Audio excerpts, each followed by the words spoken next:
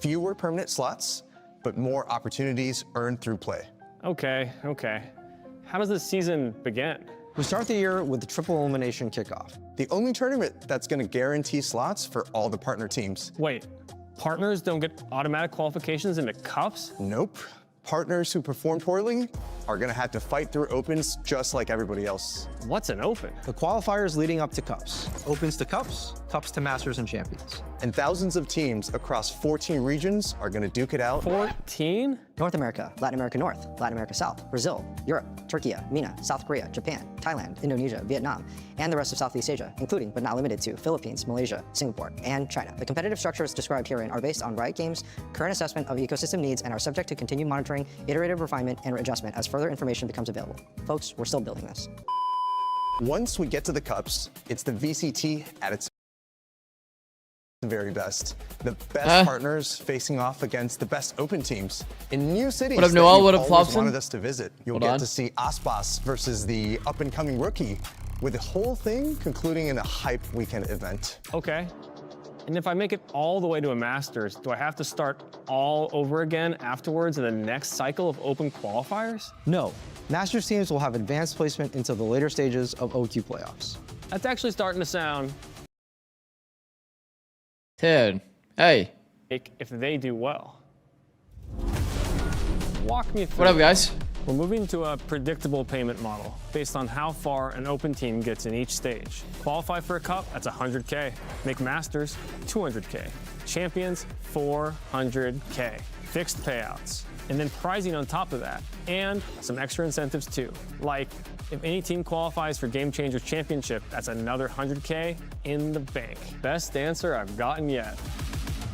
So, if you're good enough, you can go from open bracket to global events, get the spotlight and the bag? Yeah, exactly.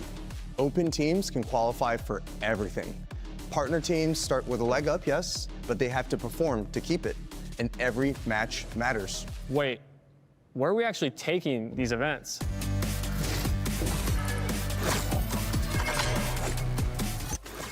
That's what I want to know as well, but of course, we'll find out. Next year has the potential to be so sick. Has the potential. But man, there's just a reality where everybody's playing on 70 ping randomly. Code, cast your vote. We like to hear Bro, from you. that EWC matchup will be earlier seared into today. my The brain. results might be shocking or not, depending on who you are and what fan base you're part of. Make sure you use those hashtags, VCT as well as Valorant Masters. But let's go ahead. What up, and Noel? jump What up, straight Flopson? into What it. up, We're gonna Not? have our skirmish side selection here. So we have a What up, duel Malin? going on What up, between ASM? Harley, What up, the, Shun? What up, Chief Hex? Gaming Officer of PaperX. Okay, and What up, Sign, Vic? Singe, the Sign. 2027 capsules are gonna be ghost skins, really? That's So we confirmed? have a game between the assistant coach and the chief gaming officer of the association and the company. Honestly, though, that's a great setup for a That's a funny, resume, bro. you know what I mean? PureX puts anybody but their players in. And they're all nasty. It turns out they're all god tier players, right? Where can I sign up? I want to play tomorrow. Like, do you join PaperX if like you're a certain quality of talent in the game or Yeah, something I'd like love that? to get a rank check on Look at me this. too, actually. That's a good, yeah. Oh, that angle hold on the Okay, pixel is there way you too go. EDG OP. picks it up. Honestly, if the assistant coach didn't get the win over the CGO, I would have been a little disappointed. We're being honest there. But of course, that is going to be Dev fine talk on for Sleeky TMB stream? I EDG, say. Excuse me. Well, Actually did look at that a little bit. Hold on. Boom. Here we go. They're rough out there. Us too, yeah. Yeah. How okay, this is a hard question. Again, you guys can kind of scrap it if need be. Sure. But like before, like obviously if there is the event where there is like cheaters, are you gonna like go back and like say that this team beat this team but they got caught later on doing cheats? Yeah. Because that has happened Your before. Compop's background is showing, you know? Yeah, 'Cause, like, sorry. No. That's an awesome question. I think those are the things we need to still work out. Sure. Because there's so many permutations and nuances of rules, but we're gonna need to your point, we're gonna need to be prepared for probably more, let's say like evildoers in the open ecosystem, right? Yeah. Like Yeah. you're gonna have probably slightly more smurfing, you're gonna have slightly more cheating. Unfortunately, you're gonna have slightly more, fringe cheating or like soft cheating as well. Yeah. Oh, And sorry. So we're gonna need to make sure we have the right systems in place. even Sorry, far down in sorry. the tournaments where Hi, it's like Churv, 80 stream round of streak. 512, Hold on. Yeah, that's what I round of- mean. Yeah, Oh. Yeah, we're 256. bringing back some old processes. That's for right. sure, Okay. from like back in the day. Yeah. We used to have this problem then too. Yeah, What up, yeah, Swap Nil? That's what I How do mean. we use our great anti-cheat system to like kind of audit these players that Yeah, are going to be joining that's in good. the competition? Our great anti-cheat system. I mean, I love Riot to Too death. many games in like one day, so that if a problem counts, I think that one of the wonderful things about Valorant like that rest time. compared to Counter-Strike That'd for been me nice. was But one of the facts honestly, that that's the, it the felt like open you always qualifier knew that was everybody that wasn't and just, cheating like, in the game. incentive for the other teams. These That was, like, days, my it doesn't only feel that two way, teams, we would've unfortunately. won. Yeah. So that's good. Yeah, that's good. That's good. 50% there. 50%. But yeah, I mean that's you know we were talking to Morning, a T. bunch of influencers last night actually. Somebody came up, somebody like relatively high profile came up, who's like just a pure content creator now, not looking to go pro. Name and drop. he was Name drop. he was like, dude, I think I might give it a shot next year. I mean, Wow. like that's the kind of reactions we want. You know what I mean? Yeah. Like Yeah, we want yeah. people to want to take a shot and have an awesome 3-month run of content. Isn't this obvious who it is? Kind of have some spark. I feel like you I would back know in who it the is scene. here. I think that would be so I had sick. a Isn't it Temet? Didn't Temet even wonder say if this I on could just, broadcast like, already? help a team and then, he's and coming then be back. like He's a at the event? percentage, and I was like, hey man, that's on Do you. it. Sounds like a great idea. We'd Yeah, love to yeah, see that yeah. stuff. Yeah. Do it. It's I cool mean, that you it guys can could just, put together a stack and go. You know. yeah, maybe Team maybe not Blood the Chat. Team Blood Chat going hard. round 5-1-2 knocked out. Of course, yeah. Sideshow 0 and If 10. Platchat could stop playing Deadlock, then maybe they could form a team. that You know, would be good. It should be quite open. I mean, that kind of thing would theoretically be possible. So, Yeah, you know. really. Yeah, Not yeah. with Team Blood Chat. No, It wouldn't be possible for Yeah, that team to go very deep. yeah. I don't think. Within reason, yeah, within reason. But yeah, I guess there's like streamer teams that you guys are kind of excited for, especially more in think like so. Americas. They've got a lot of good players. I up think there, so. And look, like if they want to take a shot and then take a break afterwards, this Yep. system allows them to do so, right? Sure. Because you could play through the opens. If you Yep. make it up, keep going. Man, that is kind of exciting. Okay, that is kind of exciting, I will say. Like, imagine, like, the Sub Rosa, like, friend group. They can just, like, casually compete in those opens and just see how far they go. Isn't that pretty sick? Isn't that pretty sick? Like, can't you just... I mean, I guess that really depends on how, like, broad, you know, they mean open qualifier, but... Because, you know, like Premier as an example, it's like everybody could just... really want life injected back into your home region, home country. Everybody home could market, just which kind of like means play Premier, and there then needs that to be you some could tie, just see where it takes right, you. to the market that you're playing in. So if I'll use Turkey as an example. Like, there's a lot of players I know that are If like I kind of wanna in play that the middle Turkish ground of like Open content circuit, creation and become, like crown still the were, best team in Turkey, you know, I pro need to players. Like have maybe like our Marv would try thinking to is make a something in the team. realm of like 3 out of 5, something like that, right? Turkish players. I think that generally makes sense. Yeah. Now the question is like, what if I have mixed rosters? What do I do with a roster of 5 people from different regions right now? Well, a lot of our regions that have a ton of mixed national rosters, like EU, that's why we're. Want to see how far a trying to team have of diamonds would make singular it? EU Hex, there's open no way. like a mega open Team of qualifier diamonds circuit. wouldn't have a chance. They wouldn't get In some of around the against regions a where near it's pro less team. prevalent, then I think it's a Even a bit more content okay creator to team, have, I like, don't think a team of diamonds would even get around. OQ layer. Then the question is like, okay, what about existing Like against rosters? I think full that's like probably the harder question now. It's like Radiant what do we do with content creators. There's MIBR just no right way. now? How many or LEV? Unironically. How many LATAM players do they Maybe a have? Like, pistol round. one king, right? What do we do with them? Even then, We're I gonna don't think so. introduce, some variant of a grandfathering clause with existing rosters for good. partner teams, which Yeah. helps. Now it doesn't get to all the teams and all the situations Sure, because but there's a like- bunch of tier 2 teams. and, Yeah, you know, yeah, whatever, but most for the like the featured teams that we already That's have. right, Okay, that's that's right. cool. It's not, it's similar to what you guys did when you put the age restriction in that if people That are makes under sense. and they're already in that they could play. Yeah, Okay. that's right. So they grandfather in Like teams that. that already Well, exist, last one so for that me, you can yeah. like go from Do you this have year any to next idea, year. like, Was what he was visas saying. obviously are going to be perhaps a man. much bigger problem than they otherwise would be. Yes, yes. Are we just gonna like, let's say, you know, worst case scenario, someone can't go to champs or whatever? Are we just gonna have to like deal with it? God like forbid. 15 team champs. We're gonna have tons of contingency in place. I mean, that's the Okay. first and foremost. We're probably never gonna go down to like a 15-team tournament. We're gonna need to fill the slot somehow. I Okay. think. Now, how we do it, in what order, is it domestic? Look, we're gonna need to figure that out. We're still debating, but ultimately, your visa concerns are shared. They're real, you know.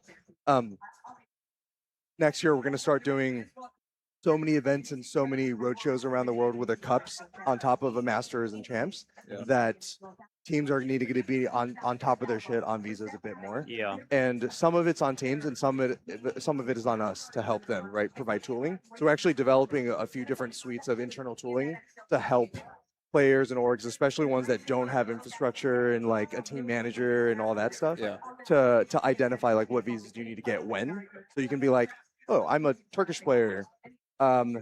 These free agent teams have no chance with visas, bro. City and the Masters isn't in there. Like, what does my visa pipeline actually look like across the year? We're going to try our best to give tooling and reporting and help from our side to unlock it, because it's going to be an issue regardless, no matter how much we help. It's not going to be perfect. This is part of the risk that Sliggy was talking about. We're asking a lot of players. They need to have passports. What up, Ohio? All of them do somewhere on the younger side. You hit a hot streak, you qualify. Chat, what happens with these like fucking,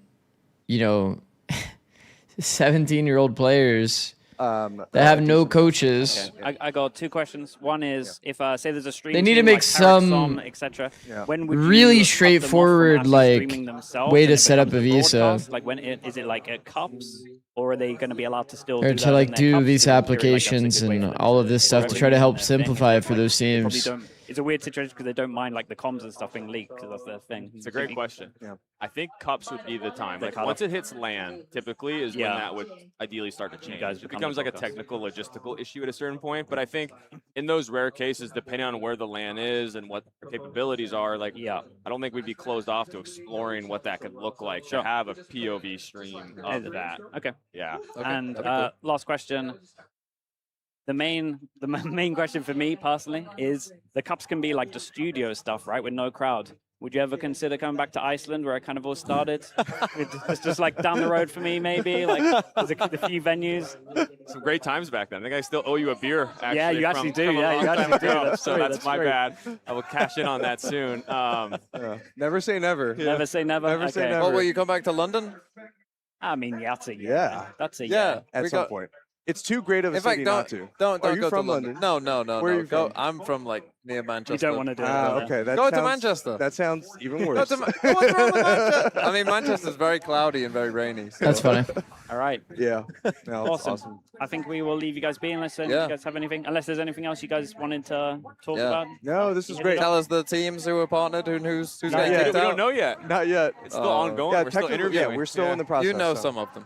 No, not yet. That's it. Yeah. Interesting. Cool. Two going up against one another. Very Today, cool. I mean, it's crazy how neck and neck. I mean, yeah, bro, I'm not gonna lie, and I'm not gonna sugarcoat it. I think there's gonna be some really fucked up stuff that happens next year. Man, like imagine like these young teams, super exciting. They qualify, then they have to go to a place that requires a specific visa, but then like even nowadays, bro, franchise teams are fucking up their visas, man. Like to come play in the US, teams are still fucking up their visas. So in what world is a team without a coach and a support staff, if they do a miracle run, qualify to a tournament, what happens in that world that they don't have the correct visa? So are they taking away some partner teams? Yes. So to my knowledge, okay, so there's currently 12 franchise teams in every region, and they're going down to 8. But here's the thing, though. I don't think it's just for all of these regions. It's not just a reduction of 4, by the way. I don't know if you guys know that. It's actually a steeper reduction than this, and new orgs are coming in. For example, G2 is technically not a franchise team. They're like still an invite slot, but I guess 12 isn't technically the partnered slot because it's technically 10, right? Yeah, it's technically 10, and then G2 remains plus Envy is the other slot. So they're going to reduce it, but they're also bringing in new partnered teams. So it's not exactly just a reduction of 4 teams. There's going to be a lot that go and then new ones that come in. So, I mean, I guess we'll kind of see. Because, like, you would imagine that Fly, SRB, these are teams that could still easily become a partnered team in the ecosystem. M80, I don't think M80 is beating out any of these other organizations. What is SRB?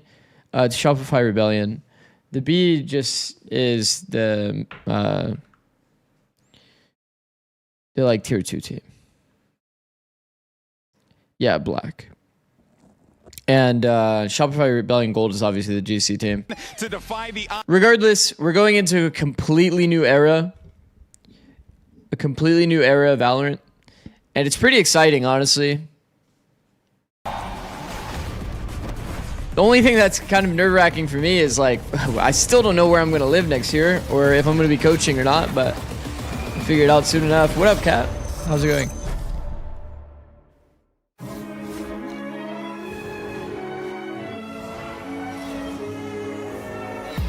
To this day, I don't know what that graphic says whenever it comes up.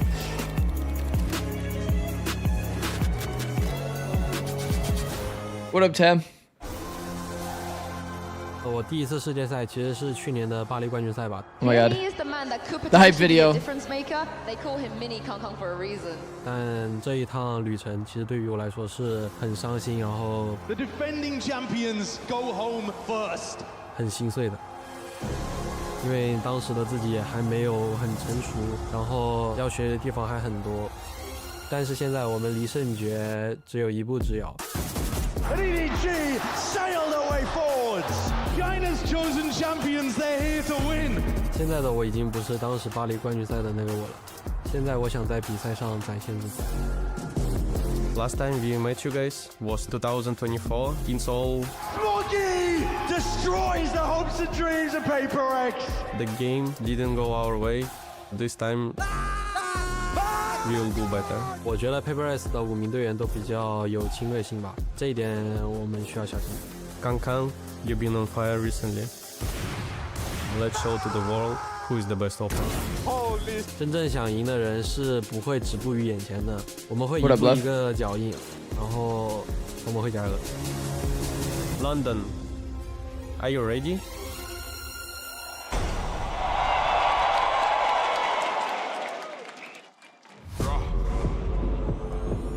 What up, Hotshot?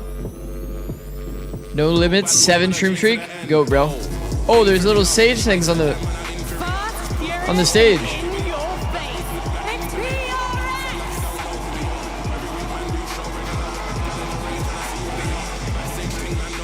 Did they change venues or no? Any knowers? Obviously, the walkout is different.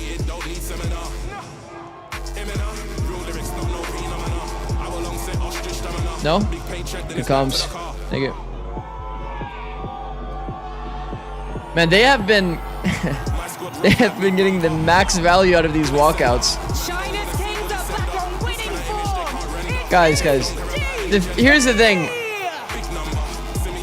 I do think Pyrex is winning, but man, I love EDG, bro. Always been an EDG believer. Ever since like 2022 or 2023. I think it was 2022 actually. I don't know, it was like early 2023 for sure, but man, ever since I saw Kong hopping, I've been such a believer, bro. But they never did anything. Is this best of 5? No. Best of 3. This is the last best of 3 though. Well, today is the last day of best of 3s.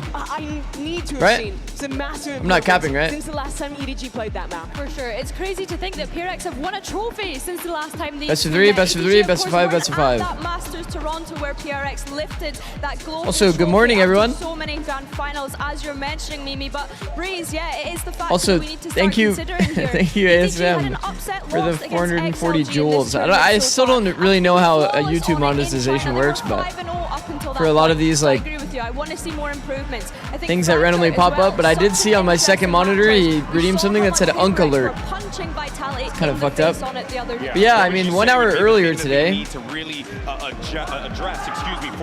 Are we tired? Feel a little bit more confident about EDG in game 1. I'm sure a lot of you guys are not tired at all. It's probably very nice for your time zone. And often neglected mid. That let XLG walk around. No, because I haven't slept. Set up for splits pretty much at will. Yeah. Harbor composition. Want you guys to know, early control mid, I got like flood retake on 3 hours of sleep or something, but I actually feel fine. And play towards the middle of the map. My body like reacted as if it was like a nap. That's just me personally. From I what feel I'm kind of hearing, nice. but that could be what the doctor ordered there, but of course, Billy, you talked about Fracture, and you know that if you're EDG, you saw Fracture come across the bow there, you're like, oh boy, they might be thinking something here. What are they thinking? How? Or maybe they're just thinking. From APAC here, this is perfect prime time to watch. Going, right? Because it works so good. Like Yeah, I was kind of thinking about it. Firepower matchup when we get to Fracture. I think I'm looking towards small. This time zone thing, is gonna stay like this too for when it goes to EWC probably. Paris is probably gonna be kind of the same situation, like this kind of wake up time. I'm not a religious guy, so you know, I just had to go for it. Okay, love that. No, but that is incredible stuff there. Of course, yeah, and you're so right, Billy, that it's going to be tough for this EDG team to have to contend with the might of Paper Rex, but we have seen Chichu and Kong time and time again. Dude, I'm to be able to stand up against. If there's any world that EDG wins today, I would be so stoked. A trophy. Sure, their fans believe there's people that always stand behind this. Does that world exist? Guess we'll find out. They shocked by Breeze, like that. Jet Neon When they had the hopes in Bangkok, couldn't versus follow Jet KO. through in that tournament. But they're here One Team again. Harbor. This is one of those Okay, teams Paper X that you still just not on the cannot Harbor deny. wave. They're big game players. You This is no changes for Paper X. Out on that stage, and you cannot deny that this squad is one of the best in these types of matches. When there's a big crowd, when the lights are bright. Oh, they play up to it. They love this kind Be of very surprised if they get one map. I mean, it's where they play best, Mimi. we shall see. We shall see. Paper X has been so dominant, and these are the teams that they've played, chat. EDG. Foot, Shilai.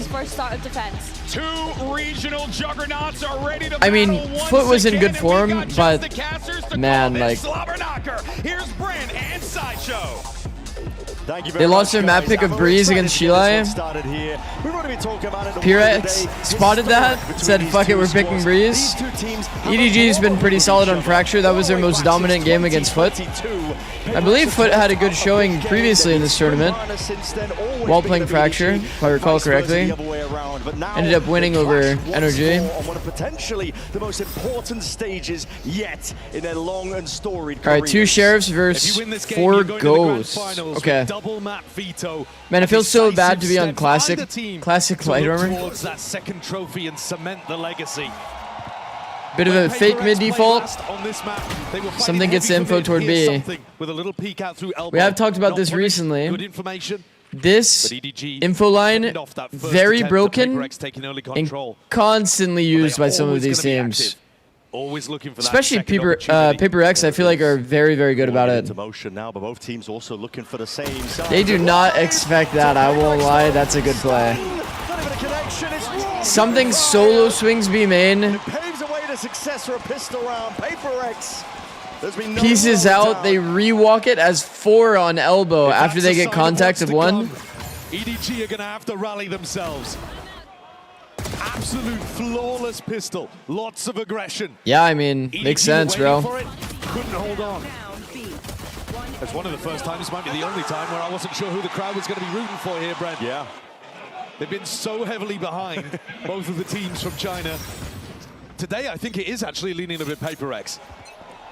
The crowd's going to be insane today, by the way. Both incredibly popular teams. That's so fun to watch every time they played against each other. The clash over towards that A main angle. That not taken care of. It was delayed by Envy. We're going for another refight as well. Gearing up for it now. Beautiful. Great team fighting, man. Following up and through. Slide triple peek. To Chichu. P-Rex is so on top of the team play recently, man. They're in great form individually and team play. Chichu is going to find out here as Divide cleans things up. Paper X are willing to bring the fight. Yeah. It's a map where we haven't really seen Paper X's attack side. They dismantle Vitality so quickly, we barely got to see it. But their defense is really aggressive, and they love playing against teams that fight into them. This is the kind of matchup where Paper X should be absolutely at home. EDG finally got some weapons in their hands, though. Their power comes directly from the nose strips. You're right. Ethan gave away the tech. He cashed it in for a champ's prize, but so far. Now he's giving it to everybody. Of it or something might get a chance here. Oh, asleep at the wheel. Up, yeah. Chichu's crossed up here, but Kang is going to be tested now. Guardian in his grips, looking for a little bit more here. Slide off Bangle. That's rough. Gets the better of him. First kill advantage. Man, it felt like he was fighting. It felt like Kong Kong was fighting him forever. Same gun for both. And his team was already leaving by the time that Kong Kong took the duel on Forsaken. If clearing this area out now, let's Divine lean over a little sloppy on the side of EDG. B site broadly undefended. Just ignoring the drone now. It's a bit of chip damage straight to the chest. This guy's revealed up though, and surely going to be spammed down something. Double cloud burst. They're going to escape. Plays to give. It's a good decision. Give up a lot of this space now. Wait for the rest of his team to come ow, through. Ow, ow, Bullets tagging. It's great retake pattern from Paper X though. They're taking away all of these safe spaces that the post-plant players might play on. Oh, they're playing to hold space and then triple flank. This is actually good. It's actually really good. Post-plant positioning is not ideal, like you're saying. The only thing is the Viper util doesn't really like benefit them at all. And nobody's made a great play to get extra space. Chichu, the next up to step up, and again he's actually delivering and dishing it all the way out. But Jingle at DTP just trying to hunt down where these stragglers could be. Left unaccounted for. Nobody's extra space that he got towards spawn helped them convert this so much. The two players that survive. Really, really, really good individual moment, man. So sick. Suffocating pressure that they were under. After he got this kill, that kill helped so much. Area that we can play from. I know that I can put my he got a second, by the way, toward B-Link. And Chichu trades things out. Or tunnel. It has done damage though to the economy. What up, Dino? Oh, you actually woke up. Just a bulldog, but rifles back, and you said you weren't going to wake up. I remember. Using previously. 6 a.m. bright and early. Deep mid control though, prioritized by Paper X. We talked about it. They're always going to be active on the defense. Forsaken making sure. Oh, he's asserting himself here. Oh, this is scary. Full bit of spam. My God, there's the punish. Doing that on that late of a timing is kind of scary. I think Forsaken needs to do that in the first like 5 seconds of the round before they're able to cross. Once you give them timing to cross like that, it becomes a lot worse to try to do that spam. Shock does have to be sidestepped, but what is the next level to this? Oh, I love this by EDG. Steadily gearing up. The walk scaling through mid-sight. Jones going to be sweating out a couple of the players. Super good details. In case there is a player here, there was footstep on the right side, while a walk peek happened on the left side. Good details. Flash, but there was no follow-up. Yeah. A massive player advantage though. EDG surely favored. How do they make a team fight happen here though, EDG, in this post? Every angle's really being covered here. Paper X, hands gonna be forced. Hold on, they're getting a couple of kills, just exiting out. Okay, spams while they're trying to exit. They're playing to save. Well done. It's a great punish. But they're probably so confused right now, by the way, EDG. That opens things up massively for EDG. Forsaken was trying to fake as if they were putting some. I'm not gonna lie, it's kind of like meta to say, but whenever the crowd cheers like that, you know that it's a save. Mitigate the way that Paper X plays their macro, but the teams are super on top of that. I won't lie. Come away with a really nice, easy round, to be honest. Game starts early today, yeah. To find another in the it does. Started 1 hour early. Dead to rights. Slight individual error. Yeah. You can only do this on late. Or you can only do it on the early timing. If you let it go too late and they could cross or be close to the smoke already, it's just not good. You need to have the mental image of the player walking like this, and then any timing past this, where they could have taken this timing, is when you need to kind of respect it a bit more. Again today. Something again onto this angle. Wow, the second time we've seen this angle, it's actually worked on the second try. It's the punish off onto Nobi. It's a big kill. Yeah, I mean, if Smoggy's going to be using that smoke to try to threaten like they could take some B space. Yeah, I guess you have to adjust that smoke left by default. They don't have any initiator util to burst out of this one just inside, but that's going to be dissipating. Flash, underhanded, still unaccounted for. It's something holding it down, flicking a wrist, can't quite manage it, but... Good aggression by Kong Kong. Dropping back off now, still reinforcements have arrived at Invi. Taking over now, taking over! Clean by Paper X. Good early picks, man. It's just beautiful. This backbone of Paper X, Divine and Envy, have been far too strong in this tournament. The other players happy to take that extra risk, play their lives in a bit Do they expect today to take longer or something? I have no idea. I have no idea why it's 1 hour early. I feel like this usually happens during events though, no?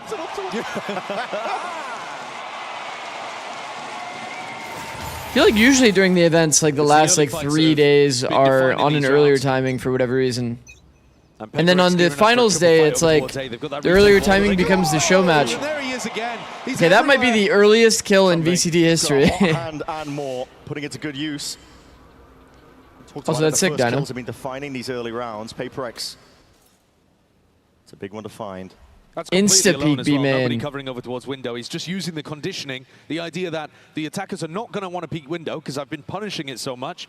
I'll be able to get a free peek straight into elbow. Yeah. And Chichu's not ready for it. I think the scariest thing about PaperX too is that you never really know what's going on, man. If you don't have a player defaulting every lane, making the right moves here. They could just be walked through that lane. Like right now, they could have a deep B lane right now, and you're probably assuming that based on how PaperX plays. Kankan didn't get the orb. Apparently not. Didn't actually end up going for it here. But yeah, I mean, it's like you're playing against a 3-stack A. They didn't have a great setup to actually try to hold this. Potential tags damage. There it is. Kill claimed. Jenny going down. Nobody with a plan, but it's just a tap to see. There's an extra element that they can pull out of. PaperX still getting information. Yeah, I mean, this is a rough round for PaperX. I'm not gonna lie. It's in his hands here. Nobody not feeling like it's a safe place at all. The squeeze being applied. Kakai! Oh, doable. For an ace now, and now with a Blade Storm out ready to slice and dice potentially. But he's oh my god, this might be an ace. Straggling player. Oh my god. My god. Kong, bro. Oh my god, oh my god. Something's got his head in his hands. Can't believe what they've just allowed Kong to do. Kong is so cool, bro. He's actually so sick. The guy's a superstar with a champs trophy for a reason. Bro, these are clean kills with good movement, man. What was this? The last one's a little scuffed, but it's like he's making himself hard to hit. I am the best. He's playing like it. Fuck, man. Fuck. Max aura. Fuck. Main control again. PaperX throwing smokes into their face, threatening like they could be refighting. We saw Kankan wasn't. I mean, the pre-show is literally who is the better like jet, who's the better opper. What's being expended here? Oh, and then he flubs the dash. Yeah, I mean, I'm not gonna lie, that was a pretty rough round from PaperX. Walls are gonna be dropping on either side. If you were to go back and look at like kind of the setup there, and kind of go into like deeper look at how people are interacting in the round between PaperX members, they did not have a clean team play round at all that round. Jinx kind of playing to anchor the site alone with no support from 3 players that were on site. Nobody fast onto the fight, but he's made noise. Something's ready for it. Watchful eye onto that angle and avenue now. Up through main, his players are being told. Pretty heads up by something to hold that lurk. Stands up against it. The true test now to see if he can get past. It's gonna have to be a big play for Chichu. Oh my god! Single-handedly pushes the yo. If they... This is that one nobody made sound ice, I see. Could carry EDG to another trophy. If Kankan and Chichu, bro, if they keep taking turns making individual plays, they could end up being unstoppable. Oh my god, I'm so down. Monstrous players that powered them to that champs run a couple years ago. I'm so down. And 2 players that have looked the best in I'm not gonna lie, I think that based on how PRX has been performing, I think EDG is gonna need to have some sick individual performances. Here in the next round. Yeah. I mean, Alex is going to have a lot to say here because the Coinbase win condition is. I'm also down for EDG to be like a good team again. Star players, please. When there's good form on either side, scary to go into. You always know there's a possibility. I think it's earlier to dodge the World Cup games. Maybe it might be. Himself, last 2 series that they've played, at map 3, he has had more than a hot hand. Almost single-handedly deadlifted his teams to wins in those matches, and now continuation of that form. This time, no slow start for him. And I think it'd be quite reasonable across the 7 rounds that you've watched to think PaperX have actually played the better game. But it doesn't matter. I think someone famously said, you get shot, you die, actually. That's true. Yeah. And EDG have been doing that in the last couple of rounds. Monstrous plays coming out from Kangkang and Chichu. See, here's the problem for PRX. We have Sobalt, K-Ult going into next round. If there's any worry about converting the round, they can just use one. Idea of how they wanted to clear that, but Chichu was just better. That's with a Vandal as Does well. this dagger do anything? Or are they going to late dagger it? Putting emphasis being placed over towards Two spotted anyway. Lovely knife. It's going to get the tag here. So they know that two actually did the elbow walk. Just turns off something's blade storm. Interesting. Takes away any chance of PaperX being able to bite back here, but they are still approaching and threatening from the flank, and that puts the pressure on the this Chichu made it here. slightly better. Slight timing. Oh, and he's going out into the angle. But now he feels it, the threat coming from multiple directions, asking for Smoggy's assistance and help.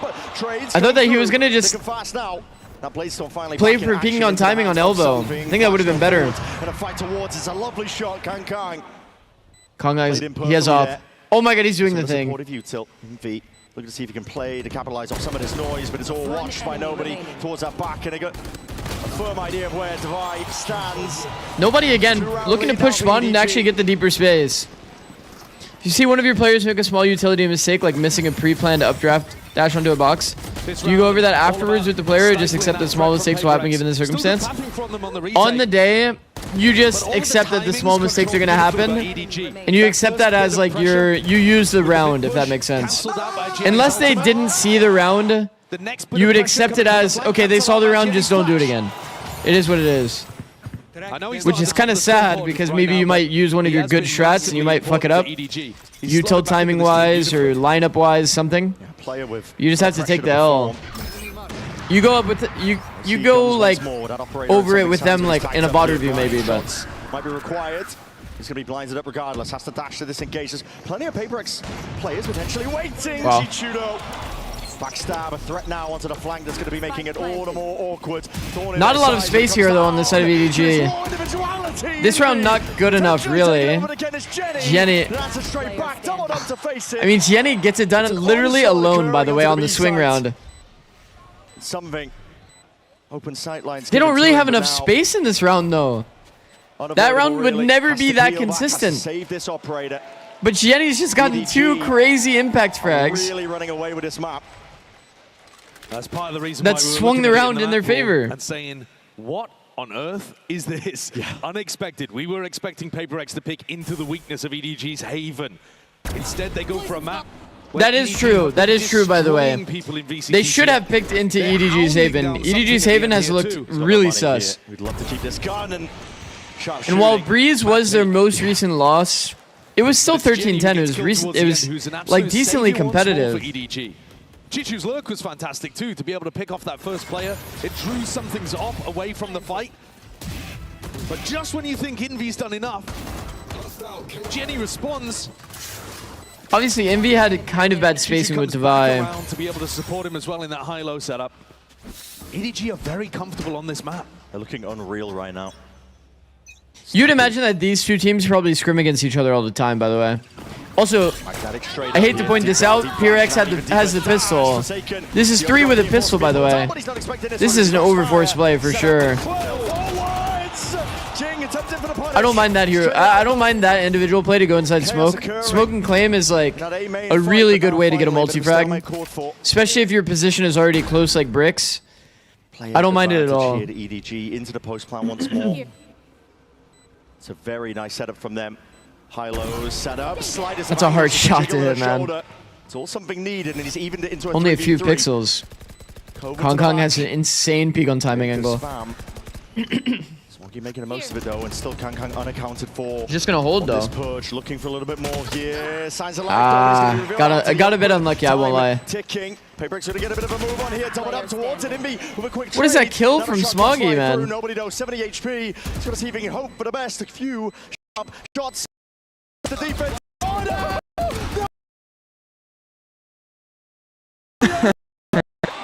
What a way to play it in the 1v2. There's no way. No way. What happened? What? He jump peeks the angle. He's gonna play a 1v2 like that. He jump peeks the angle. The jump peek to the exact. I want to see it from enemy POV. You're joking. He's 1 HP on that, by the way. What is this plot armor? What an animal! What an absolute What beast. is this plot armor? What an incredible example No of way. individual moments that we are seeing from EDG to power them forwards in this game. 3 individuals first set up with an ace from Kang. The power of the individuals. 1v2 from nobody towards the end. I mean, it is bonkers what we are seeing. Alex is screaming these last 2 rounds into them right now. This is cause for concern. Coinbase win con for them, but this is the second timeout they're going to be taking in the first half of this game. I mean, the cortisol is through the roof. Oh, yeah. Don't even ask. You already know. We knew this had potential, though, to get... Nah, you know there's some crazy plot armor when every single player A lot of pundits going into this game so far has like some crazy individual round. I guess Smoggy's the only one to not have one, right? Just waiting. We're just waiting until Smoggy has his too. Showcasing why you can never But it's like he's also the harbor on the map, so you can't really blame him. Does have harbor all going into next, and they're against Devi's ult. But you're looking at the minimap right now and saying Devi has ult, but I don't think he's ulting this round, guys. He has a Viper ult or a Viper wall on B main, a super normal one. You would assume that he would do it a mid wall if he was going to be ulting B main. And something without a player there to be able to break the recon. It's kind of confusing. I think they were hard expecting that to be. How come Devi's not ulting B main and doing a mid wall? And now they're forced to make a reaction on the other side. They found a way through A main though, so they're able to actually like go stack a little bit toward B and have an earlier pick timing. There you go. Slide peek to try to get another player disrupted. He's barely swatted them out. It's damaged them through the wall. Sliders and Dinks now calling potentially for the speed up once more, but this is dangerous. Do they dangerous expect stuff. Jet's position? He can find his way out of this one. Still straight out. Jinx straight on top of it. Kong does have a free kill. 2 free kills maybe. Wow. Second one was not free, but right click's a little too money. Not planning for them though. Any chance of a comeback? There's a world here where Sova dies and then they have to play with the bomb not planning for them. Pure discipline, EDG, shoulder to shoulder, doubled up in backside. He's got the smoke for it. Giving him any room. Smoke does make it harder. Tap. Oh, I'd say the Jing is favored here. I won't lie. Well played. Ridiculous. Well played by Jing. Individual moment comes back toward Jing. Exactly how they've drawn up 1v2 scenarios like that. Couldn't have played it better. Brilliant stuff. And exactly the kind of individual moment that Paper X needed. Because Kang took over this round. The mid default was beautiful. Something had no hope. And yet, at the final moment, Jing proving that Paper X no slouches when it comes to individual moments too. They absolutely... They can give as good as they get. A 5-7 half here would be a big recovery for Paper X. But having won the pistol, EDG still looking phenomenal. Yeah. Looking for a bit of an A refight. A trap play set up towards A main. Jing holding paranoia off Forsaken's contact. I like this. And nobody, if he inches forward, Deep dart. Here's the one with the spike. This would be dangerous. Drone is good. It might burn the utility as well. It does. That's a max win for EDG. Waiting to absorb his aggression and Chichu back against the wall. Jing straight there in it. Looking to put the pressure Is that a jinx? Not ideal still. Because they burned all of that utility in A main and still died to a dry fight. Stamping out the fire that was this first half for them. Spikes in their possession now, Jenny. And Smoggy have got a lot to do. The map has just been flipped around against them. Yeah, they don't have information about where something is. That's why you're seeing EDG not commit fully to this. Man, they had the best possible approach to this A main space and still got blasted. 45 seconds left. Paper X cannot let this slip away from them. I think this is way too hard. Position. Jing has done everything for them so far. Flash. You have to backstep with this flash. Calling for it, waiting for the smoke to dissipate, and here it is. This is going to go way past the angle. Left click on, forwards the play, Jing! You have to backstep with that flash shot. Shot in their face, the 4-piece towards it. The 1v2 for Jenny, teed up. But how do you ISO these 5-6 bullets? Remaining, it's all something. And a 5-7 half, we said it. Hell of a recovery for Paper X, considering the way that EDG were looking. I mean... I think both teams can be relatively happy with how this half has ended. EDG yeah, I actually agree with what Sideshow said. But these final 2 rounds, both teams are definitely pretty happy with the result here. going into their attack after. We haven't seen. Did he get too much flash? It was a half flash because flash went past the angle. They hadn't got it within 2. It's a game powered by phenomenal individual moments so far. Seeing the very best of EDG and PaperX being brought. They really out added these little sage things as a teaser. Sit it down to the floor. Frankie is standing by with some very familiar voices. Pretty cool. London, please make some noise for my new friends. We have got Naomi Clove. Yang, who plays Sage, and we've got the voice Sage. of Clove, Isla Campbell. And first of all, what's it like seeing your characters around the venue? It's like their faces are everywhere. Absolutely incredible. Just keep taking pictures of Sage. We keep calling it like Big Sage, Big Clove. Big Clove, Big Clove. There's so many big Cloves, and also seeing like the cosplayers and the art, like it's so surreal. The best day. You've actually got Clove. Yes. You've got a Clove keyring. Someone gave you. Yes, someone who is cosplaying as Clove gave me this, and it's one of my most treasured belongings now. I love it. It's my version of a Labubu. Even better, I would say, even more unique. Now, if you were to be going into game on that stage, which of your voice lines would you like to hear? Stand tall. We are Valorant. We are fighters! I get chills. I know. Okay, Clove. Well, isn't it my arch nemesis, Sage? Oh, just kidding, we're like standard nemesises. And very quickly, before we get back into the game, have you got a message for anyone? The voice actors saying they're... 加油! Mom yourselves! Yeah, hearing the voice lines actually come out of real people, I don't know why, but it's such a surreal experience every time. Like, people are actually behind those voices. Yeah, no biases apparently, but that's just excellent. And they've got an entertaining game to watch. Yeah. This has been everything you could have wanted for with a clash between PaperX and EDG so far. You've had some monstrous individual moments. Both teams looking to take the fight to each other. And even though PaperX clearly hasn't experienced VA culture, I mean, for sure. They're down 5-7 at the half. Like the Jet voice actor saying ba-bam, ba-bam. To even it up, 7-7 here. This is okay.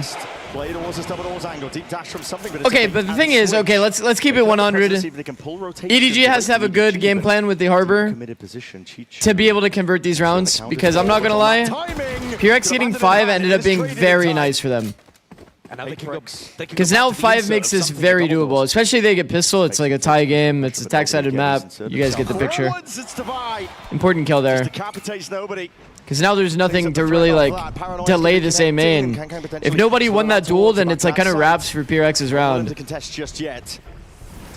Wall comes out pretty early here. Might be a cause for concern. Oh, they had a good...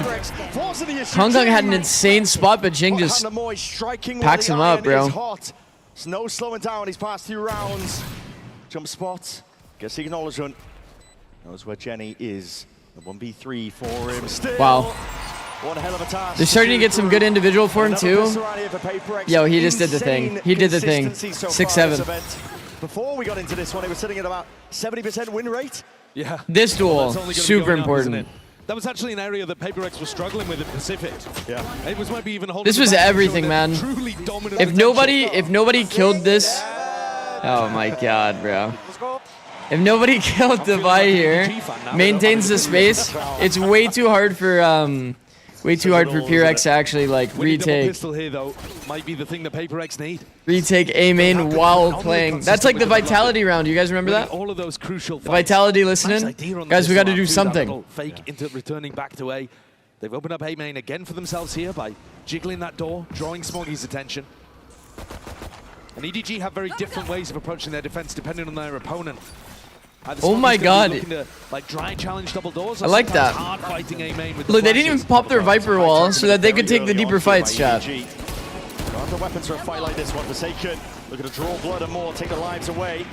Working really get too messy. Wow. Well played. Clean. Literally full flawless. It's overwhelming. PaperX are going to be coming in with a really nice bonus. And they're a team that's got fast, strong ideas.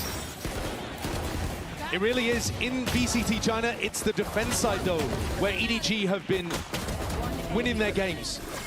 There isn't really a team in China that can get past their different looks on the defense side, even though sometimes the analysts, if you talk to people like Mini, he's not 3 too happy with how rifles, they play Marshall, the Bulldog. This is insanely doable round as well for PRX.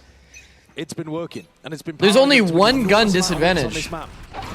If PaperX can hit Because Kong Kong even bought a Bulldog here to have full armor. See, it's a bit of poking and prodding again, similar scenes. Jenny, though, is holding his 0 point over towards B here. Any noise, any drone used in this area. Yeah, no defense pistol means no operator for Kong Kong on this round.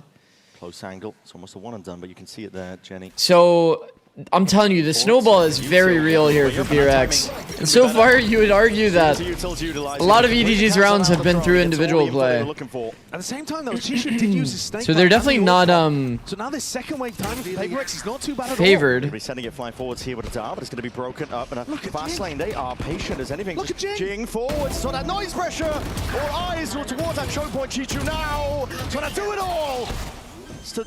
No way. Up into the corner, No way. Okay, the individuals are still here. Damn, bro. Shots forward, something still, but now with 27.5, that's all he's got to work Something with. dies for free here. Into the 1v2, but nobody. Chichu. Rapid on the flank. Good anchoring. From Chichu. Think back to when they lifted that Champions Trophy. It's Kong Kong that won the MVP for his. It's a great timing by Jing as well, and the fact that PRX played to pump and just get attention without actually execing until Jing got his timing, pretty sick. Events like this and dominate before, and he's good for it again in a very difficult spot. I mean, PRX are definitely getting more in form in terms of team play for sure, because there was still definitely some sus rounds on that defensive side. Also, on top of that, PRX high-key getting bailed out by a double pistol, making a lot of early half mistakes in this map. Getting double pistol helps so much to mask those kinds of issues. He's going to be watching this one. And now it's T-side up. And no op on the side of EDG. Ooh. Just plucks the life out of Chichu. What an outrageously good Ooh. peek. Crosshair placement. The dip onto the angle. Something has been insanely consistent with his opping in this series, the event so far. Is this a main setup as well? It would really not be that crazy to say that something's currently the best player in the world. It would really not be that crazy to say. That's probably the most favored opinion at this point. And it just means that the rest of EDG can spread out a bit. I am surprised to still see 3 players on A, though. They've left Jenny on a complete island. Not budging. It's a lot of pressure to put on Jenny. There's a drone. That's going to fly forward. The pressure that something puts on the server is just so unreal. Looks to square up now. Just really not fair. Something's just watching for those rotates. Jenny forced to retreat back and away, a flash underhand, and just to do something about it. For the protocols. Neon clears? I don't know about that, bro. Freely now for PaperX. If you guys really took some time to watch all of these PRX VODs and see how much value something gets. Even I want you guys to know what's so impressive to me about something on defense with op is that there's a lot of times where oppers become macro oppers, where they get these deep A lines and then they end up winning them the round by not even getting a kill. This is the thing that's most impressive to me, is that something has performances consistently where he's the top stats player on his team, even though he has games where he's being a macro opper. This doesn't get you individual value. In a lot of rounds, you're winning your team the round because you're allowing them to 4-stack on the opposite bomb side. I love that. But the fact that something is so aggressive that he pushes the layer one layer deeper, one layer deeper, one layer deeper until he's on some really fucked up angle where he is behind you in your spawn, holding you from the reverse, is what's so insane, and he does it on every map. He'll find you on some fucked up angle like this, holding deep. We haven't actually seen them play in a match in a long time. Since 2024, and that was before both teams these angles are trophy. At that time, both teams were... He'll end up in some fucked up angle like this, and you're just like, what the fuck? He's the only type of person that actually pushes that layer. but the last time they clashed was in the group stage of the tournament where EDG went on to win a champs.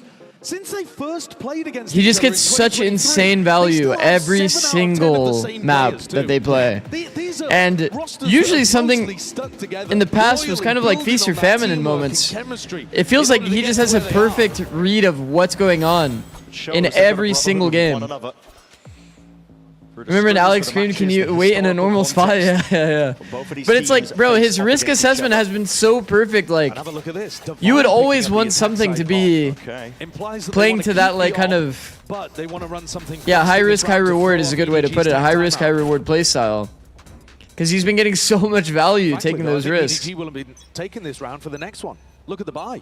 Yeah. Bits and pieces, but ensuring that they can keep a buy going for the next. Okay, let's see the approach. It is an anti-eco round. See a lot of util being used. Pure disrespect over towards Amen. Kang. Kong's alone here, looking for an early pick and give. Little unlucky for sure. They've lost Harbor in the round and they used High Tide. So I mean, their chances of converting the round was obviously already kind of low once they lost Kong and Harbor. So whatever happens after that point is what it is. Big pace increase from Paper Rex. We'll see if there's a continuation of that. Yeah, it's a nice idea to throw that kind of stuff off. Might have also been one of their pre-prepared setups, just in case they think Smoggy's playing with some Judge or Bucky in a main. You go fast through him immediately, trying to barrel through. But now something like me on the eco rounds. Dash forward. Maybe the pace settles a bit more into what we were seeing. Classic. Across rounds 15 and 16. Kang. Something might be squaring up here. The op, we were talking about it. We were teasing it. Okay, we are looking like EDG is going to play for a bit of a hold rather than... We see the approach from a lot of teams to do a bit of like a retake on one site while playing hard for one side. Looks like they're playing to hold both sites. Playing on more and more passive angles. Jenny got information that nobody was over towards. I think when you have Harbor in your comp, you have to play a bit more strict to the Harbor game plan. So I'm not a big believer in trying to play for both sides when you're playing with Harbor. Battle up towards double doors. Pixel to play with, jumping round as players waiting, but a shot goes if you are reading that it's going to be a bit of a default round though, then I don't mind the position. The close like B main position. Wow. Big risk there, but all good. Sidestepping the bullets. One-man army and he's caught all the pressure. Nobody tried to take first timing expecting that peak to happen from something and then go back toward A. It does look pretty troll by nobody, but it's not that troll if you like factor in what a normal player would do there. Oh, this is a good walk around by Smoggy. He found like a really good angle. Nice hold.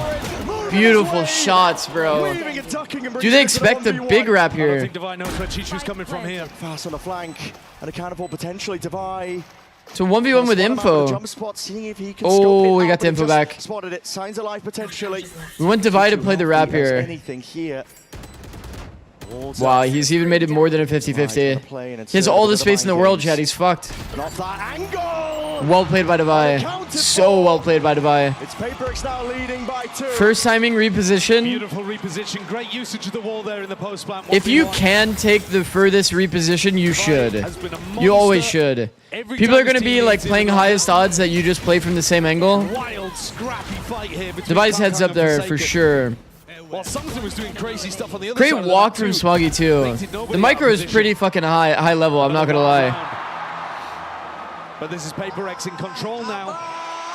A lot of good individual decisions. Their attack side has been exactly what the doctor ordered. Smoggy taking that timing, full walking doors, finds an opportunity to re-peek from front sight. You are never expecting that. You are never expecting that. Player to look towards the dangerous one. EDG putting their hopes.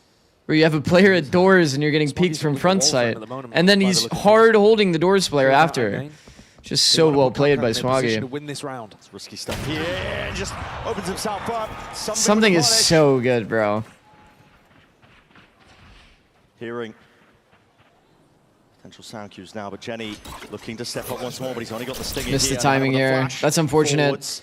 Oh no, they're gonna full clear him too. If he can pull anything at all out of PaperX, but Devi is just one step ahead. I think trying to take that space off the flash is a little too greedy. You see the cerebral level of his play. I'm not a fan of this non-adjusted wall, like not trying to like curve it so you get a little extra space. Kind of gave Devi like an easy pocket to take extra space. The opposition still up top. Nobody in attempt to reclaim the gun is punished. PureX walk up all the way to orange, take the deep fight. Done that consistently on every anti-eco. Pushed backside twice on anti-ecos, but they've done it together. Kankan was the big threat, and something shut him down. In terms of that jet impact, something's got a KD of Something's way too good. This is ridiculous. 23 and 11. Meanwhile, Kankan, he's had incredible moments earlier. He had that ace, but his KD much more even. He's had impact in terms of rounds delivered, but he's not delivering round over round over round to the same degree that something is. This attack side, something's been such a key player at opening up those avenues and creating such threats in mid. Well, EDG at the moment are just giving PaperX all we of did that say it. space I in the middle mean, of the map. to be fair, when it ended 5-7, then they got double pistol. It's like Absolutely, the conditioning. You can tell the PaperX. PureX kind of got away with like their early round misplays and EDG's good individual plays. Just swung back in the favor of Not PureX. going to be wanting to hold out in the open angles against the attack side up of something. Isn't it crazy that you've got a guy who, at one point, we were all talking about as the best Yoru in the world, if you dial back about a year. And now, since swapping over to the Jet, he's been utterly dominant on this as well. He's so good. His form's ridiculous. One of the biggest reasons that they found that meta style that fits for them was when they gave up with running something on the Neon and decided to just plug and play him on the Jet. It worked wonders. This is looking to be a little bit faster on the backside of the timeout once more. PaperX clearly. Instant ult A. We have a retake wall for B. Haven't really seen this retake wall before, but it's to help with the B split. I'm not a fan, to be honest. Yeah, I'm not a big fan of this wall. Reason why I'm not a big fan is just like, if you can't really use it in the early round. And then ripping the ultimate and forcing out the snake bite. Can't use it in the early round. It doesn't feel that great. I mean, I guess it's denying like denying this cubby position, but it also gives space for people to get through the choke into that position. They decide to go through the Viper. Oh, that's okay. That's unfortunate. I won't lie. That's a little unfortunate. Chiju's tagged. Gianni gets spammed as a result, or vice versa. He's managed to grab two. Brought his team a potential lifeline in it, but still a 2v3. Kankan limited opportunities with the walls in his face. The attack. What are you done? Slowly moving his The way walk up around the glitch jump has spot definitely been here today. Running forward and just misses a second chance of it. That is brave as anything by Devi. Free swing and a fight. So it's done by Smoggy. He's got the ult. Magnetic straight to it, but something on the lurk once more. And this is that insurance policy. It's not expected. Something went for a comm wrap here. Not clearing into the corner. It's not cleared. Not cleared. Smoggy turns it. Goes active now. Oh my god. Good retake. Very good retake. Ain't no way. Ain't no way that's how Very good picked up retake. that round. Should have been a slam dunk. Very good around retake. from something. And he just doesn't look Good to the right reposition, at all. honestly, from something. He just didn't clear the angle. The way that they cleared through this pit was lovely. I think a Yeah, misplay this from is just EDG unlucky not for having someone ready to it's a little break unlucky for drone Gianni, clear. but A misplay as well in terms of the timing, but this I don't like that Smoggy insta reinforce the cove as well. Smoggy can't believe it. Chad, when you throw a harbor cove, you should keep it as a smoke during the tap, reinforce it late. So like some spams can go through, but then not enough spams, you know what I mean? Still down by 2 rounds. Puts more pressure on them to be more accurate. If the cove gets broken on the first clip spam, it's kind of fucked for the player that's defusing. The knife's going to be committed to that double door, so the drone not cancelled out. Clears the way. What will clearing the angle cost him? Maybe readiness for a different fight. If he was recently spotted there, then yeah, I mean, I think that he just expected that when Smoggy got that kill, that he started scaling off of it. Once you let them through these choke The only points, info that he they're had just was from an running A main over and player. dominating the site. And this one So yeah, I mean, probably just a lapse of He's gonna try his best, I guess. lapse of diligence, I Maybe guess. the nerves and the pressure getting to them a little. It seems crazy to say, but he's had a couple of weird moments in the last 2 rounds. 2v3, EDG. They want to play for it. Going hunting. Hoping for the possibility here. It's lovely movement. Chichu ISO'd it now. It's pretty doable. 2v2. Committed. Left guessing, but time's ticking, and there's still. It's not favored, but it's kind of doable. Surely with the advantage. They just play exits. I mean, that's understandable, to be honest. Spike is ticking far too rapidly, and just with that, I mean, a fadeaway shot. By the way, not even able to okay, that's really good details by Devi. He knows he's being hard held by an Opera if he runs through that line. So he just drops the ult and faces and takes the duel. I think one of EDG's big problems is they're not fighting Paper X as they get into the sites. They're holding passive positions.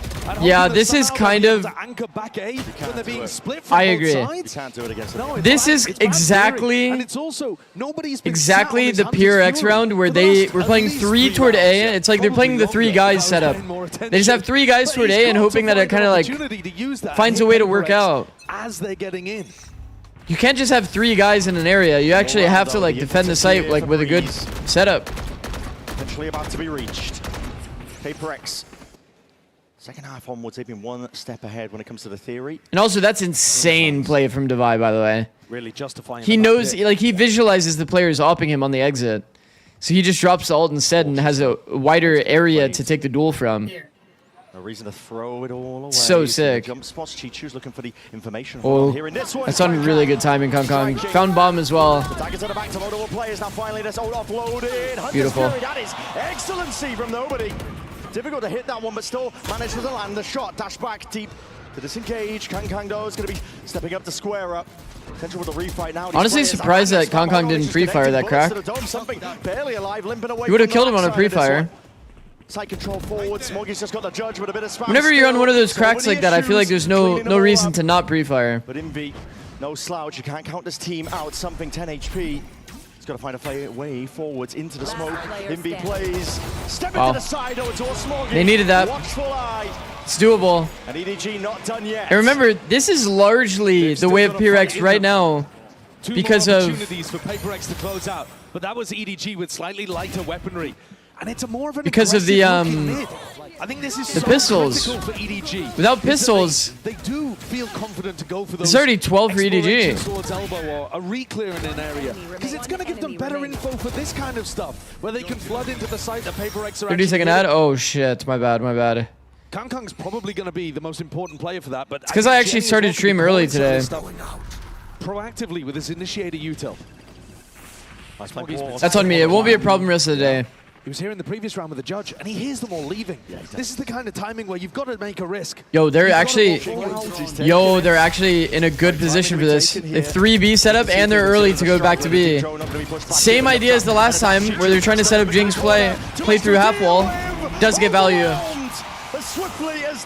The site hit worked without Jing even using blind or any executal on that side. And Jenny and Smoggy. That's wraps. To see if they can pick up the pieces. That is devious.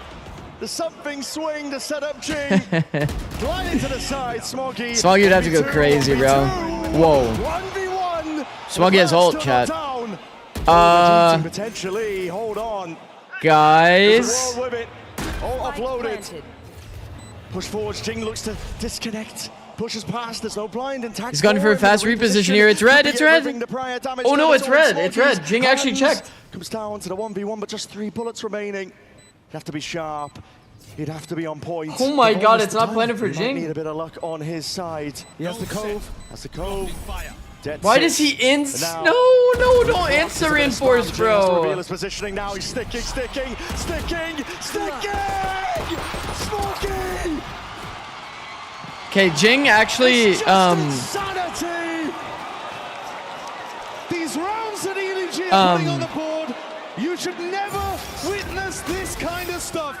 Even with you think instant reinforce is good 1v1? Really? 5v2, something and Jing are almost playing with their food at the end. And I think the instant reinforce, I don't like it personally. The Harbor staying alive towards the end, but if it was a one-off, oh my god. It would be oh my god. How many times have we seen it so far already? EDG just will not stay down now. They look to see if they can take it to OT, but it's again. Oh my god, that was some passion out of something, bro. Cuts it up. Oh my, nobody potentially baited out here just by pedaling. clean. Put together in the end. Chichu now inserts himself and announces himself to the side with a snake bite. That TP. Chichu's low-key good for these. Essentially there. Jing repositioning with the rest of his team, calling for a bit of a temperament in the round, but he missed the timing. Chichu, not clear, but still watch yet. Look at this, it's Magnet! Oh my god! Chichu! It's going OT. Damage done and almost bringing down to Vi. 6 No, there's no way. Kong, he took timing! Oh my god, oh god. I thought for a second there that Devi was gonna get away with that timing. Going to overtime! Oh my god. Utterly ludicrous final rounds. Exactly what you want, exactly what you expect from Paper X against EDG. Oh, fuck. God, it's fun to have this rivalry back taking center stage. What a shot, by the way. I think Alex must be pulverizing his desk in the back. Oh, yeah. This is with double pistol for PRX on their map pick. Absolutely phenomenal individual moments from EDG. I mean, look at the kill differential between these two teams. It's outrageous. And yet EDG are hanging on. Holy shit. Showcasing the okay, let's see the approach. Teams when they last it's a bit of a spread approach for PRX. Had a trophy this time, both trap setup here. Contact trap. Boom. Oh! And the deeper peek. He's not finished. He's not done yet. It's damage. Let's get the fuck out of here, Jing. Insane setup. We saw this earlier, baited out by the drone. This time EDG went for a contact. Terrifying to say the least, bro. Absolutely deadly. Paper X have got a bunch of them. PRX definitely known for their I mean, I think if you have 5 in the lane, you're playing against Paper X, against Neon Omen. Drone or dagger has to be used. That's brutal. That's so brutal. You're the team that's been playing better, especially in that second half. That's so brutal. I think PRX's game plan on defense is so heavy trap based, so heavy pushing the extremities. You have to drone or dagger. You have to. You have the extra util to spare. You have to against PRX. It's kind of a blunder in the game plan. I won't lie. And it's a great setup. But PRX should be punished there for sure. The next one here, Smoggy. Jenny! What a time to come alive! One enemy remaining. He's been the glue player the entire time for them, and no stopping.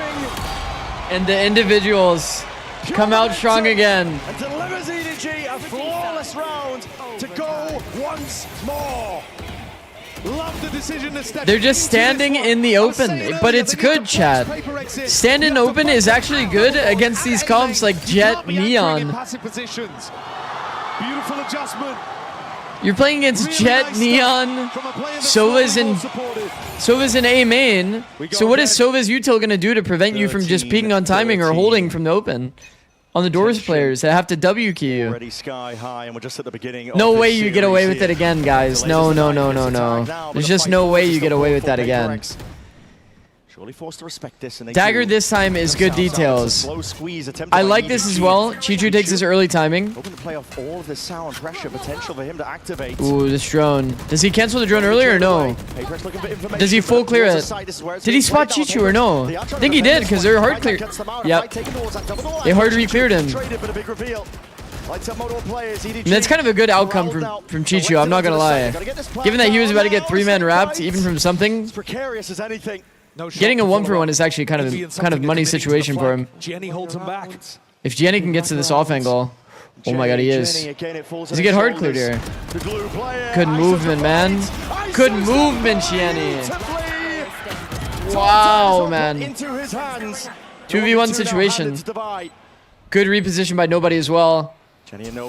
Well done. So well done. And a slight swing through the wall, unanticipated. So well done. I think PRX is kind of... PRX going for the same B main setup, or A main setup, I think is not really allowed.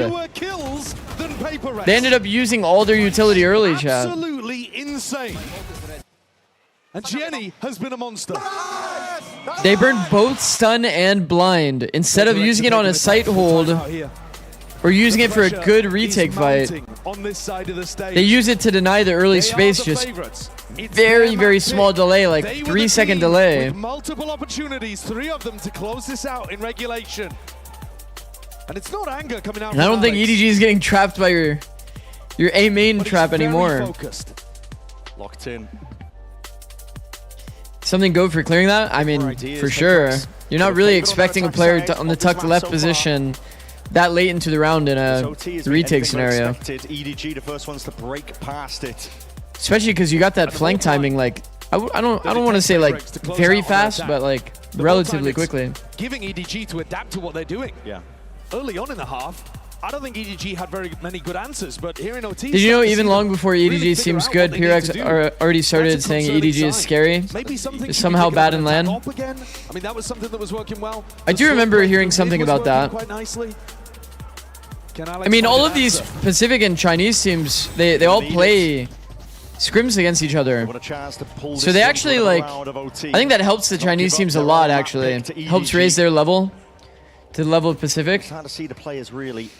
When you scrim against a region, like, constantly, you'll eventually get to that level as well. It's kind of nice. So it makes sense that, you know, they kind of have a good experience against PRX. She's just going to be here in this one with the throw, and it's going to be the knife for the snake bite. Already pulls out with a deep dash. Already cutting this one up. Something. Close on that timing. Chances here, but Chichu again, he's a menace. Walk around glitch here. Oh my god, like he's just walking into the open. They're losing their head. Man, losing their minds. They try where's the smoke there, Chad? Where's our tunnel smoke? It's over. 4v2.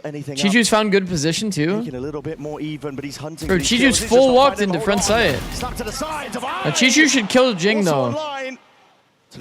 I know it's 2v4 now, 2v2, but Chichu's position has convinced me already that it's kind of wraps. Holding still for now.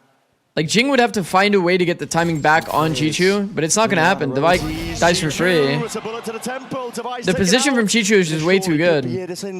Now he just has to de-risk, and they're kind of 30 seconds left. holding the entire bomb site from outside. The pressure's on him.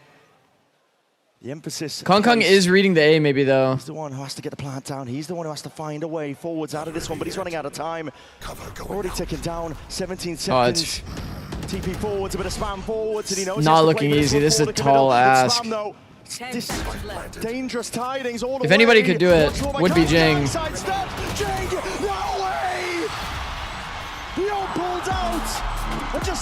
Wow, double pistol, and it still goes away of EDG. Insane, bro. It's 30 kills for Jing, but it wasn't enough for Paper Rex. How did EDG win that one?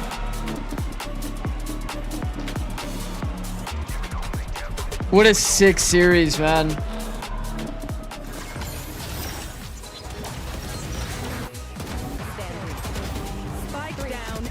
This round, incredible.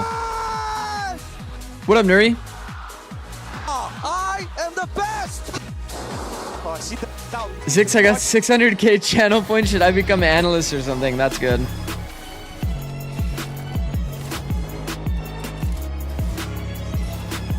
No shot, these games start an hour earlier now?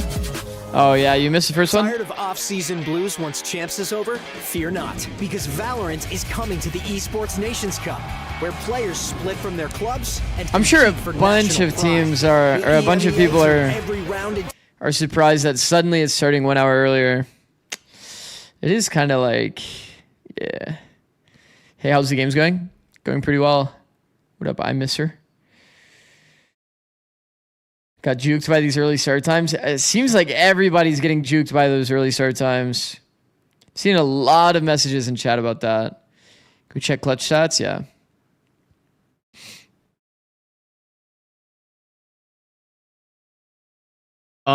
Guys, am I seeing this right, or is this 1, 2, 3, 4, 5, 6, 7 clutches going the way of EDG? That is crazy. 7-2 in clutches. This is not normally, by the way, chat. This is one map. Like, okay, those people that don't really look at stats very often, let's just flip to a random series here. This is the stats from an entire series. And this is a 3-map series. This is what it usually looks like. So we've gotten all of the clutch value from one whole series in one map. Criminal 2v5 throw? Yeah, you are right. There is a 2v5 that's not even shown on this. History books is finally here. And they fold it in his hands yet again. He steps up to the plate, and he can knock this one out of the park. Check a BO5. Yeah, I mean, to be honest, this is even pretty like high for a random series to click on. Let's click on another one. Let's go to G2 Sheila. This one might have a lot, actually. Nope, this is a full series, chat. 3 versus 5. 3 versus 5 in clutches here. G2 versus XLG. Then you go to this one map and it's 7 versus 2. Like, bro. Mental. Absolutely mental. Behave themselves? They did behave themselves. Mini, however, little out there, but it's okay. That's the Siv's personality. Oh dear, Mini, what did you do? I didn't do anything. He's just making stuff up again. I don't know which of your eyes to look at. What's going on? Did someone make this for you or did you bring it yourself? No, I did not bring it myself. Yeah, someone made it, and I'm gonna use it for the rest of the event, and then I'll give it back to them. Oh, they had a wingman like cloak last time from me when we did GCC, so shout out to them. You literally have your own personal stylist. Yeah, Emmy. Emmy, oh wow, shout out to Emmy. I want a wingman cloak, please. You've also been given a gift. Yeah, this is all of my pets that I have at home. Sliggy, you do streams. Remember where the camera is. Sorry. This is. Sorry, I was trying to show you as well. This is all my pets that I have at home as well. So, and we got some nice gifts as well. There's some melted chocolate down there. But we'll freeze it. Oh, can we have a look? Sorry, I'm terrible. I'm rooting through everything. Go on, unbox. Yeah. You want me to unbox right now? That's from Mini. This is so cute. And Sliggy's got his own. Stickers. I got stickers out here. A lot of stickers. I know where the camera is now. Yeah, and this is the most chaotic unboxing I've ever seen. What is going on? Yeah, there's packaging upon packaging. It's like past the parcel. It is. Very so very cute. British. Oh my god, it's a picture of me. I was not expecting that. No, I was not expecting that. That is incredible. Oh my gosh, it's acrylic. That is so beautiful. The artist didn't sign it though. Guys, you've got to sign your artwork so we can sell it on the internet for lots of money. All right. Okay, you know what? I'm not gonna read your personal note. I'm just gonna let you guys enjoy the melted chocolate. But thank you so much for joining us. Enjoy the game today. Oh, actually, prediction? Paper X. Paper X? Paper X. None of you have said about the Vitality game. I don't want to pick. You don't want to pick between Europe and America? Okay, I'll say Vitality for Yumpy. Okay, right. He's got traitor vibes going on. Let's wrap this up. All right, chat. We're gonna run 3 minutes of ads. Thank you for watching. We'll be back soon. Thank you. Wow.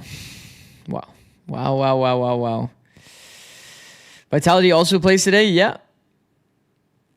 Was that one of the biggest throws on the big stage ever? No, that's not one of the biggest throws. I've definitely seen worse.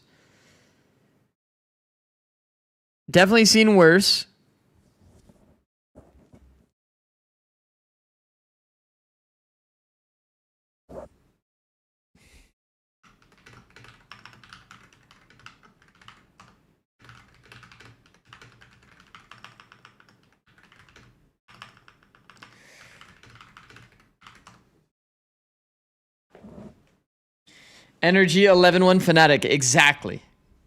Trust me, there's been worse throws.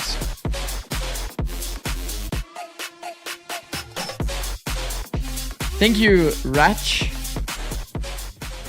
Here with Coach Autumn for the of gift. EDG. Autumn, that timeout in the second half allowed you guys to take it to OT and close it out. What were you able to address? 미드 쪽 주도권을 저희가 좀 가져가야 된다 생각을 해서 좀 그거를 위한 작전들을 많이 사용하라 했습니다. I put a lot of emphasis on mid control and how we should play around mid control. So I told them and I reminded them about what kind of strats we had and told them to utilize those mid control strats a lot more. Thank you, Autumn, and good luck on the next map. Welcome back, everyone. As EDG manages to pull it from the brink, and they get themselves map 1, and that was a grueling matchup, but what a game as everyone's rolling in here at the Copper Box Arena. Let's go ahead and take a look, though, because you have your HyperX Reflex moment of the match, and got to give some flowers to Kong as well as what up, Flobson? Mimi. These guys were on fire this game. Give me some hope, bro. It's ridiculous that EDG have won this game. PRX will be fine. This is how it started. They should have picked Haven, to be honest. Ridiculous ace out of Kong in what was a 2-on-5 round. Think about how many just a few EDG individual rounds there are. In total, there was 4 like, the individual rounds are exciting, but like, low-key when you're a coach, if you see individual rounds going your way over and over, you're kind of worried about... and win a game. They were minus 19 on kills. You're kind of worried about like the consistency level. How the hell did they win this map? Yeah, Jing ended up having like 30 kills towards the end. Like, because like if you rely on winning the map through an individual play, like you can't just always bank on that, you know? Being able to send them to overtime as well, considering the lead that PaperX had. You saw the 1v2 that nobody had in main as well. All of the players on this side absolutely stepping up to the plate. PaperX won both 7 clutches is consistent at that point, but it's like that's what I was mentioning. You take those pistol rounds away, it's a little different of a match. It's fucked to say, but I'd much rather be on the side that's getting 17 first bloods. 17 first bloods losing to individual rounds, I would rather be on this side of the match. Obviously you lost the map, so like that kind of fucking sucks. But damn, bro. They saw the same things I did. I think they were right to pick this map, but they could not close it out in the key advantage rounds, and now they're honestly in a really bad position in this upper final. Yeah, I think yeah, it's I mean, a rough one because that was your map pick. That's the big concern. Map pick, and now we have to start to look ahead. But guys, PaperX have been fine on Fracture. They've been fine. It's playable. It's playable. It's not completely doomed. For that mid, we saw in double doors the combination of utility, the swing off the back of it as well. Obviously, EDG did have a good Fracture against Foot. Listen, we talk oftentimes about the individuals on PaperX and how good it still should be a good map, though. Give flowers to the individuals on EDG too. They're all so good, right? I mean, we barely even talked about Chichu, and that guy is like an unbelievable player. It's you agree that Kong did a Hyunmin? You mean like him picking up and then like he's kind of stopped fragging? What's going on over on the PaperX side of things? We have Coach Alex standing. But do we have to think about Split now? Wait, but PRX Split is good. It just like I mean one loss. One loss to Vitality, like it is what it is. It's a good map for us, and that it's all we good. have enough time to prep for them. I thought they won an incredible amount of rounds that were like in our favor, so I think they just shooting better today right now. Okay, so clean things up a bit for Fracture? Definitely. Okay, we'll see how that plays out. Back to action. And look, when you want to assess the situation, there's really not much else you can say. One thing I'll say, as a person that has like personal experience against PaperX, I think that PaperX is a team that's extremely hard to play against the first time, and it gets easier the more you play against them. So I do think that from like EDG's standpoint, the fact that they get to like prac against PRX has probably helped them a lot. For a lot of the international teams that don't scrim them, I think the first time they play against PaperX, they get absolutely smacked. Consistently, this has happened.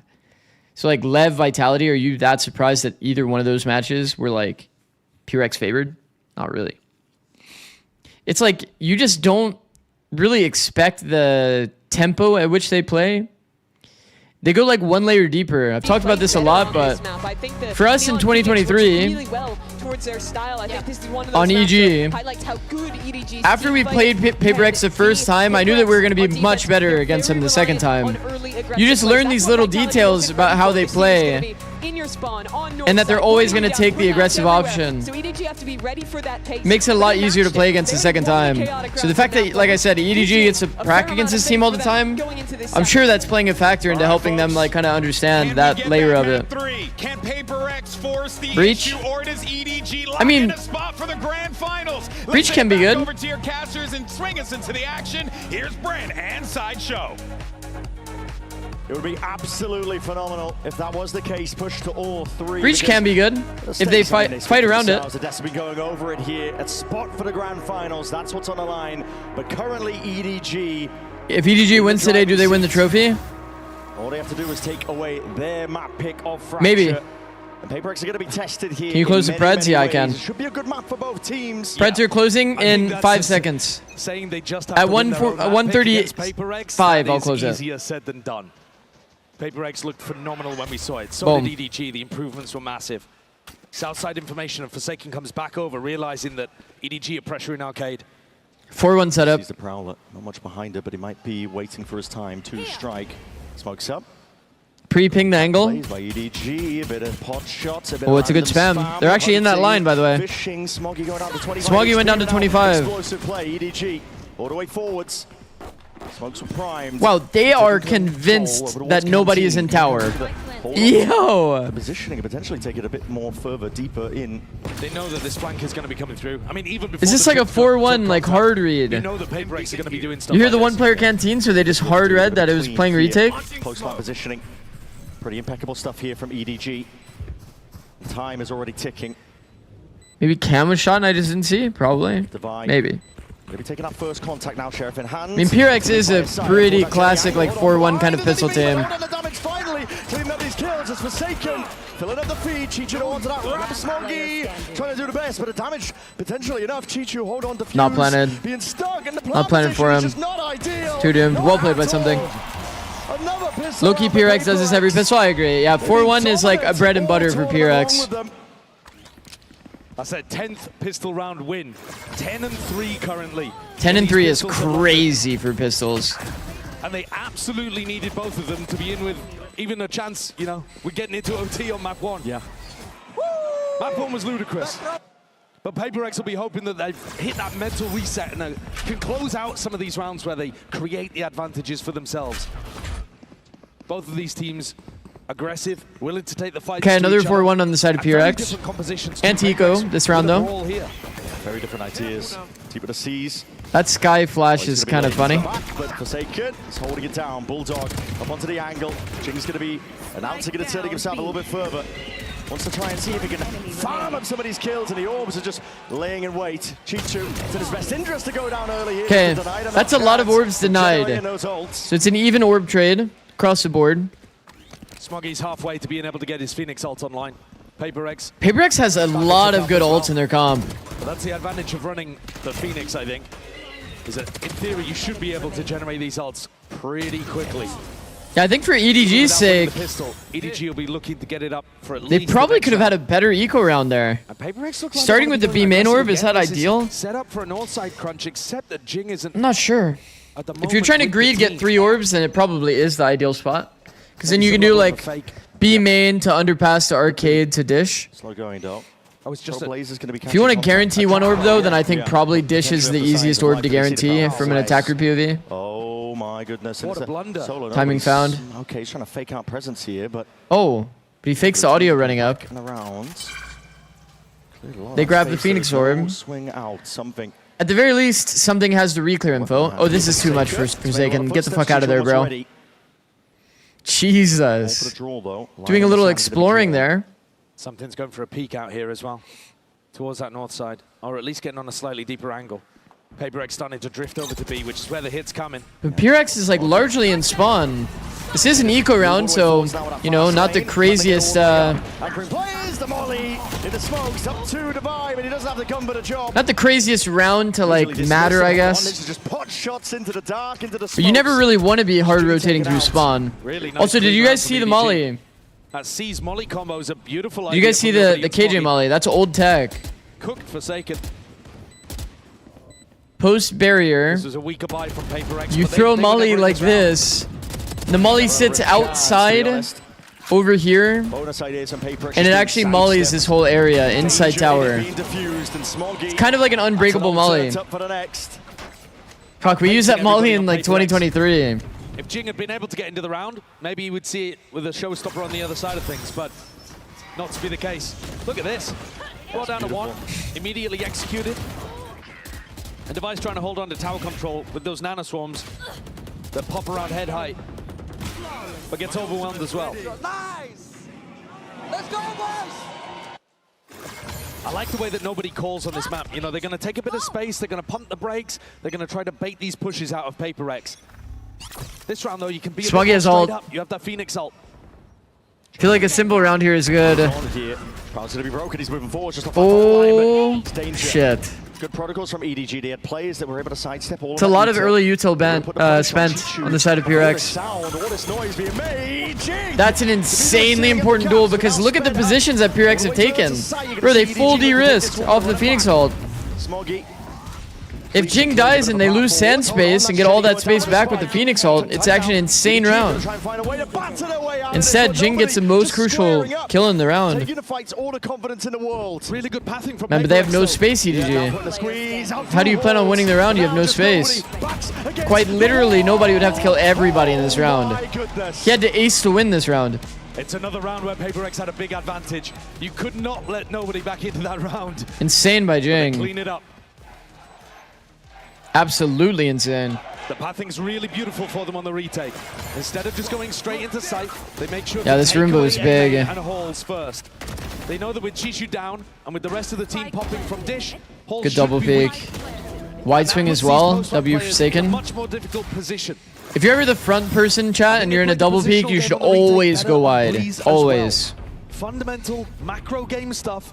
You need to create more space for your teammate in the back to actually be able to swing without you getting collided. Which means that you need to be a bit of a crosshair displacer. A lot of those lineup situations happen because the player in the front wants to take a good duel. If you peek at normal, then you're not going to actually set up your teammate to get a good trade. Jing's going to be lying in wait with that showstopper. Oh, we've seen this before. Lovely movement. Straight in through tunnel. Very fast insert and underpass. They have run this round before, and Chishu's heard it though. So if they've watched the VODs, but the fact that nobody actually took the B main space means that he didn't get any value. They're already going to respect his timing, Jing. Bits and pieces of information, but nothing concrete. No, and Chishu didn't take the timing through the smoke. PaperX don't tend to hold that arcade smoke. Oh, Sand Split's the best option here. Player spotted. And it's an A retake. But the A retake is coming from main, which is good. Devi with way too much value in the round. No way does he get two there. Two players brought down, sent straight to the spectator seat. EDG. The individual value might be swapping sides here, chat. Dissipating with that horse control again. The understanding fundamentally is too damn good for PaperX. Back on control. It's individuality that was helping on the last map for EDG. Not present in that round. The pathing is just beautiful, isn't it? They completely squeeze all of the best spots on the map away from EDG. But Devi here works magic. There's no way he gets bullet tagged and he goes for a repeat, bro. Go for the second there. Arguably a little greedy, but I mean, it just works to perfection. It also stalls out the rest of EDG as they're trying to get into. They smoked CT wrong? Yeah. Extra timing advantages for the They did smoke it wrong. You guys are right. Couldn't even get the spike in the ground. For those that don't know, and EDG are going to we've talked about it a lot on this stream, but I'm sure there's somebody in here that's new and we would appreciate it. You want to center the smoke around this corner, and the whole idea is you want to still have this sand sightline. Where the fuck did my valid planters go? You still want to have this sand sightline. As you can see, there's no gap here. And likewise from Dish, there's no gap here, where a player could stand out in the open and not be exposed to more people that are able to trade.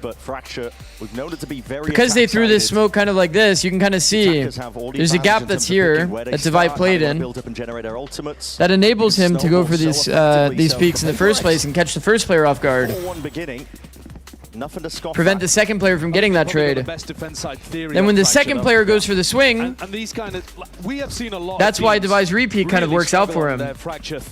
He should have been traded on the first kill if the smoke was proper. I think also though a lot of the rosters have changed a lot. Do you like double duelists? I feel like I asked this before.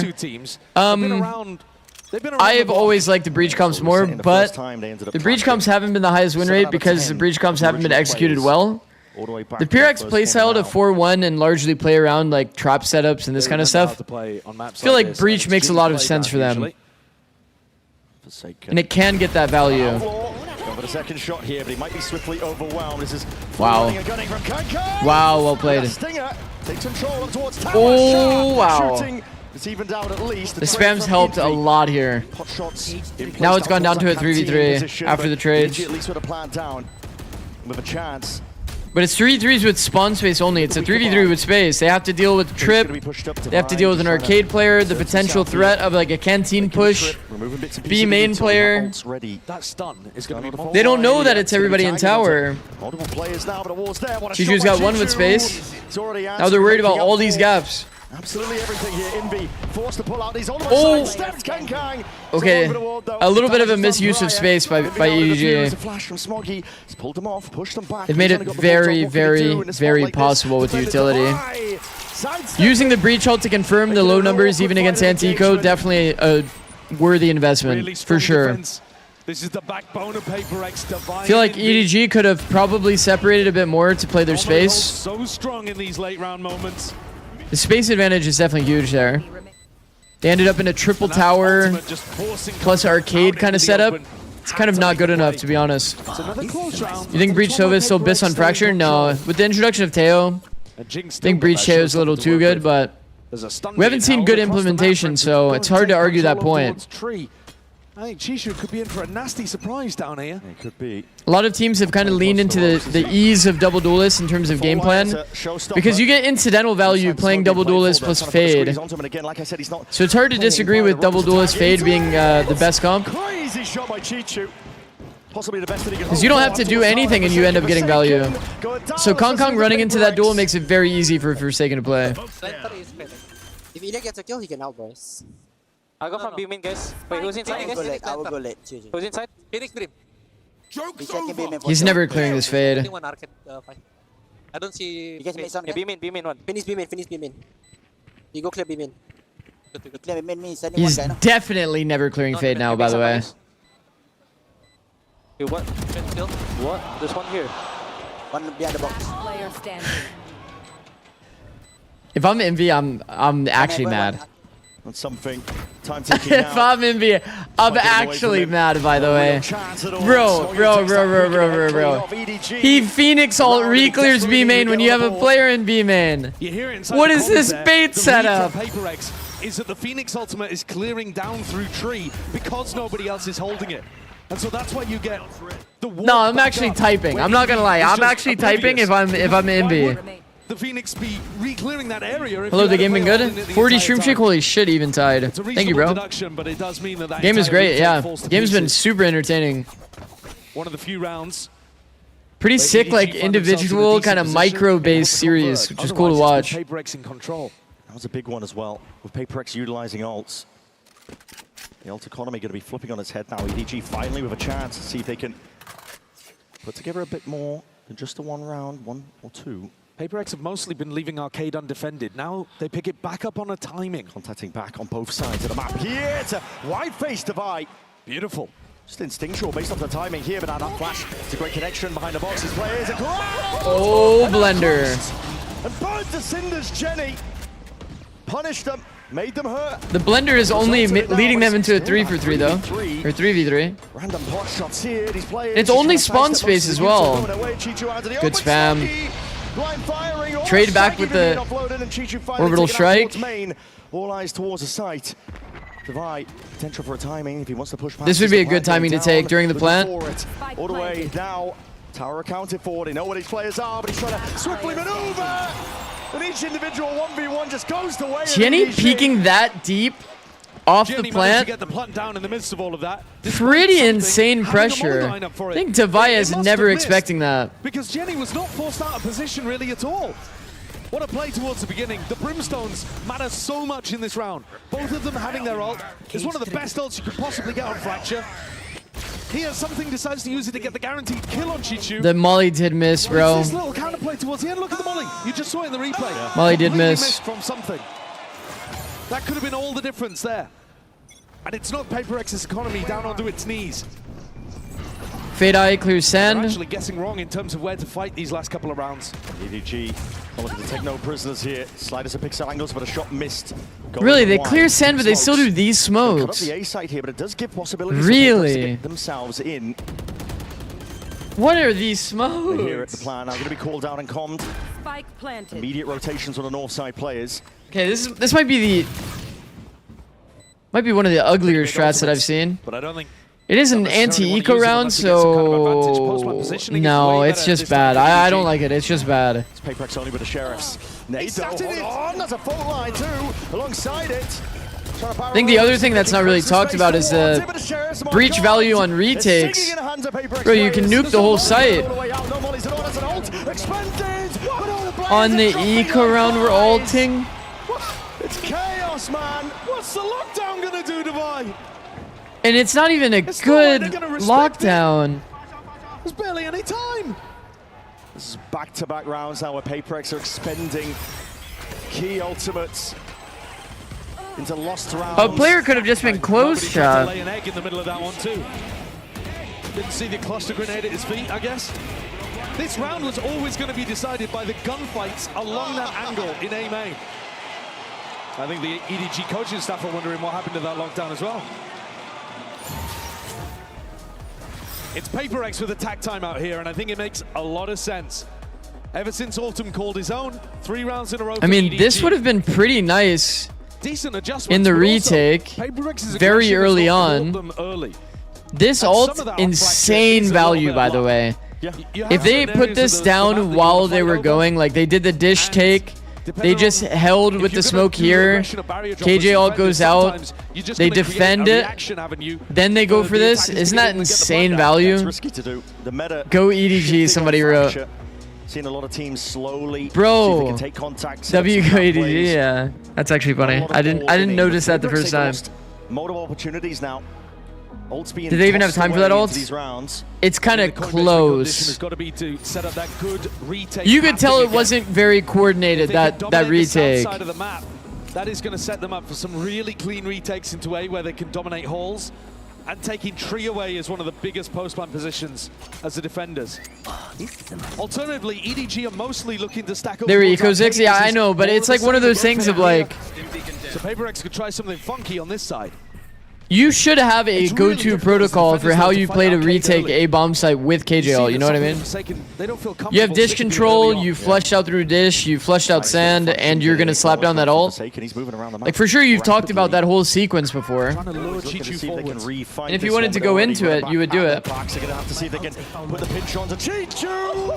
Not so easily removed. And forwards is the play, Smoggy.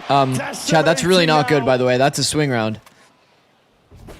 Huge advantage already.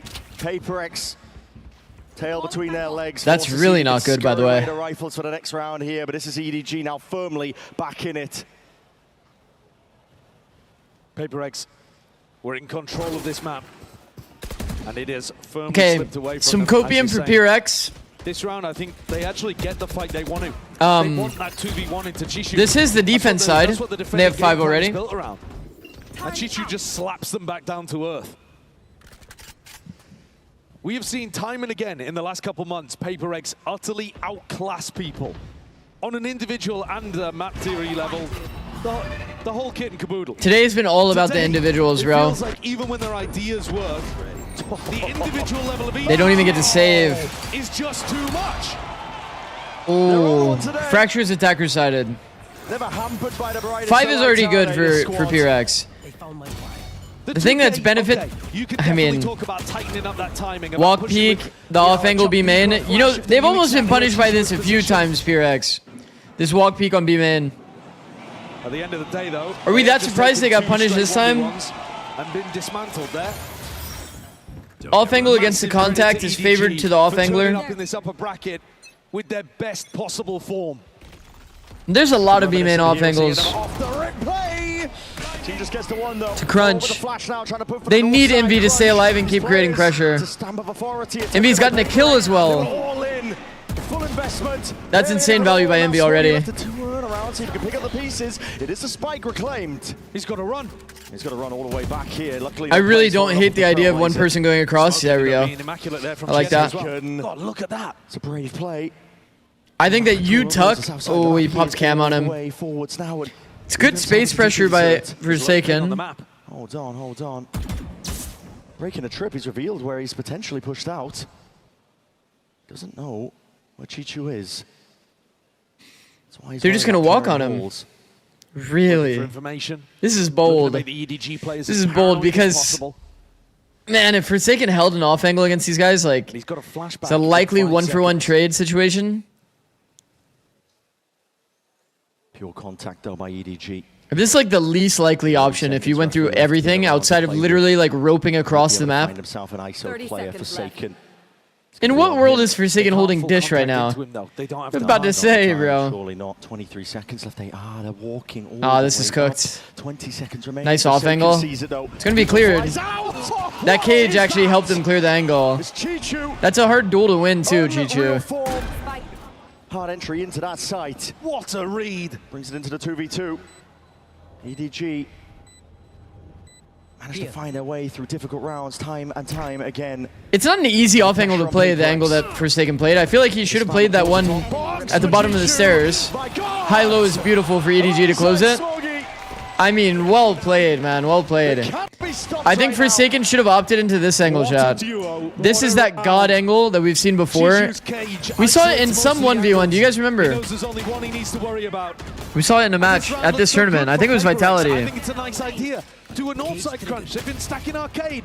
You play it where that like Another backhand from Chishu. the stairs kind of give you a little bit of cover because the stairs wrap like this, and your character model is like hidden behind the stairs. Just wondering where it's all going right here. If you need to off angle, go there. They were 5-1 up. On top of the stairs, it kind of fucks up your vertical like crosshair placement. They peak close, they're a lot lower than you expect. Kind of a hard angle to pre-aim. Okay, don't B pop after showing B noise. Ah, this is bad. I don't like this. I don't like this. No, no, no. This is not good enough. Take it out just before he goes down. G2 trying to take advantage of the space and all that noise, pressure that was made, but it's something again. Straight back in it. That's aggressive from something. They still have breach holds as well. 34. All of that pressure on Chishu, and they've immediately started pushing through tunnel. Very decisive, very fast, still super confident in the final round. PaperX, they cannot let this opportunity slip. Player advantage situation again for them, and the fight's taken. They're just oh, well, let's fucking get the fuck out of here, Devi. Smoggy. We got spotted. A couple of bullets wrestling into the back of that wall, put some fear into their step. I would shoot you down. You're pretty confident EDG don't have info on the north side of the map.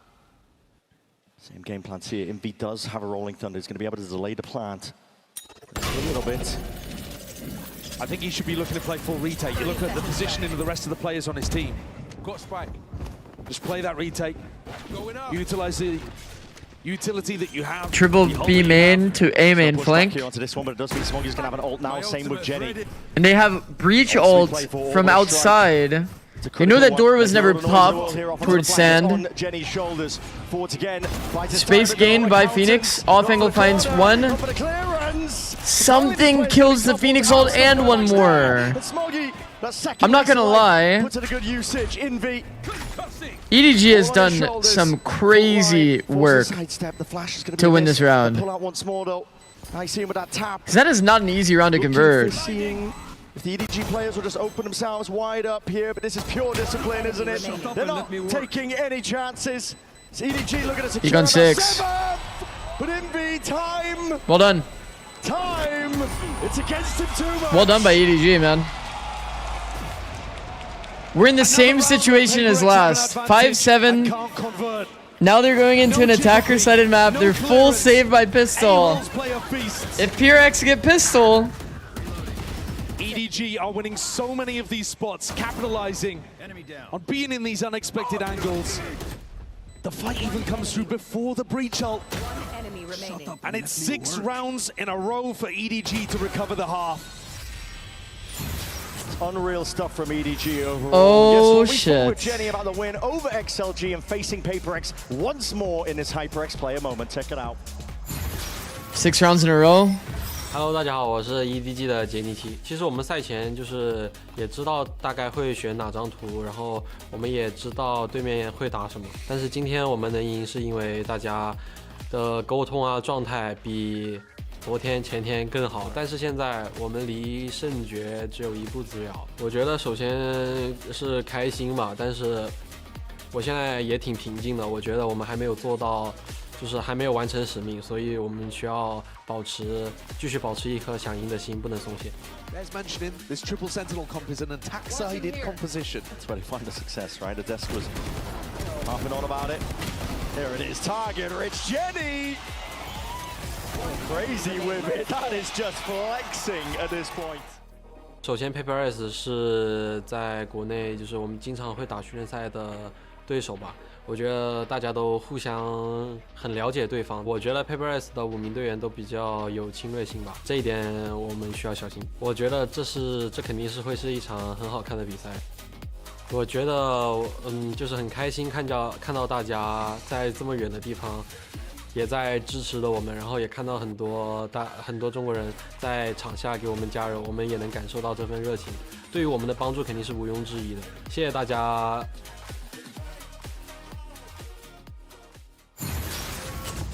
Is EDG 2-0 PRX on your Preds list? Hell no. Most impactful and pivotal players for EDG on this run that they're on currently in this tournament. A lot has been asked of him in terms of the roles that he has to fulfill. Smoke, Sentinel, Initiator. He's been doing it all. And he really has been delivering. You see the pressure on the other side of the stage as well. It's slightly glum, desperate faces on Paper Rex. They've won 3 out of 3 of the pistols so far, and yet they're barely staying in these halves. Another one awaits. Yo. Whoa, I have fucking chills. I'm not kidding. Wait, I actually got chills, bro. The crowd is cheering EDG like so loud. What the fuck? Thought they said there's more Paper X fans in the crowd. Not this time. Reload going to be heard on top. Bro. Forsaken doing a big fake out here with all of his Sky Util. Baits out the push from Kankan. That's a tough one here. Crouch peek by Devi. Beautiful, man. Peek on timing. Oh, he found a good timing as well. Absolutely ran down, and it's going to be another pistol going the way of PRX. I mean, they played this round really well, though. I mean, PRX, it makes sense that they win so many pistols, though. They have the best pistol approach. They're so clumped, hard scaling together. They have the player with Sheriff contacting.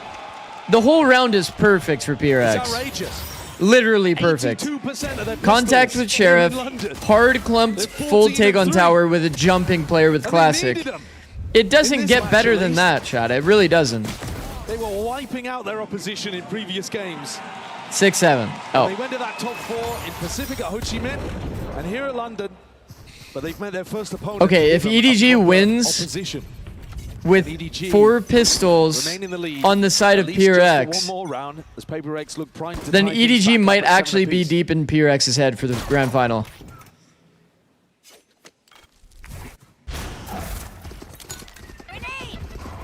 See the Snade clearing out any potential problem positions.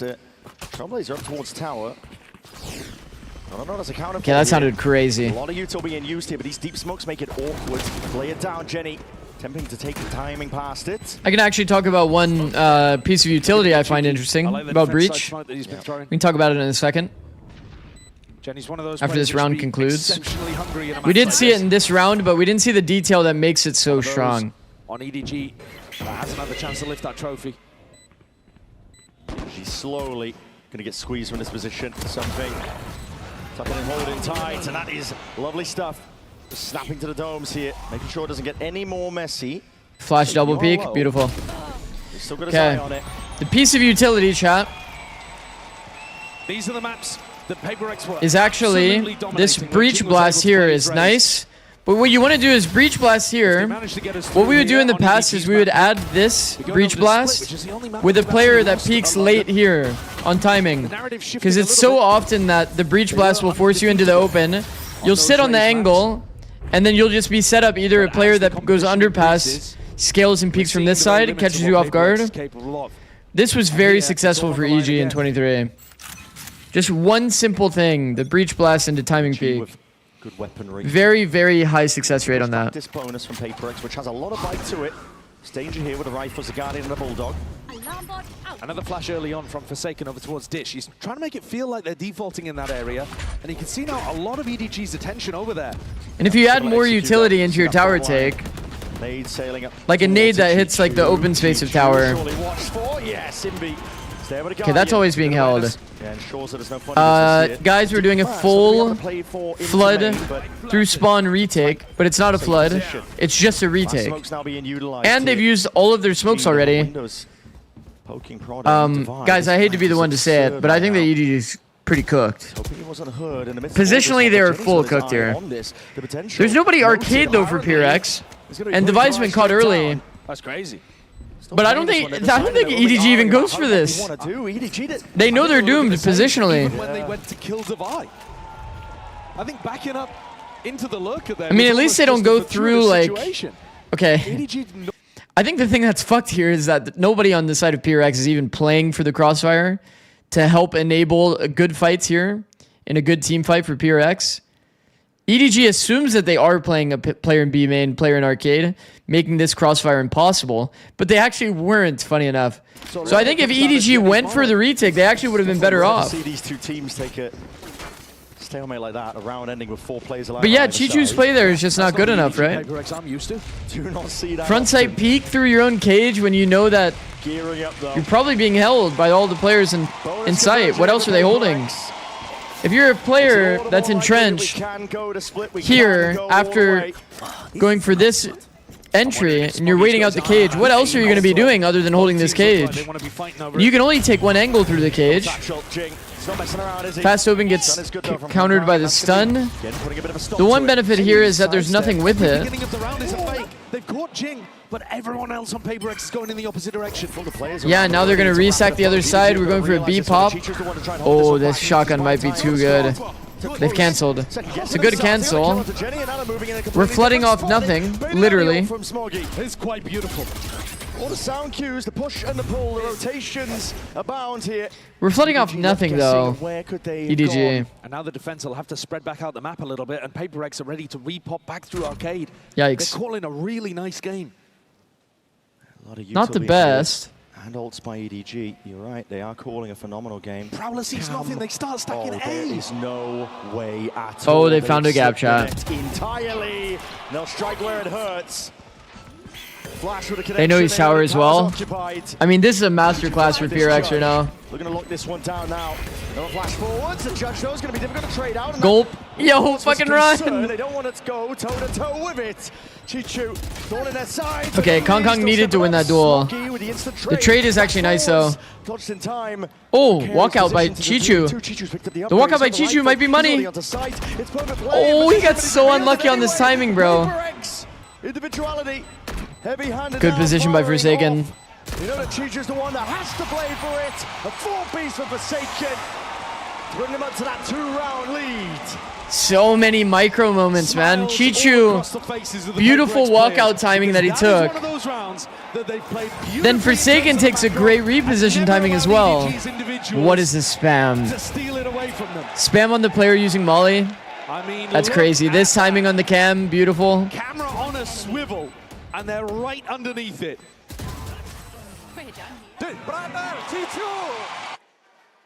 A grand heist on Fracture. They got away. Do you like that cam? Obviously not. And they've knocked down EDG's. That's a pretty big gap, man. That's a pretty big gap. Absolutely run their pockets.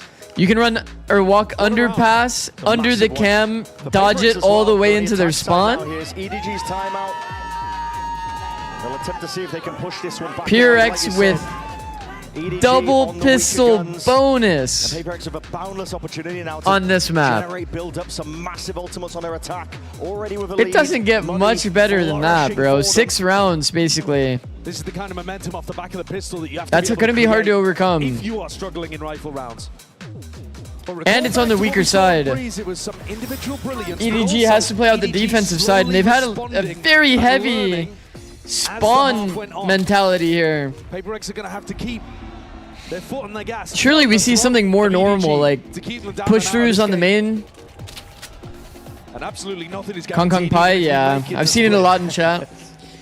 EDG players are hungry for it. And he's likely to hit it as well. Before this game, true winners never settle for what's in front of them.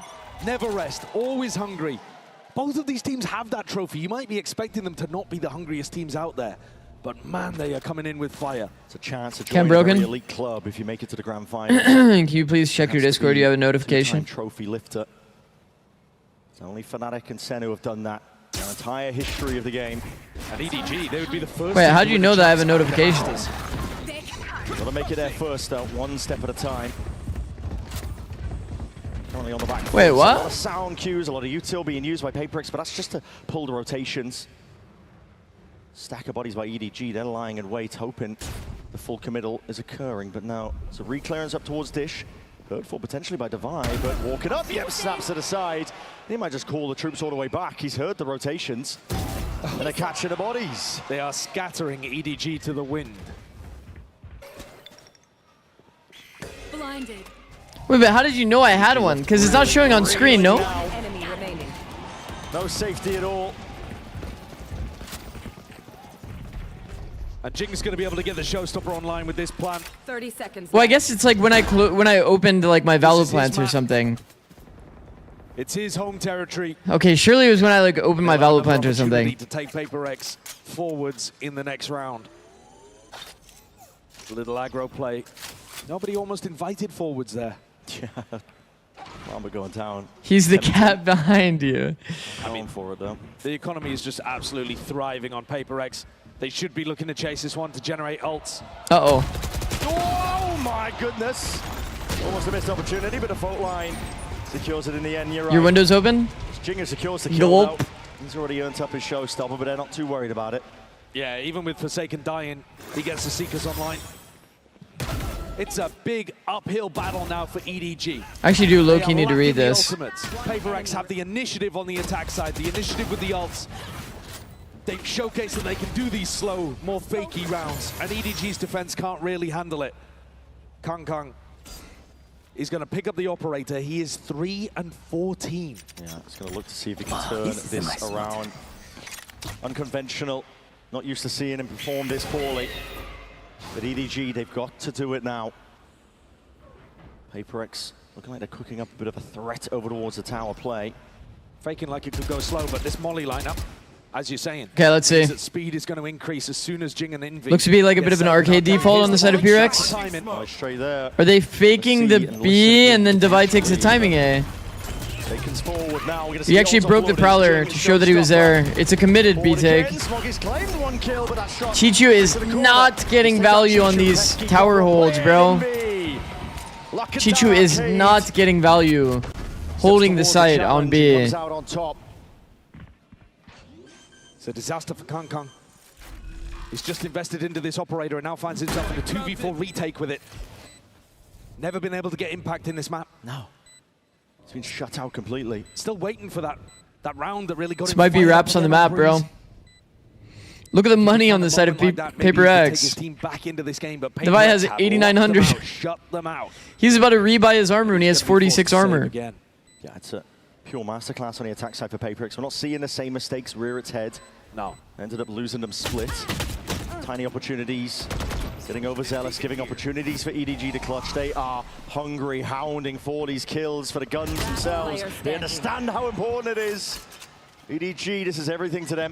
Full investment. Kang. I push them back and away to keep this op for the next day, but this is it's slowly circling around. Operator down as well.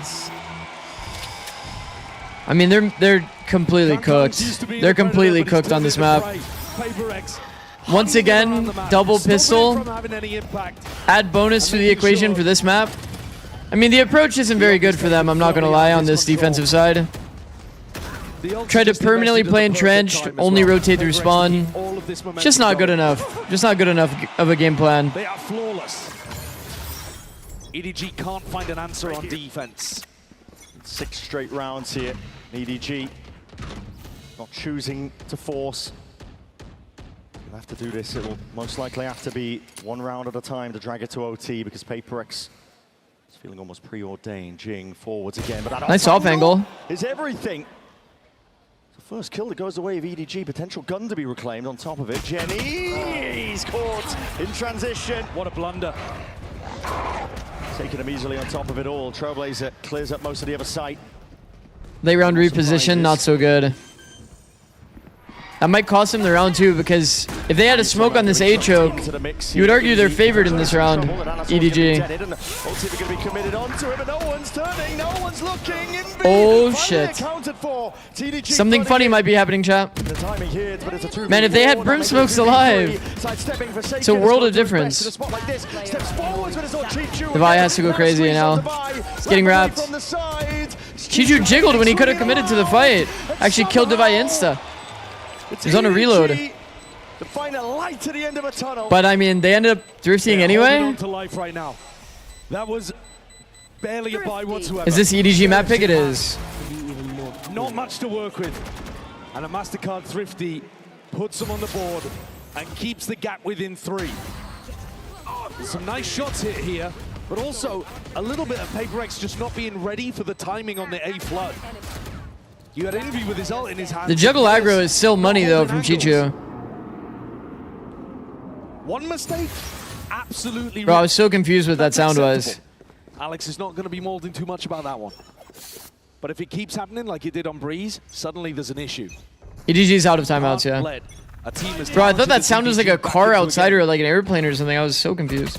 Really can't.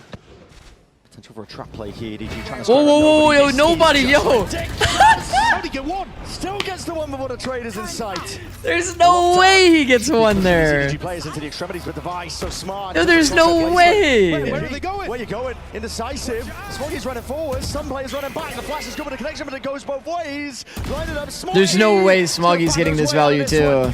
Into a corner. Into a box. He got a second. How are they managing it? The observers actually missed the second. This can't be must have accidentally swapped. The 2v3, something in MV, not done yet. Plan at least down. They've got great post-plant utility. If something gets a kill, it's a good angle. Should be over. The orbital strike should lock things up. Just holding. Tucked for now. Doesn't want to give anything away. They have post-plant utility, chat. Molly thrown. Half gotten though. Oh, ew. They stacked the utility and... Flash ready. But no kill claims critically onto something. He doesn't have the ult. Smolly's gonna cook him. Oh my!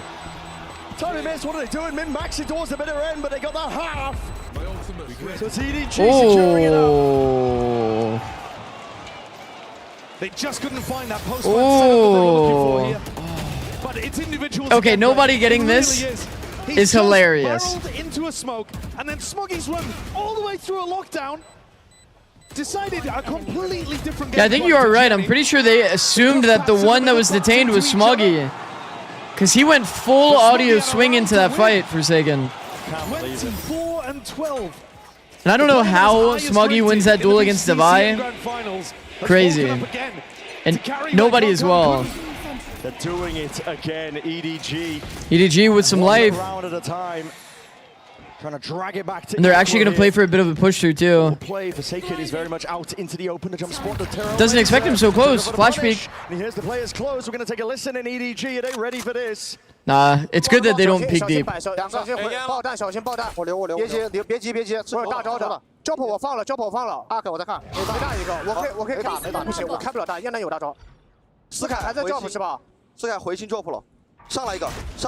drop，去踢球一个，手包点了只能。我还在看 B 道，我在看 B 道，你去帮他行吗，张周 ？B 道来上面，我在下 A 道，我在下过了，封印，没有，假的，小心 B， 先杀地。Probably saying solo, expect to be hit. 小心冲，你 Candy 啊，我来保你哦。你去吧，去吧。嗯。 Patience play by EDG. They are cutting PaperX to shreds. They faked the A with double smoke, chat. So they only have one smoke. Still, it's a player disadvantage. I hate fakes. Primed, ready. Oh, a strike being offloaded. I hate fakes. Forcing the issue. It's exactly what they ordered. Exactly what they needed. Still a 2v2 though. They're not quite. You guys think Devi has a lineup? Kang forwards with a stick. Potentially earned. No, just gets off in time. It's denied half. By something Stimmy now forwards. And another tap. See if they can pull these players way down to buy something. Capitalizes off of all that noise. PaperX get up to map point off the back of an incredible round from something. Known for the jet in this meta. This aggro Brim round is beautiful. He uses all of his utility prior to the post plant. A masterclass in how not to bait his brim. See, Carrie said it. Then they said it's a fake. Careful B. Collects these kills, drives them into uncomfortable positions, and swings off his teammate. See? No hesitation at all. W translation. One round is all that is needed to Thank see you, this Carrie. all the way to split. But this, remember, was the scoreline on Goated, bro. Breeze, and PaperX failed to capitalize. EDG Oh? attempt to get it done. The weaponry is not ideal. Stingers offloaded. Nobody posturing like he's. Nobody's baited all this util. W. No matter what for now. Kong in very high impact kill. They've gained all of the north side control. They've missed him, but he's turning up late. So now what? Turning up when it Surely matters Jenny the hears most. this, smokes main, and then insta-mollies. Okay, perfect. Obviously picked Good up stall. here, but this is a rapid Very good approach once stall. More EDG reinforcing over towards the B site. Smoggy PaperX's composition just snowballs these repositions ultimates so close. heavily. Envy's one away. I actually love this. Forsaken's one away. Jing 2 away. Okay, but what happens for Gianni now that there's no smoke? It's just a hope that PaperX Should be a bit of a contact play, EDG can get in front and then of it. flash off would be beautiful. Around like this with lighter Oh, weaponry. he's actually a sheriff holding and two alt stingers. for the trap. That's beautiful. They're loving They the just fact have right now that Cypher's PaperX is split spot, up. There's the only deep 30 seconds angle, left, by the way, here. Brim ult behind, and then flash off. That's good in the moment, like trap setups being created. Jenny's being pulled away potentially. Something's going to go down. Jing is straight there. Hold on. Cause all sorts of chaos. The orbital strike. It's uploaded early. Jenny. Cancel. Cancel going A. With low time, nobody can do it. 14, 13. It's all nobody value with Stinger. Now and nobody is playing spoiler. Oh my god, he's done it, chat. EDG. Somehow they find a foothold. Somehow. Oh my they find a god. way Such a round by banger round, series, piece man. by piece. Jenny stays alive with the Vandal. Chichu without an opportunity to upgrade, though. The money is still not going to be good. EDG are still working with odds and ends. 30 But seconds Kang left. hit 2 very important kills over the Good course of this pre-fire. round. A quarter of his total in the map. 10 seconds left. And they still have not baited these ultimates out of PaperX. This is one of those rounds where they got in front.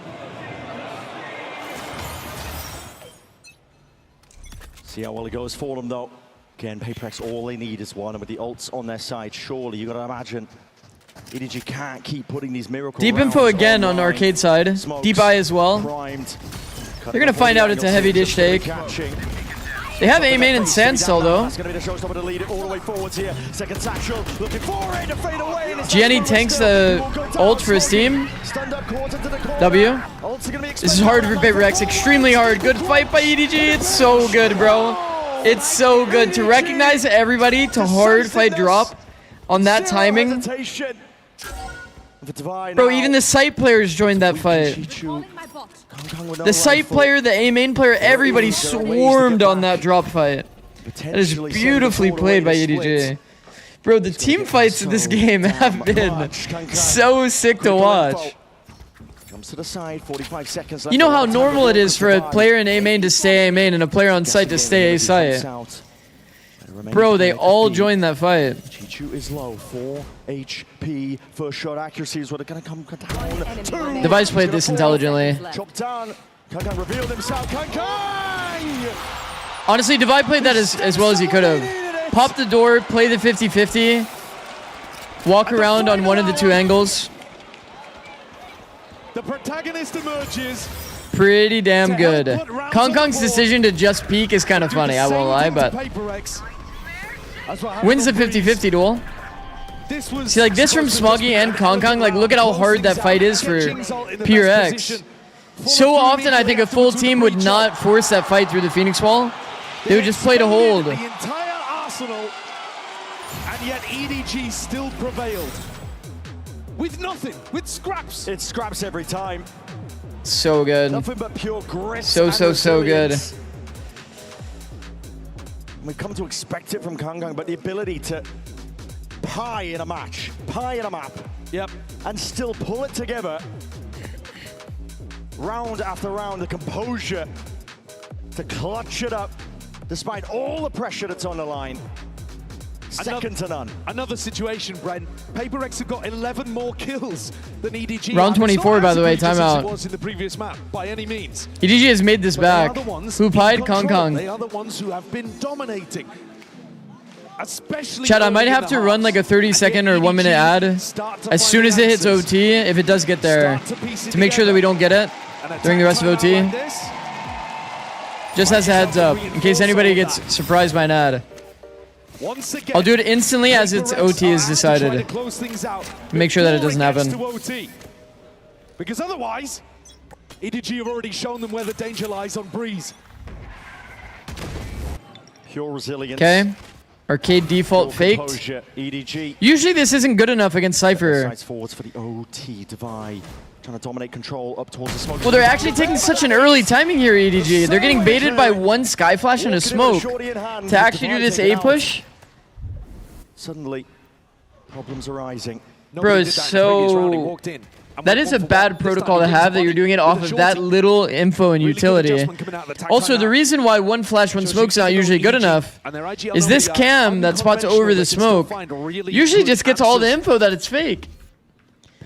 But that's not the cam in the round, so they actually think it's a real arcade default, and they immediately decide to push. This is usually like what I would call too early of a protocol. They've done so much faking PRX with this double smoke, dog. Sell a potential here. Forsaken is all the way through. He's potentially trying to play into CT here. Positions. Nah, they deserve OT. PRX played this attack side terribly. We're going to OT. I'm running 1 minute of ads, so you guys don't get it during the rest of the OT. The resilience of this squad is unbelievable. And they have all the momentum. Against PaperX, the team with the biggest expectations coming into this tournament, who wiped away their opposition in essentially every game they've played recently.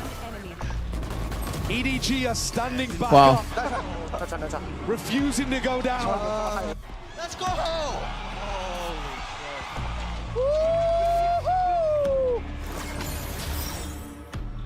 OT. EDG return to the attack side. Smoggy on an absolute tear. 28 kills forwards. PaperX back on the defense now. Lost their chance in regulation. Maybe they'll look to see if they can seal it up, take it all the way to split here. Tough road though. EDG never a team to give up to. I'm nervous, bro. So nervous. Cam is going to let them know. Trailblazer used on the north side. Clash from the crowds. Bro, Cam. Cheers on either side. The tension palpable now. Shots hitting. If he's just walking around, like they're not playing a setup. Jing has to go crazy. He kind of is, low-key. He's walked around, found an insane position. Oh my god. It's getting precarious. It's getting frenzied. 3v3. Jing has done so much this round impact-wise. Oh my god. These trades are so fucked. Goes both ways. Chichu in a 1v2. 1v2 spike picked up. But not a clue that Jing was rapidly approaching. He was a monster on Breeze, Bro. and it wasn't enough.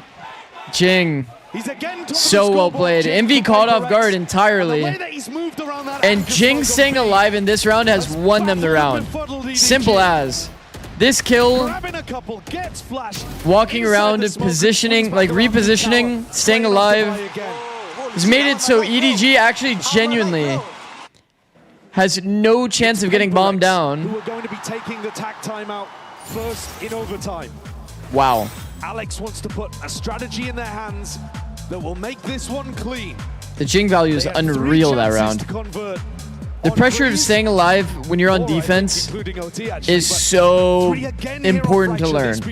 So important for these teams to learn. To close it out when the game is in your hands. Definitely tell though that these two teams. Also, I know I say it a lot, but man, any player that can walk around in the midst of like all the chaos that's happening and play to reposition, it's always so impressive to me, man. There's so many comms being like constantly flooded within your team because you're trying to give like a crazy amount of info, and it's urgent info, obviously. It's during an exec. They're just full walking around the bomb site, repositioning. Tournament is about grasping opportunities when presented to you. Beautiful side smoke, agreed. It was pivotal in winning the round. You like it when coaches time out when going match point OT? If you have a really good read, I think it's really good.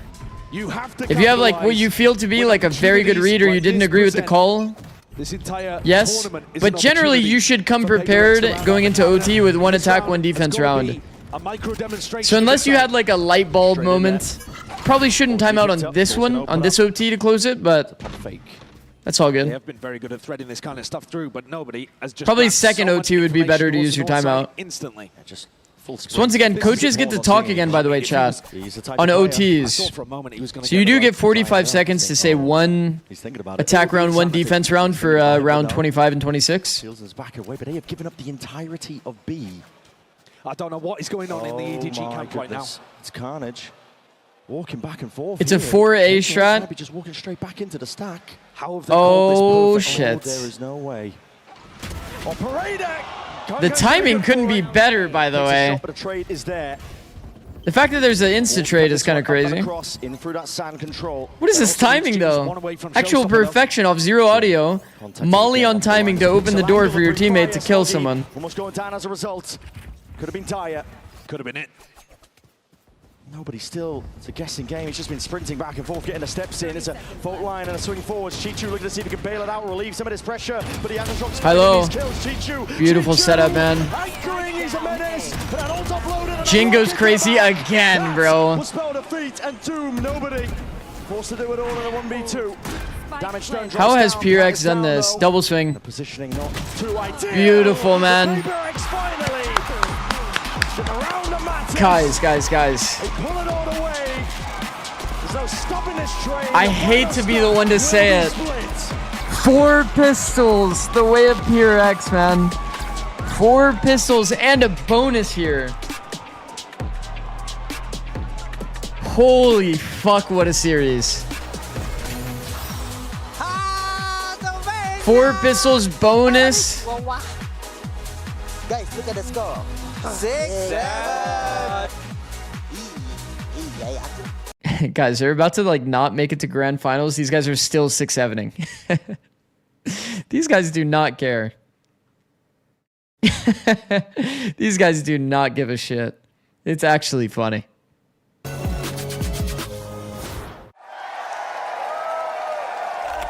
Map 3 Stomp. Guys, you know what the best part about all of this is? That it's a split decider. And if you guys know anything about split decider, OT, I can only see the world where Riot has cooked up a script to be OT here.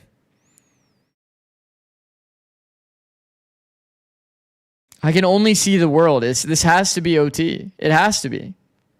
No matter what. It's destiny. Can I complain? Can I be really British for a moment? Yes. It's too hot. Yeah, it's too hot, mate. I'm grateful, but yeah, it's very, very warm. But the Copper Box Arena is aircon, so it's like a great excuse to go and watch some Valorant, right? Absolutely. Wait, it's sunny in London? To be inside in an aircon, beautiful place, watching some fantastic. It's sunny in London? And we're going to be watching you on Sunday. Yes. Has the Riot script gone too far? Rehearsals yesterday. I'm so excited. Isn't it always like gray and rainy? See the glorious new map and have some fun with us. So. And you've seen the glorious new map. I have seen the glorious new map. I will keep everything sort of close to my chest. You have to be there to see it though, because it is magical. And you are going to be the captain of Team Chaos. Yes, I am. I hope we can bring you lots of chaos on the stage. Sunny and the sun sets at 9 p.m. in the summer. Really? Yeah, we've got 9 p.m. sunset. To bring some That's chaos mental. When does it come up you then? guys at home and in the arena. What kind of leader? Latest shit? An aggro one. Sunny in London, meanwhile, it's raining in Scotland? I've got a few people on my team. Classic. Who are used Such to a classic. The vocal IGLs. So a little spoiler there. But Insane series? they're going to have True. to listen to me this time. Or you'll give them a verbal spanking. Insane a verbal series. Spanking indeed. I can't wait. Thank you, Meg. Thank you.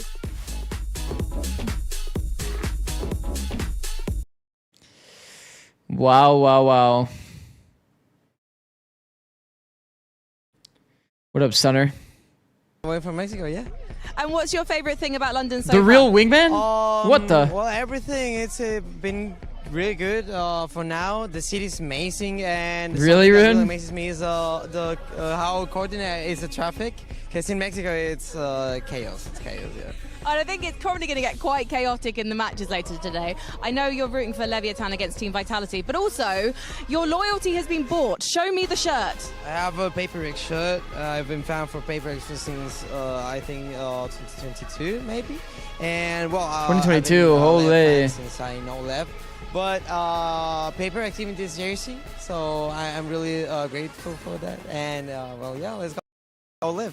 But what happens if it is a Paper X Leviathan Grand Final? Which jersey are you going to wear? You might have to put them together. Well, it happened final, but we had a Paper X versus LEV, and I was going for one map. I had the jersey on Paper X, and the other map I went for LEV. So a little quick change. Well, yeah, I have to go with both.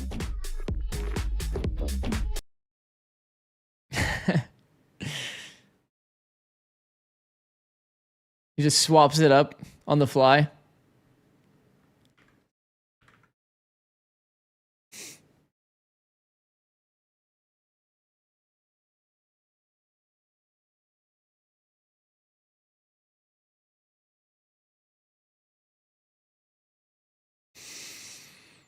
L fence sitting. I might be one of the kings of fence sitting, so. So respect, honestly. All right, Chad, I'm gonna go to the bathroom. Well, you couldn't ask for a better way to I'll spend be a right Friday than being right here. I'm gonna run the 3 minutes of ads too.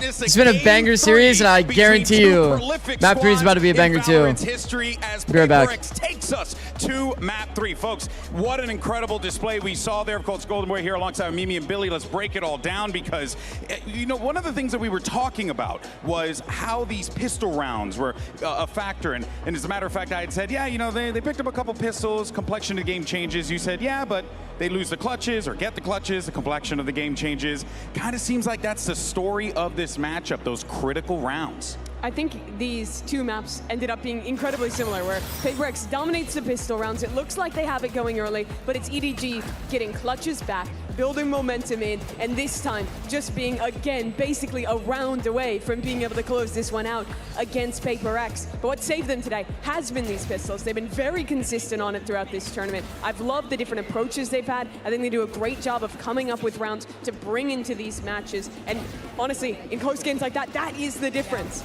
It's pretty much a guaranteed 4 rounds every single time you're playing a map. Yeah, that's how it feels. The amount that they're winning these pistols, and I think you look at the numbers that Smoggy was able to put up, and I think the biggest impact of him was being able to get those ultimates online as quickly as possible. I think Kang maybe not performing to the expectations that we set from him, especially when we consider map 1. I think he almost pied at one point. It wasn't looking great. Yeah. Obviously, PRX able to kind of bounce back from that loss on map 1 as well. Yeah, and Kang did pie in this map, only to bring it back and have huge performances towards the end. I mean, testament to this team. Oh, yeah. I think the key, though, in both these matches was EDG doing a really good job to win the big clutch rounds, build momentum off of that. But I think in both maps, I felt like, especially on defense, the theory and the macro was better from Paper X. Here in particular, I like their very active defensive sides on this map. I felt when EDG was playing defense, they were far too often trying to retake through spawn instead of pushing through on flanks. That just doesn't work particularly well on this map, especially when you're playing against a comp that has Neon Stun, that has Muzz, that has all of these different tools to stop you from getting out of those choke points. And I think that's something that really needs looking at for EDG and could have made the difference on this map for them to win. Yeah, you mentioned the Neon. We did see some nice micro with the Neon Stuns and a Brim ult 1 round as well. It was really nice to see things like that, but I agree with you. I think that we kind of set this up as Paper X having some of the best defense on this map in particular, and that definitely showed here today. Well, we said it at the beginning of the show. All bangers end on split. And of course, that's exactly where we're going to settle the score and determine who's punching their ticket to the grand All bangers do end on finals. split. EDG is it Paper X. And of course, the tension has to be high here. Where are we looking? How are we feeling? I mean, I think Paper X surely has to be feeling very good about pulling off that win. But if you are EDG, you have to feel even better about making them sweat more than I am right now in that moment. You excited for next year's format? It looked like EDG were going to lock this one up, maybe. I think that they should have, honestly. They were so close. I think there's a lot to all the way back. I've been really impressed. a lot of details that they need to execute well. I think conceptually, it's pretty cool. Despite that, it's EDG winning the but clutches. man, I think like for me personally, it's all the things that have historically I really like the idea of like strength of this team when living in LA and like and the fact that they're doing it against having like a stable situation going on. For those same man, I'm like envisioning the world of like how it actually plays out for me.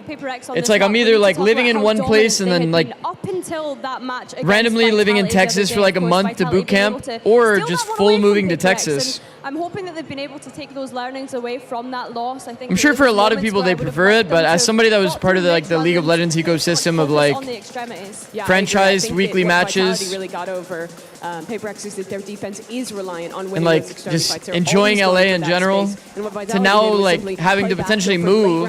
I don't know. I'm not sure how to feel.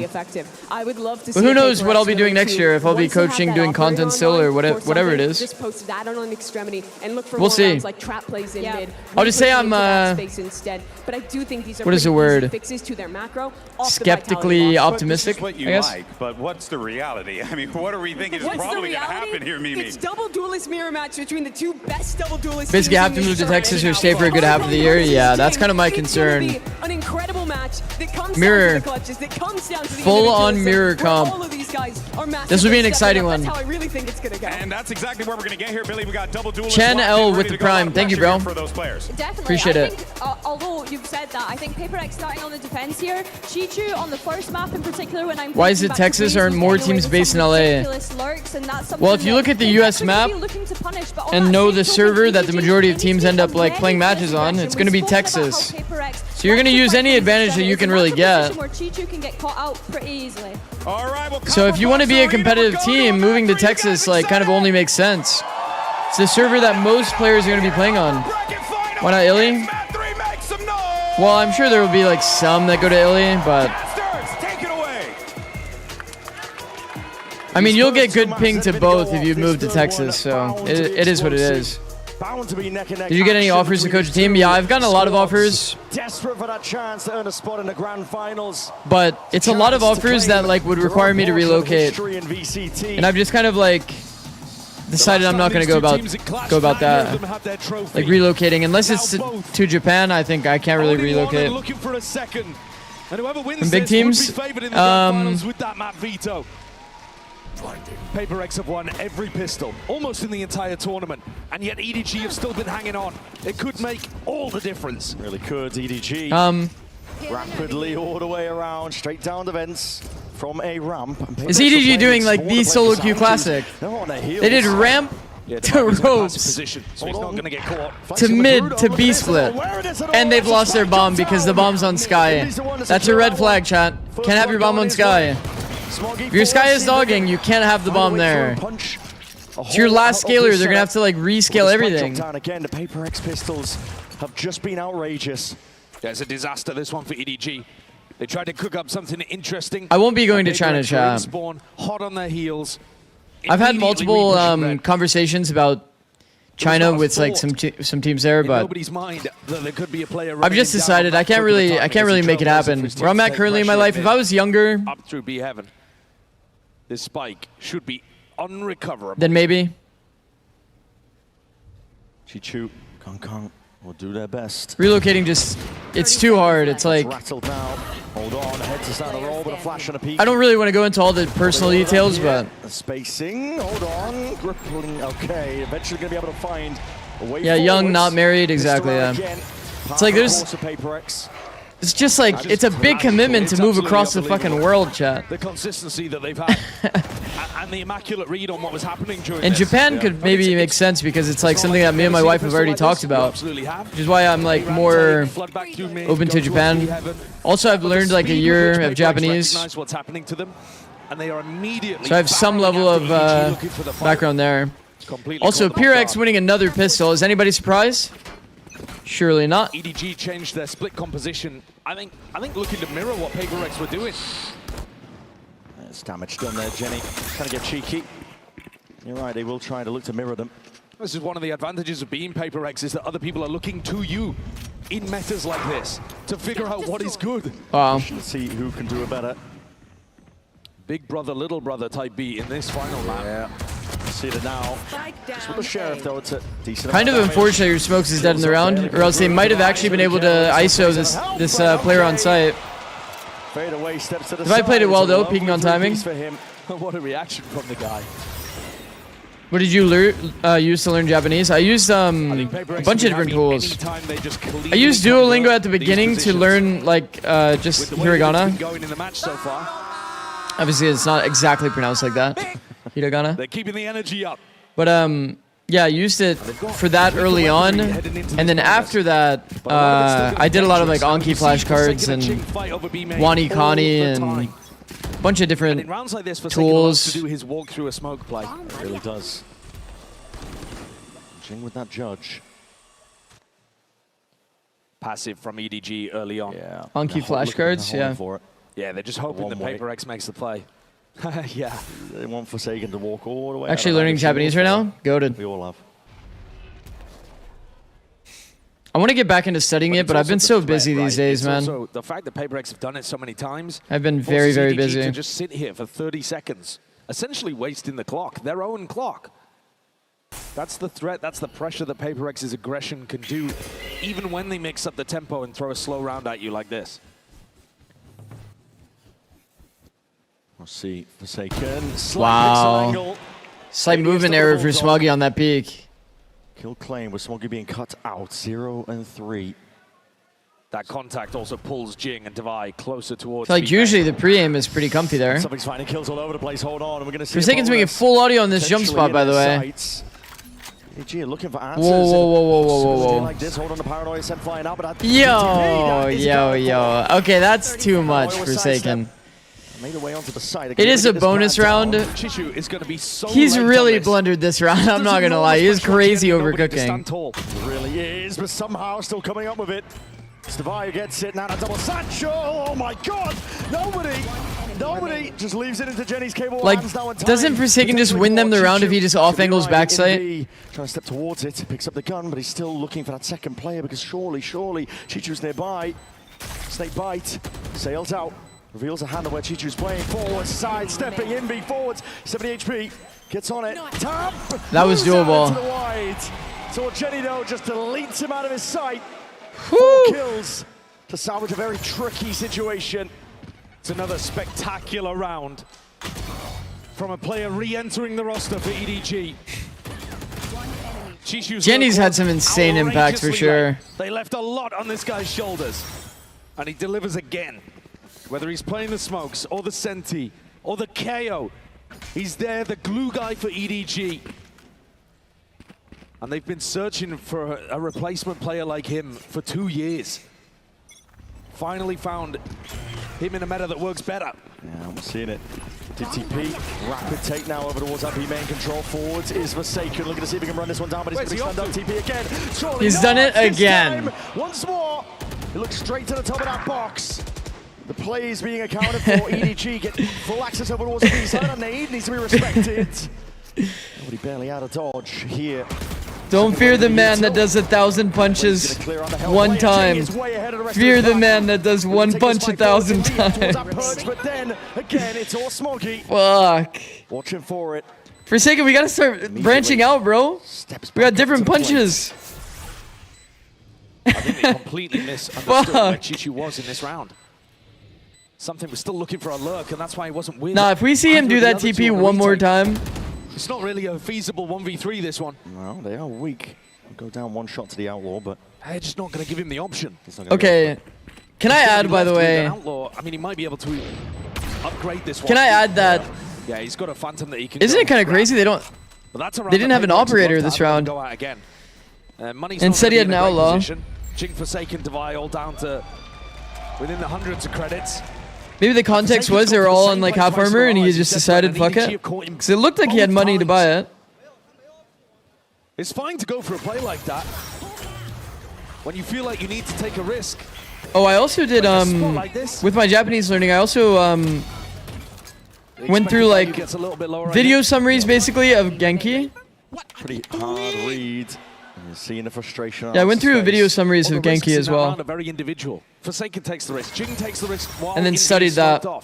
multiple times over. So I have like a base level understanding of the grammar as well. Probably best in world at. Not just vocabulary. To get back in here if you are EDG here. That nade is going to be at least. Whoa. Deep dash forwards. Kanga's right in their face. Bro, Forsaken has not been looking money on these anchors at all. Bro has played in the open and insta-died consistently. They are trying to put this Paper X team to shreds. Not gonna lie, during the timeout, I would for sure be saying, like, just to clarify for Forsaken, like, on his anchoring, he needs to play to, like, live. Play the side angle, play to live. So that his teammates can actually flood. That's like it would have been a really easy round, low key for Pure X to convert, based on how this round is played out. If Forsaken had just played like a pretty normal position instead of being like out in the middle of the open trying to reposition later, if he just played like back elbow, good damage. Kind of crazy kills, by the way. These are the kind of rounds, though, Brent, where Paper X, you'd normally favor them to be able to pull some magic out. A rabbit from a hat. And instead, it's EDG who deserve a lot of credit. I mean, maybe the intent was for them to, like, deep fight the orb? Maybe the intent was to deep fight the orb, and then he was playing close, he got caught off guard, didn't TP out. The little decisions they're making and the shots that they're hitting are putting them forwards. Maybe this one, maybe this case isn't actually on something. Because it looked like a very clear intent here in terms of like their setup, that they were going to look to do something like this and maybe play for like this zone and look to play this kill zone. But then these players just never actually took the opportunity, or they were walled off maybe. We've seen the timeouts before. He's looked laser focused. This one, he looks more frustrated. And I would imagine that he's talking about the playmaking that's happening over towards They got naded, I see. Very individual. I'm blinded and naded, I see. Really, a lot of risk being They made. got counter util. There's no counter util on the side of Forsaken then, I guess? Against Vitality was also with Jing dropping. Because the timing should be matched. Numbers and one of the best ace 1v4 clips I've ever seen. Oh yeah. Absolute outrageous clip. But the others just couldn't get into the map. They really couldn't. Slight pause here. Seeing this tack timeout transition into a tech pause. No. So, unfortunate. Groans from the crowd. Well, if you thought the tension couldn't get thicker between the two teams. The crowd is definitely getting more filled, which is goated. Yeah, we'll get some information shortly on what the issue is. It's kind of always expected, right? Top 4. Crowd is going to get bigger. The game is delivered on all fronts so far. You had to have a tech pause just to complete the bingo card. TP is so egregious, it's conditioning them to not look there anymore. Truly advanced APAC tactic. Third TP gets 5. That's good. They know the way that EDG are going to want to play. We'll see about that. And yet they haven't been able to stop it. Those 2 B rounds in a row. That's what I'm expecting this to return to as we get back to a rifle scenario. We're headed back into the game. Yeah. Quick little restart of the game for nobody, but straight back in it. My eyes, my attention goes to something with the operator. How has Alex adjusted the setup to make this one work? It's still Jing and Forsaken playing over towards B. I think they'll have Forsaken on a bit more of a leash, or at least doing different things to try to mix things up. We'll see if EDG get the read on this one. Something, he has a tendency to op over towards A main, straight down a gut up mid. I see walking. That sucks. Trailblazer confirms that it's definitely unfortunate. Over towards that main angle and a deep dash now as well. Okay, another A pop. We are seeing this wall again. We talked about why we like this wall.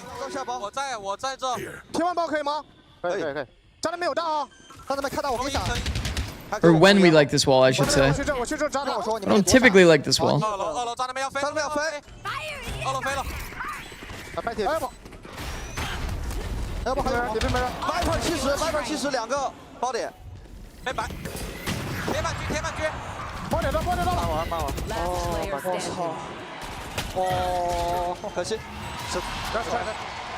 It's disappointment towards the end there in the comms of EDG, obviously with the way that was handled and played, but explosive at times as well. That's pretty sad for Chichu. Chichu is waiting forever for this ramp player to play, and he just never came. And smartly put Smoggy in a position to build up his ultimate. Oh, I thought that this was like Raps when Smoggy kills Jing here. The way that I was thinking this shit was over. In retake scenarios like this. Guess that must be a lot of individual duels. Jenny got mollied out. Nobody's not taking any peek together. It's really I didn't see how Smoggy died.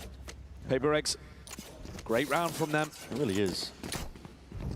Round like that too, where EDG Probably could have found a better way to coordinate that team fight. Something anti-op money. Full speed ahead. Clear strategy. The punish onto Jenny's deep TP. Taking this time, contesting for that B main space. I'm not going for the B one way. Timing found through A main. Oh, it doesn't matter though. 4v5 already. Orbs reclaimed, just pushing. So you can actually jump spot over this wall, chat. The same main wall. But it is nice because you can't be held by an actual gun if you walk through. You can only be jump spotted. Split is attacking side map? No. Paper X, very good awareness as deep pings into CT. No, but it's a mirrored comp, so like... Jing here. Open spot. Now you can't quite see it, but now all the way maybe it's attack sided for these comps. Would be an argument to make, given that it's double dive against double dive. Not really conscious of the danger with Jenny falling. No smoke for heaven. It's probably actively like a bit more balanced, I would say. Paper X to clean up. Expected kind of like 6-6 halves, but it could really, it's so variable. Like, you're playing double duelist versus double duelist. It's so easy for an op to get online and start snowballing. Not willing to leave him hanging. And vice versa, it's so easy to just randomly win a round off of a jet dash entry, killing somebody with a good I love the adjustment coming out from cloud dash plus flash play. More aggressively over B main, even though this is an anti-eco. Jenny's late on his teleport there, or else it's favored on the timing. Which they look really strong at.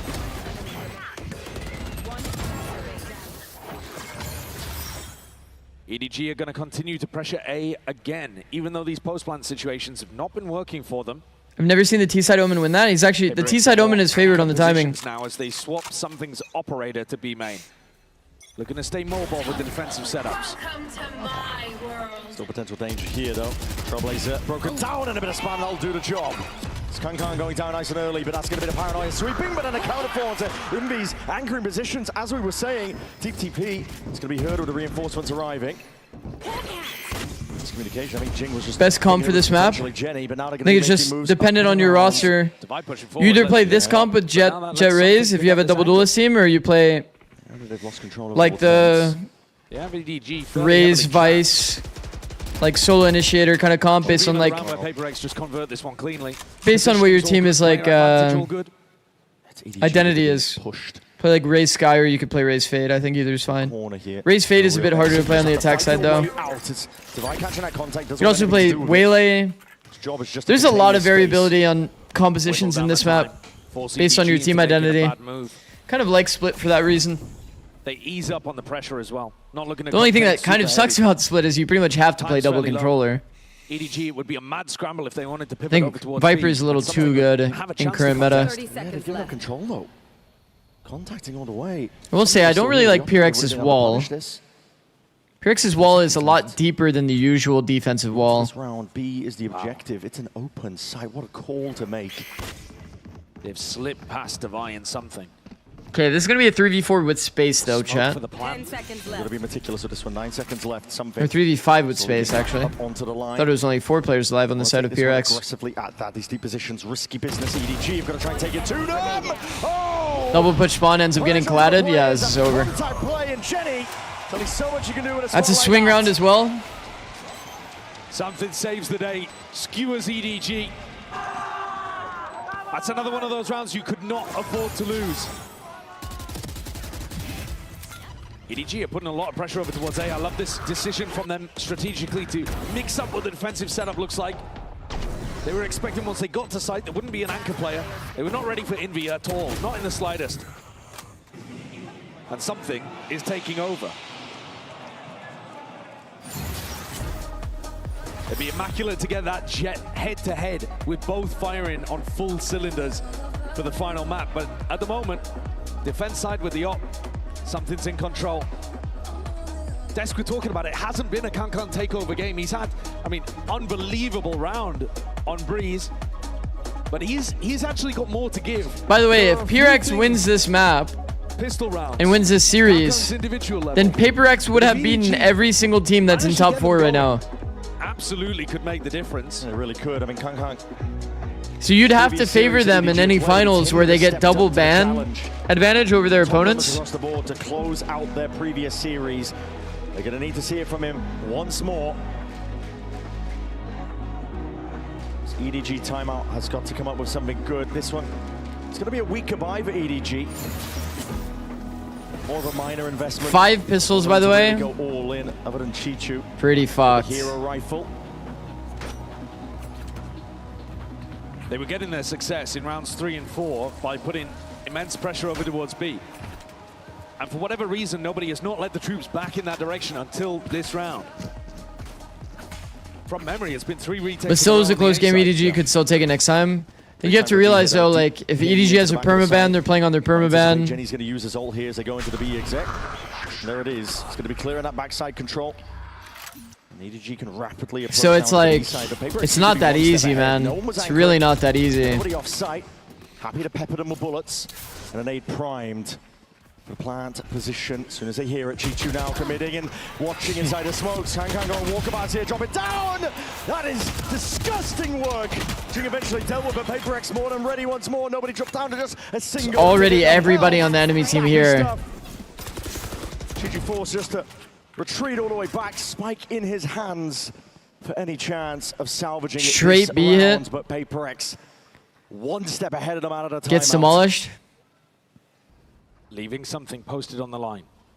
It does. I mean, I like the option to cut noise in the 1v3. The problem is you didn't cross map. And when you don't cross map in the 1v3, it's more likely you're being held. He'd be playing with the team, looking to get the Remember, Chad, if you're ever in a down number situation, just literally cut noise, cross map. And something's got the read again. It will more often than not be better than just re-hitting the lane that you already showed presence at. Here, if Chichu re-hit into B, it would have just got off. Contact into an op is obviously not playable. It's an immaculate round. They just got the perfect read on where Chichu was going to be. They weren't as worried about the lurk this time. Save is also valid. And the push especially if you look at the money situation here. Chichu's the only person that has no bread going into next. Wide out on rafters. EDG is on full loss bonus, if I remember correctly. I mean, in previous B situations, Forsaken's been dead. This time he's alive and able to provide. Yeah, full loss bonus here. Important util. It's a very so they should be good. PaperX out of the timeout. Everybody off site, no anchoring over towards the B site. Yeah, I saw your shorts about the half jump. Just wondering, are you able to get it down consistently? Plus, how long did it take for you to practice it, to nail it? Practicing for an hour, I only got it like 50% of the time. Yeah, my consistency is somewhere around that, like probably 30 to 50%, depending on if I've like done it recently. I did hit it twice instantly in a ranked game though, like on stream. So it's definitely doable consistently. Back again. Something don't. And because I had to learn the tech, like my number in terms of how much time I spent doing it was like higher than other people's. So I had to like learn how to do it. Same level of consistency is what you're gonna get. Took me like 3 hours to actually learn like the mechanics of how it works. Given full access once more towards this site. Saw May practicing it on Breeze this morning. W May. May is incredible, by the way. Take the space off the back of this one. Insane talent. TP. This time a tap, but this time no nade. Seen him hold it all the way down. Good details on the scaling. Alright, PRX have their flow back, bro. Okay, this might actually be wraps. Another round where they bait EDG and they lure them into the site. You guys can have it. It's free. And then they collapse the trap. It's a masterclass. It really is. It's beautiful. They know the conditioning from earlier. They know the first few taps of the spike. It's just going to be that. Just taps. They also took down Chishu so early on, so they don't need to worry about the lurk. When you're playing against CG sided? No, it's pretty... As soon as you take out Chishu, all eyes focused on the side. I think that this is probably pretty balanced. The compositions here. Be nice to see something like that because the game plan is not working right now. You couldn't really argue super defense-sided. Obviously, map geometry kind of leans defense-sided, but both comps are playing, you know, the exact same double duelist. There's less stall util when you're playing double duelist. It relies a lot more heavily on like picks. Vitality won this map by putting pressure through the center of the map, by splitting into these So it's like pretty balanced, maybe slightly leaning defense-sided, but it kind of just gets snowbally this this half. Because if Jet doesn't get up online, then you can kind of snowball the half. So there's a world that EDG gets up online and can just snowball into a bunch of round wins back to back. But conversely, it could have happened where EDG ended up getting something not on operator because they win pistol, etc., etc. Test, but usually good for it. A shot just goes wide. Top of that face here is going to be immediately evacuating, looking to not. They are going to get a free B site. They will be playing a post in a retake scenario again toward B. But they do have Raise Rocket. 30 seconds left. Raise Rocket and Sky Ult. And I'm sure they're going to be down to convert this round for sure and not try to greet it. Viper Ult makes it somewhat doable, but the floods already came, bro. If everybody was alive and the Viper Ult was there, then maybe it was doable, but brutal. 3 rounds, jumped down at the knees. PaperX retake game plan is working. This could have been a 2-0 for EDG. With pistol, like even one pistol. They can't figure out how to Yeah, Jing has been kind of crazy today. Even like the fracture value, I don't know what his scoreline was, but his impact on fracture was pretty insane. And now it seems to have all slipped away. It's essential for EDG to put this last round. If EDG can 8-4, do they have a chance? Of course, if they get pistol, for sure. You can't let PaperX get a 9-3 up. Pistol around into the next, you'd just be staring down at the barrel. They've got an Odin spam on the A main line. Spam, straight shot though. Operator's going to be going wide here. Kankan straight up. Now we're going to see that. Oh, updraft. Good punish. Good pathing, by the way. You guys see that? I've always theorized that pathing when we talked about Jet. You can actually hover or glide from ramp to that spot that the Omen likes to TP to. Then use the updraft to actually peek over any of the side smokes. Almost wrangling control with the rifle in his hands. A blind shot in attack. Pretty sick pathing. Doable for the 8-4. Very doable. Well done. 8-4 is doable, chat. They need pistol. They need to get their first pistol. They need it, bro. They need it bad. Kang delivers them an opening kill. Do you think it's good to do B attack walls? No. I think the A walls are just too good for the macro game. Forces 2 players A at all times. Helps you contact some of the early lanes. It's way too good, the A walls. Would still need a pistol and they haven't won a single one. Please, one pistol. Just one to make it exciting. Just one. That's all I ask. But it's all to play for. Grand final spot on the line between these two teams. Who gets there? We're going to be finding out after this.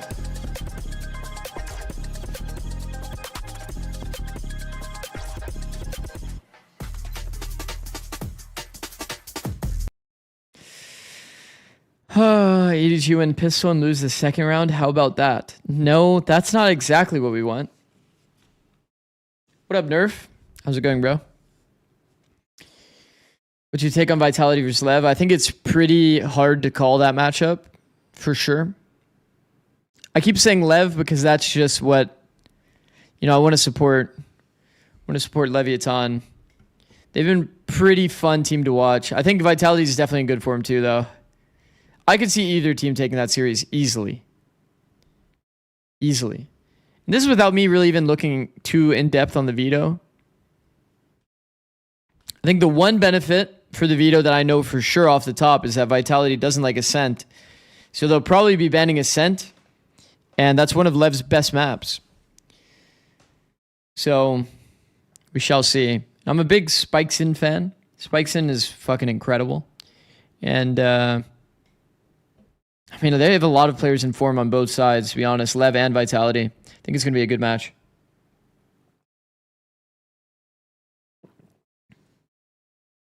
To get back into this half.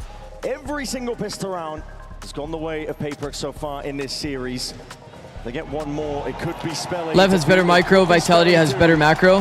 Yeah. Performative coffee? I mean, it's a black coffee. Cold brew black coffee. Down and out too easily. They've been toe-to-toe, neck and neck with Paper X. Please, one pistol. Sheer will, it feels like sometimes, powering them through rounds that they had no right to win. See if the and yet Pyrex did formula is anyway. still there. Contact with the sheriff. The underdogs. Pop with the rest. But Super here, clumped. Jump 8-4 entry. down. There's never been a more important round for them to be able to secure. They look kind of spread here, though. Dodge the flash, rewalk after. Let's let Divide take first here. Oh, something. Oh, shit.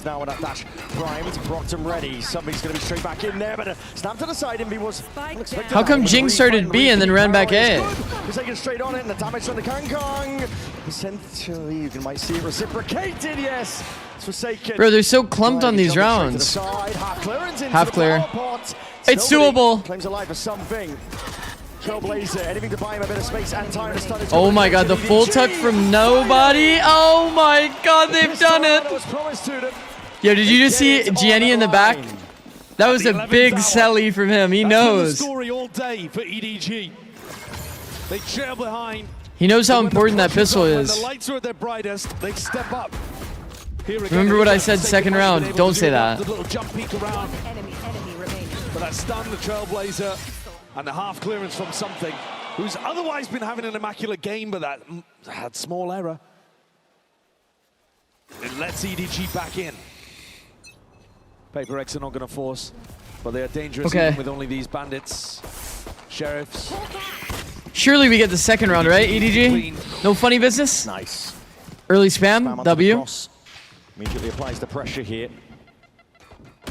Side with these pistols, they know the rough positioning now of the Paper X players. Like you said, it just has to be clean past this point. This is a somewhat new wall on the side of EDG. They're waiting just in case there is that presence, but that's going to be rebounding into vents. I don't mind this as like an anti-eco wall, I guess. It's okay. Way down though. Seeing similar scenes here to EDG's pistol, but this time it's no full committal. EDG are also a little bit more tentative at pushing out around the map compared to Paper X. Paper X love taking the fight on defense. Love Get a little bit of extra space on all your lanes when you have this wall. Just sitting back, letting the game come to them. Kind of giving them a lot of space though, EDG. Not that it really matters. They're going to be like walking into like these weird off angles with a gun disadvantage. Should be easy. Yeah, definitely is. Envy. Damage though. Jenny now has got to put a stop to it, and he will do just that. From the high ground. If Pyrex loses this, do you think a rematch against Vitality is scary or light work? I think it'll be closer the second time that Vitality plays the matchup. An extra weapon off the back of that.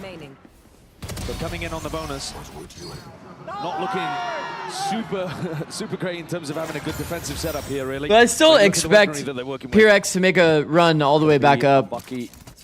Oh, force of the Phantom. Okay. Oh, that is a massive decision late on, about to head into this round from Kangkong. It's a big gambit. Full armor. Oh no, we're not defaulting this wall like for gun rounds, right? This is just like a bonus thing. No. He's in danger.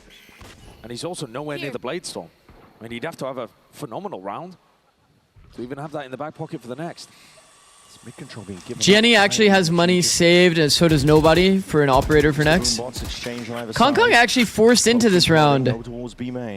So somebody on the side of EDG is going to be a little depressed when next round they don't have a gun. Probably going to be Nobody, right? Surely. Really nice read from Paper X. Nobody takes the L for his boys. Space that's being given them through mid. Probably take like a stinger or something going into actual swing round. He's going to have one hell of a task.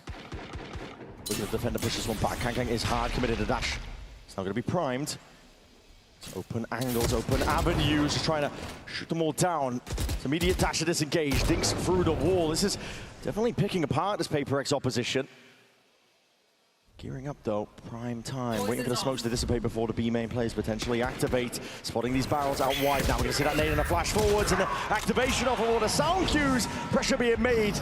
It's perfect stuff from Paper X. 30 seconds left. Able to play each other in perfectly at that. This is risky. How has he peeked that and killed two? Hold on, pick that one up. You're not done just yet. He's got a dash back in his back pocket too and a heal on board from the IGL. Raid boss himself looking to see if he can step all the way up. This is Paperex trying to gear up. It's for sure looking minimap waiting for the flash. Trying to time it just with nobody's flash. Now That's he's unlucky. gun, reclaiming it. It has to be coming down to these individual shots. Slight reaction times here. He's going to be chipped down potentially. Double dash in now with a satchel. Smoggy straight there. Need to push them. Nobody's found it. Hold on. Snaps back to the side. High key Bucky nerf. High key Bucky nerf moment. Rifle in hand. Jesus. Treachery from the Bucky. Envy stays alive. Old Bucky definitely kills there. Look at the aggression here in the post fight from Paperex, giving nobody multiple different opportunities to close.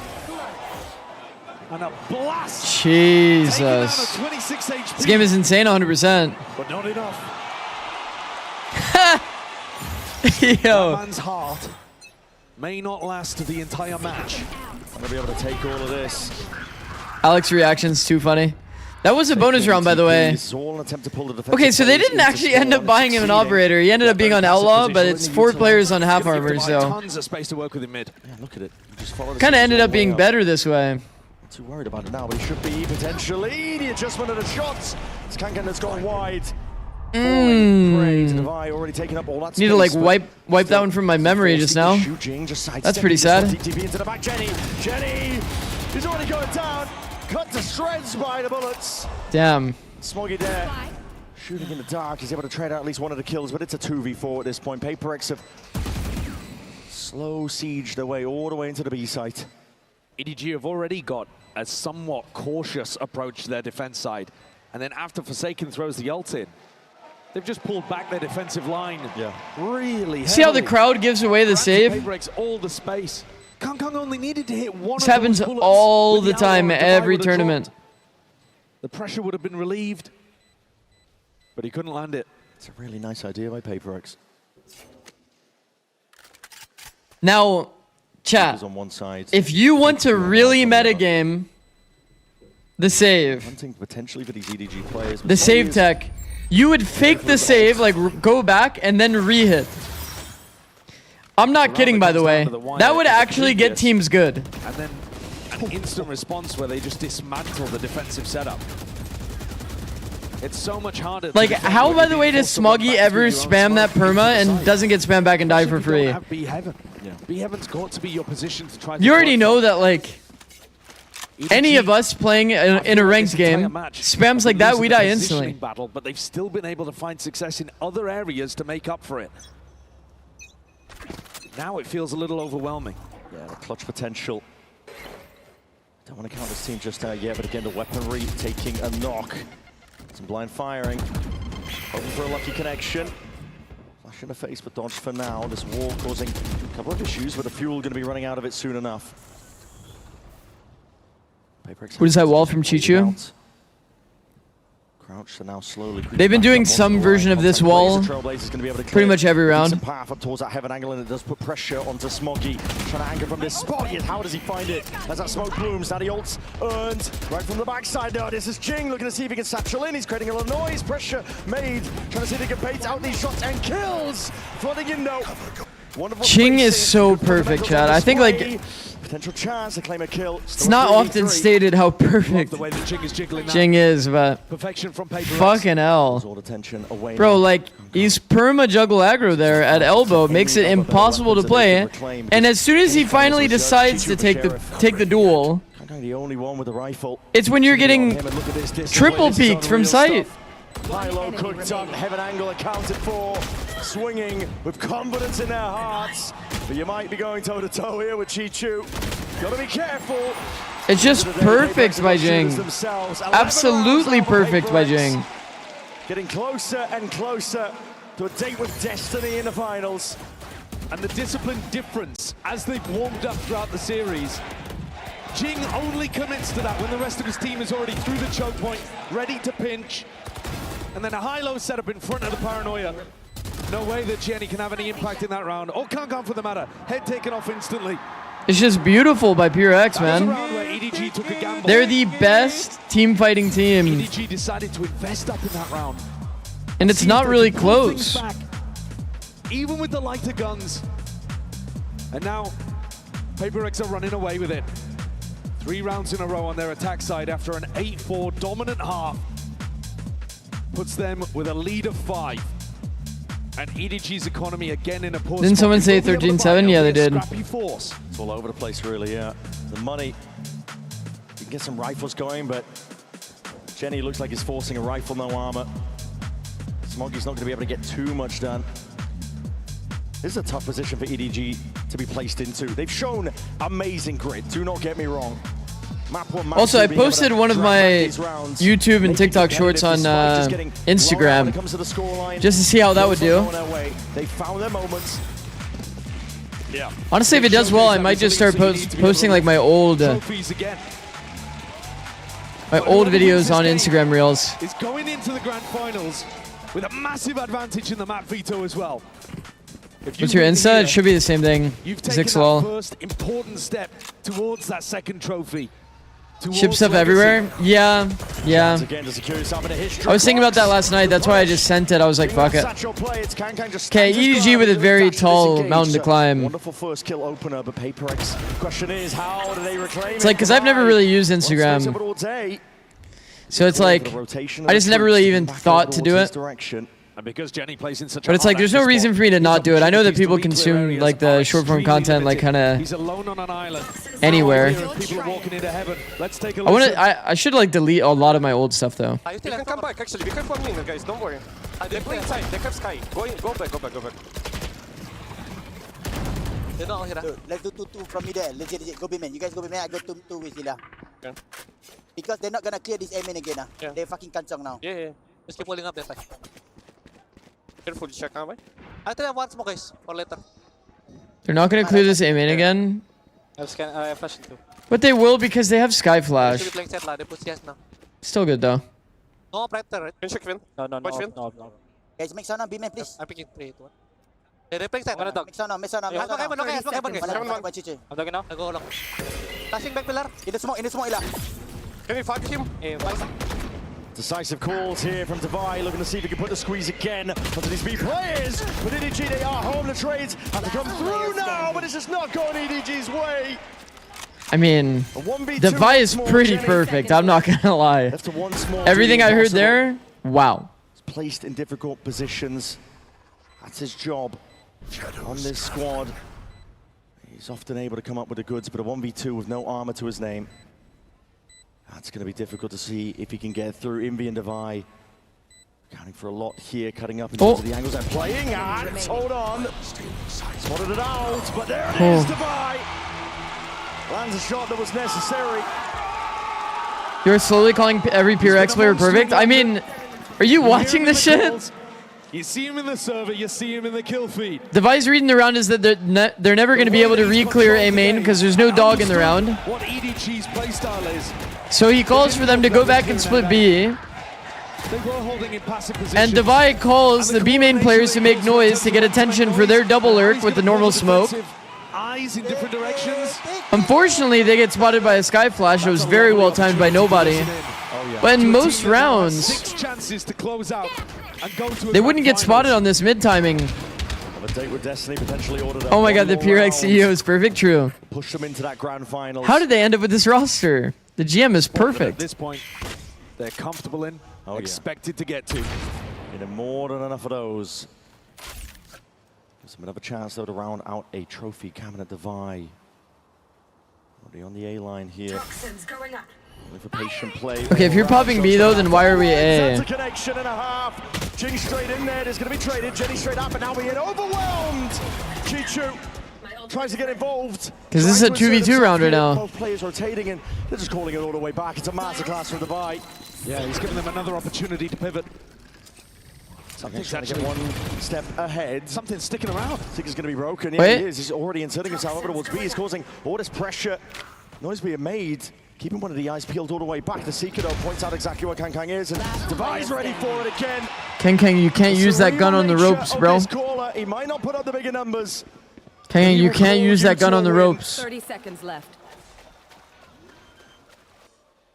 Plant going down. Obviously no contestation, and it's all in the palms of Chichu. Gonna get his first chance of it. Crosshair placement's good. 1v2 now earned. But how the hell do you find a way forwards? The pit. Ready to be played here. Placed down, potentially doable. overlapping here. There's going to be a cause for concern, but Paper Expert spamming away.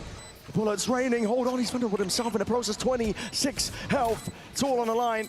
Half one of the viewers is what he's trying to worm, and it's all Paper X today. The grand finals. They find it and take it all the way. And a day with destiny, that's what we've been calling it. This squad will have another chance to lift the trophy. Another chance to join an exclusive club that only a handful of teams have earned. Okay, well, that was a 6 series though. Like Toronto again for these Paper X players. Split was less competitive. EDG pushed them. There were absolutely moments of immense pressure where Paper X were barely able to hold on. But this final map, they showcased a quality that is absolutely undeniable. Paper X are favorites for a reason, and they head into that grand finals looking to take the crown. Double map man advantage they're going to be working with. They can take a bow here today. They've earned their spot in that grand finals best of 5. EDG, of course, their story's not over just yet. They're going to be sent down to that lower bracket. Grand finals rematch? You know, the funny thing is, like, look at PRX's route, by the way. Do you guys see how hard this route is? They've beaten every team that they have a potential to play. That's their path. They fight Leviathan, then they fight Team Vitality, then they fight EDG. These are the only teams that are left in the tourney. They had the hardest path, and they won every single game. You'd be trolling to not have them winning the final. You'd be trolling to not have them winning the final. They have double ban advantage too, and I believe that Vitality has 2 maps that they really don't like in Ascent and Haven. Obviously, Ascent here says 13-2.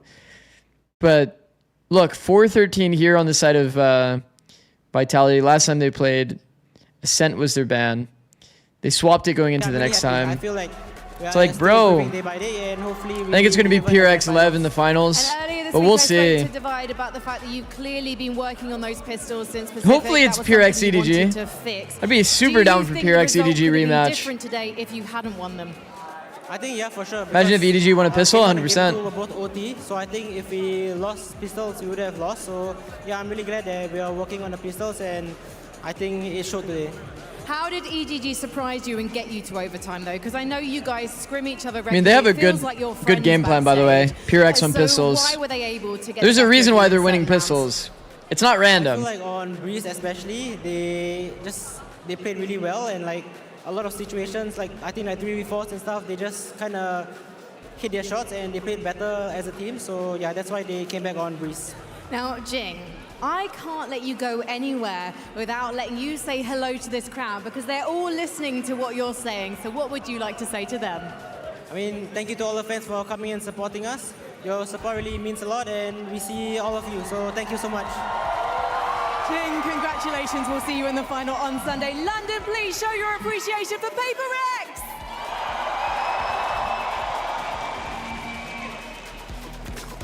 PRX is too good. Play slow and methodical against him. They play super disruptive and you lose. Or yeah, or they get a shit ton of map space. Much for that, and wow, I mean, of course, congratulations. You play fast and you play in their domain, so they just win. Yeah. Joined by the man himself. Give it up, London. No, they're incredible. Very well deserved to be in the grand finals. Pleasure to speak with you as always, my friend.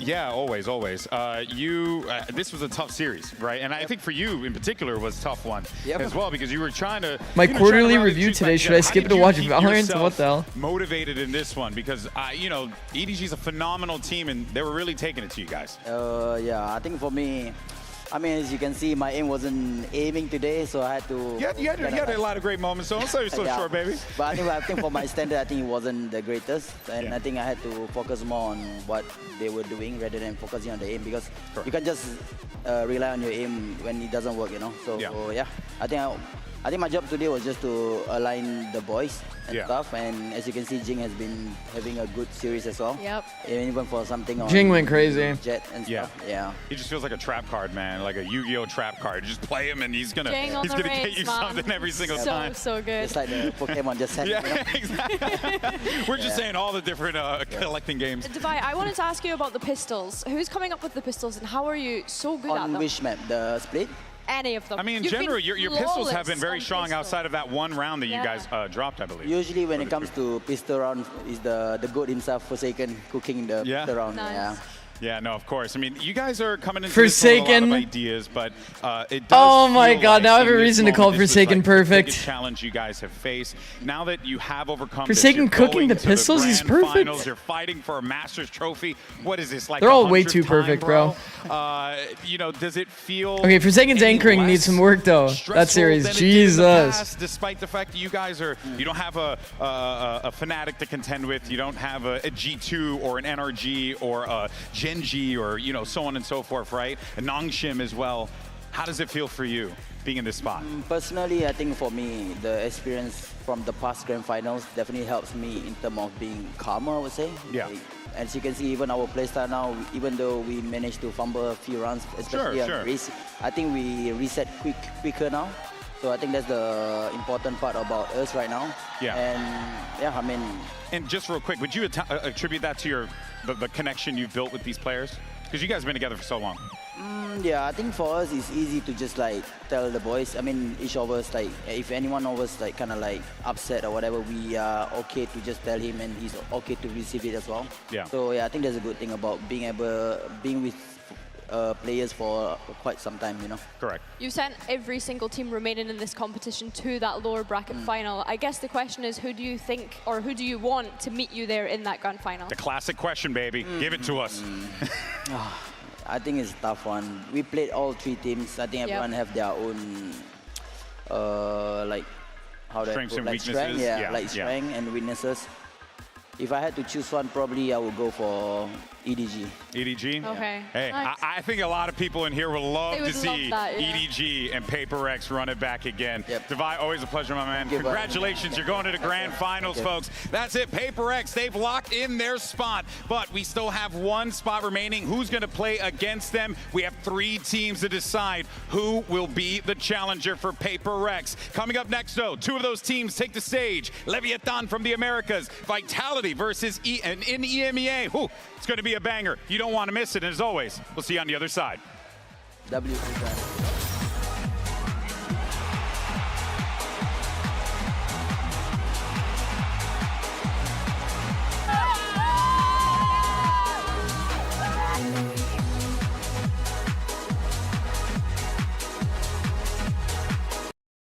Fnatic are reworking everything for their team this season. 3 team change, 1 head coach change.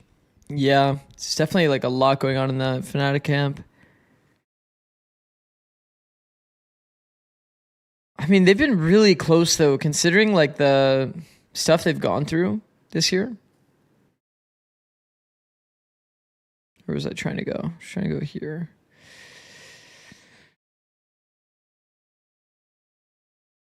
Okay, relax, Trev.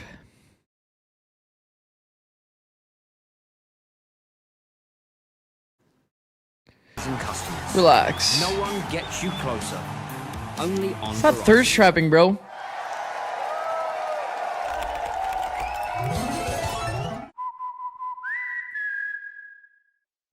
In esports, legendary I'm gonna go fucking delete those pictures now. No, you have me fucking nervy, bro. Players and fans bring the heart. Technology brings it to life. Every frame, every stat, every decisive play. In partnership with the Valorant Champions Tour, we're driving digital innovation that empowers the esports ecosystem to keep expanding. So players can focus on the game, and fans can focus on the moment.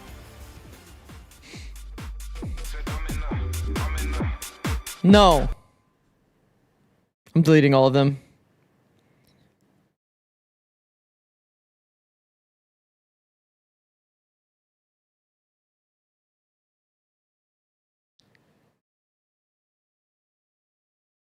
You only get to see the cat pics now. Deleting the files. Yeah, you only get to see the cat pics. And the old travel photos.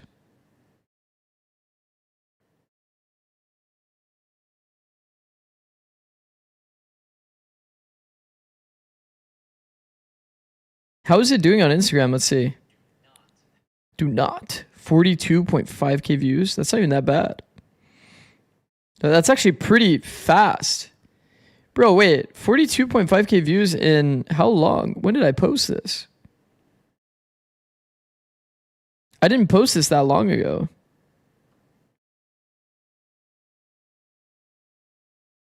Bro, I posted it 9 hours ago. It already has 50k views. It's kind of insane. Ahead, but she's trying. This is That's like... Fuck, that's better than YouTube, I think. Insta has larger audience, bro. Shit, I might have to just post all of my stuff on Insta as well. Never really posted on Insta like that, but I also gained like 45 followers.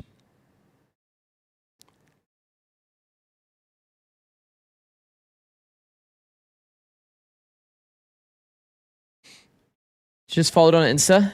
Thank you. Thank you, guys. What are they doing? This is how they predict the match. I never fail to scream on camera, please. They've been doing this pretty consistently. They have a little like will win this one, but we can only find out once. air pump thing that goes into the balloons, and then whoever balloon pops first, that's how they predict the match. Yeah.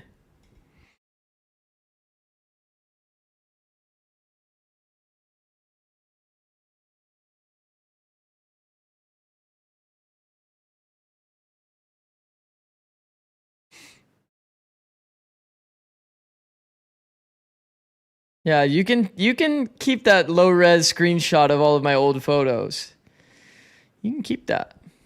Taking on Vitality, and the winner. Can't see anything in that shit. Tomorrow's best of 5 lower bracket finale, where they will face. You just wait. You just wait. I'm gonna delete that. I'm gonna delete your messages later. Again, as we are looking to break it all down, we got ourselves a banger matchup here, folks, because it's a classic story of EMEA versus NA. You'll love to see it. And why don't we go ahead and start first with the America squad, the last hope for the region here. Well, everyone's the last hope for the region in this case, but in particular for Leviathan, Mimi, they genuinely were the only ones still carrying it for the region up until we got to our top 4. They went into an XLG. We need to start creating fake AI 6 photos and vids now.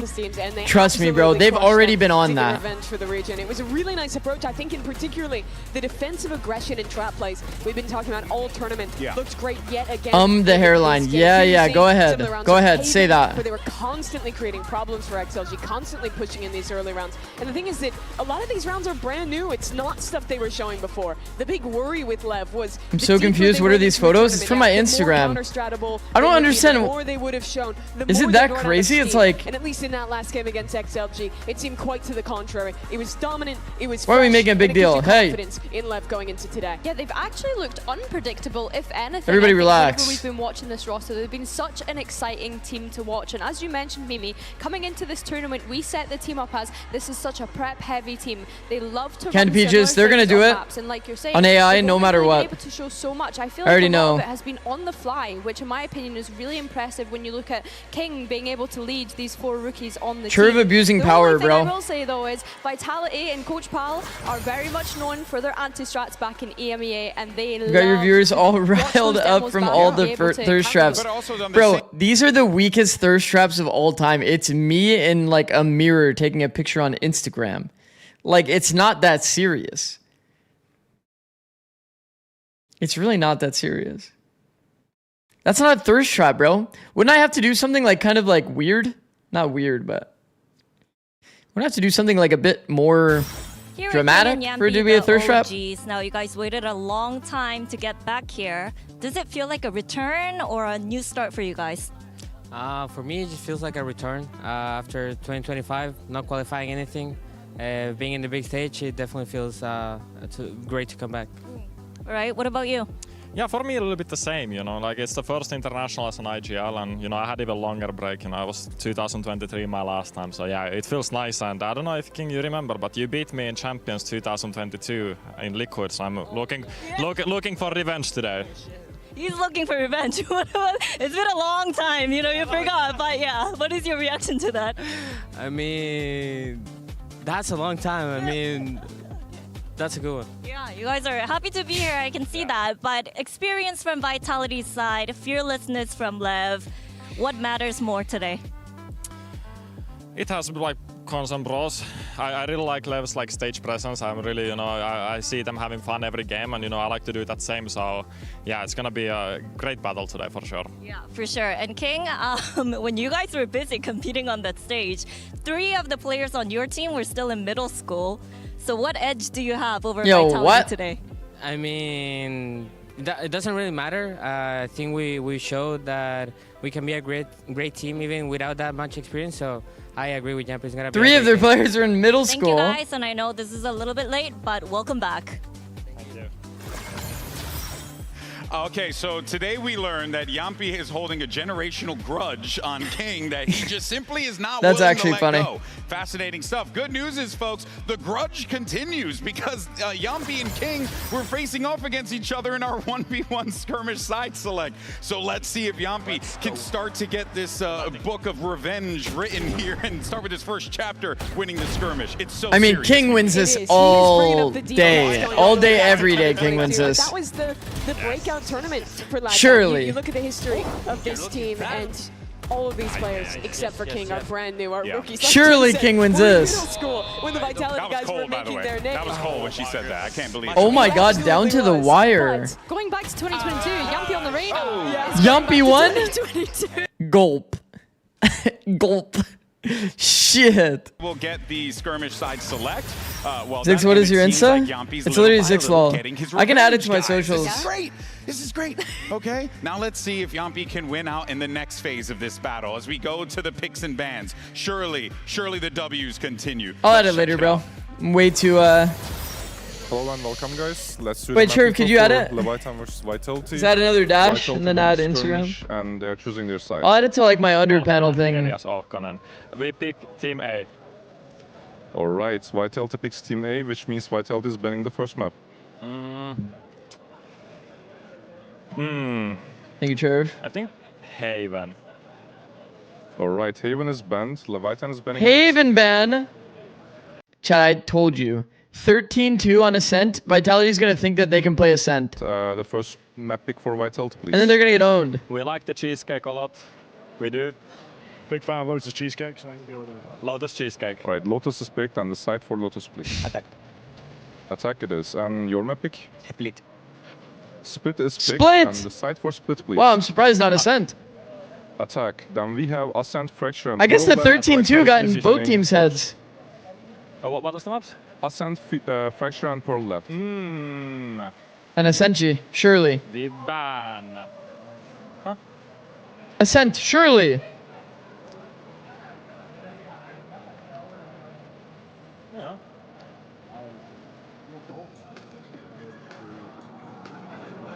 Last 10 Ban seconds. Ascent. Alright, Ascent is banned. Last 2 maps are Fracture and Pearl. Banter. Pearl is That banned. was The getting side a is little Fracture dicey and for a second. If Vitality Lev got side. split and Ascent, I would have been Alright, shocked. let me give you a quick recap. We start with Lotus, Leviathan attacks, then we go to Split, Vitality attacks, and if we go to the decider map, which is Fracture, Vitality attacks. Okay. Good luck, guys. Thank you. Good luck. They're on the clock. I've never seen that. True. You don't usually see it go down to the clock. But before we do that, we want to talk about. All right, I'll what be right we've been back, Chad. seeing I'm gonna as go far use as the bathroom. talent Get on ready this for this team, next map. You know, you'd heard Thank you for earlier, watching. right? King's playing with a bunch of Here younger be. players, right? Some rookies are taking the stage, but so is Vitality. They have some young talent as well, Mimi, and that's going to be coming in the form of Sayonara. But he has a tall task today because he's dealing with the cool hand of Neon. If you're talking about rookie of this tournament and looking ahead to crowning a rookie of the year at the end of 2026. I think there's no bigger front runners right now than Sayonara and Neon. Sayonara coming out of the Tier 2 system in EMEA, he was immediately a massive point of success regionally, and he's kept his nerve internationally as well. The thing that impresses me the most about him is how he holds himself, how he speaks in interviews, how calm and collected he is in all of these different situations that Vitality has had to be going through this tournament. But it's exactly the same on the other side for Neon. He's been so good, I think especially with the AWP in this tournament. Oh, 100%. Neon has been great, and we've seen the kind of flexibility that he's able to offer. On the same side, Sayonara also been able to offer that deep flexibility for Vitality to pivot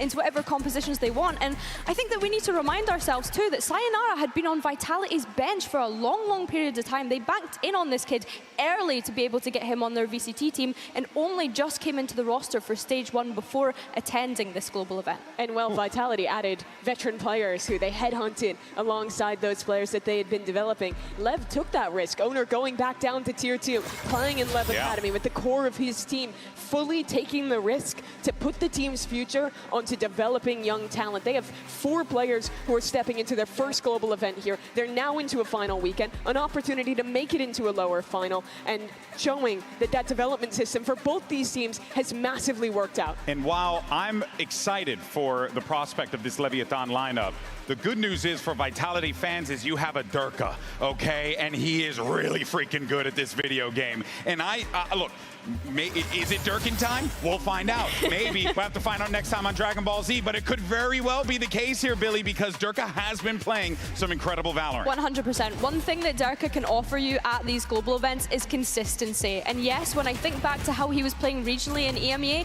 it wasn't always hot, but coming into this event, stepping up to the global stage, we talk about players that thrive when the flashy lights in the big stages are right there, and he is one of those players. He very much lives up to every single moment.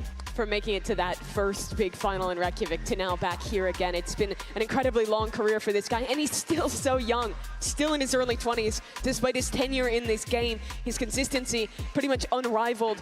And he's had to wait a long time to do it. Was playing with his Vitality last year, that failed super team that could not live up to their promise.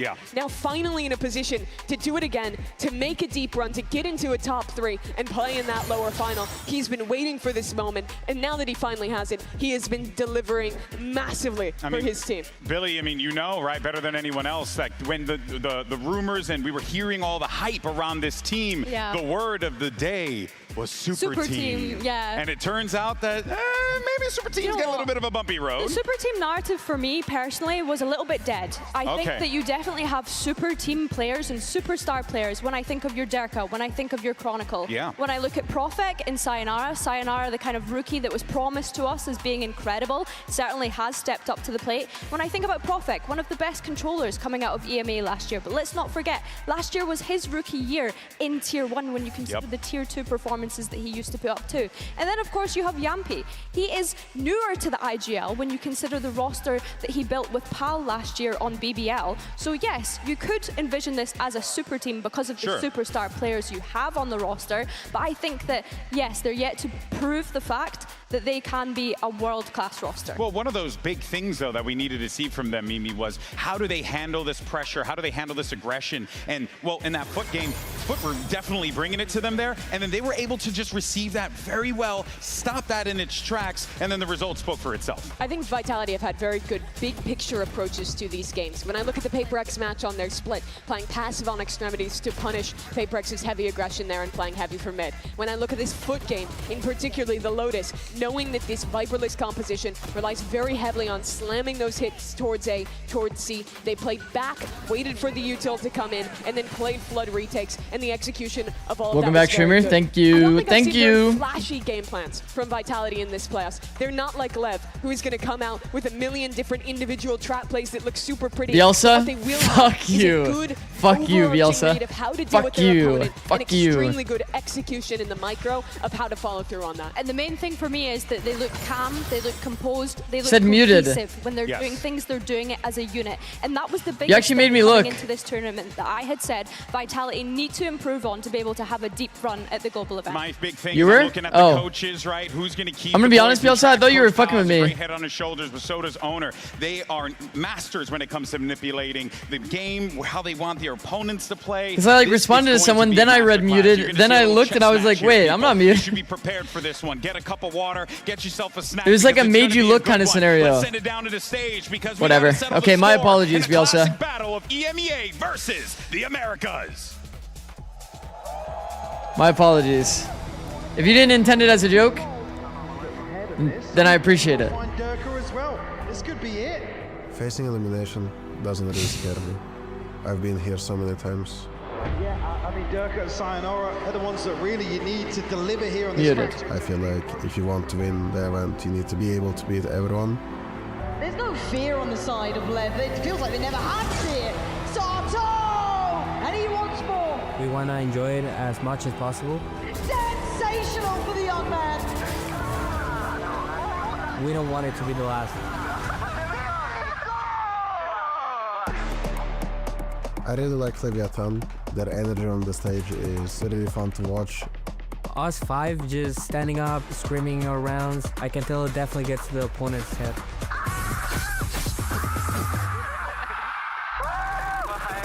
I think Sato brings insane atmosphere to their team and to the stage. Is this going to be a secondary ace from Sato in one series?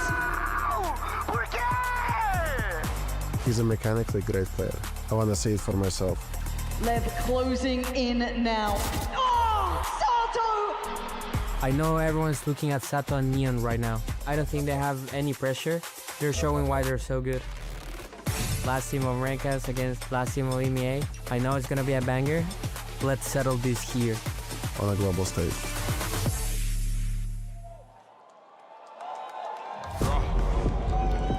Everybody calling him Cheethan is so droll, by the way. Slow, steady, and ready to trap their enemies. It's Team Vitality! Why don't you keep the mustache? Bro, it's like the mustache and beard is only there when I'm like lazy, like way too lazy, or I'm like grinding too hard to like even want to spend the 10 minutes it takes to shave.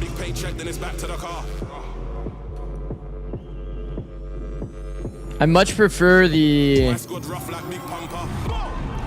fully shaven like facial hair. $5 super chat on YouTube from Super. I don't see your full name, but how many kills do you think Forsaken has in all Valorant sanctioned events, VCT, VCL, first strike? Oh Jesus.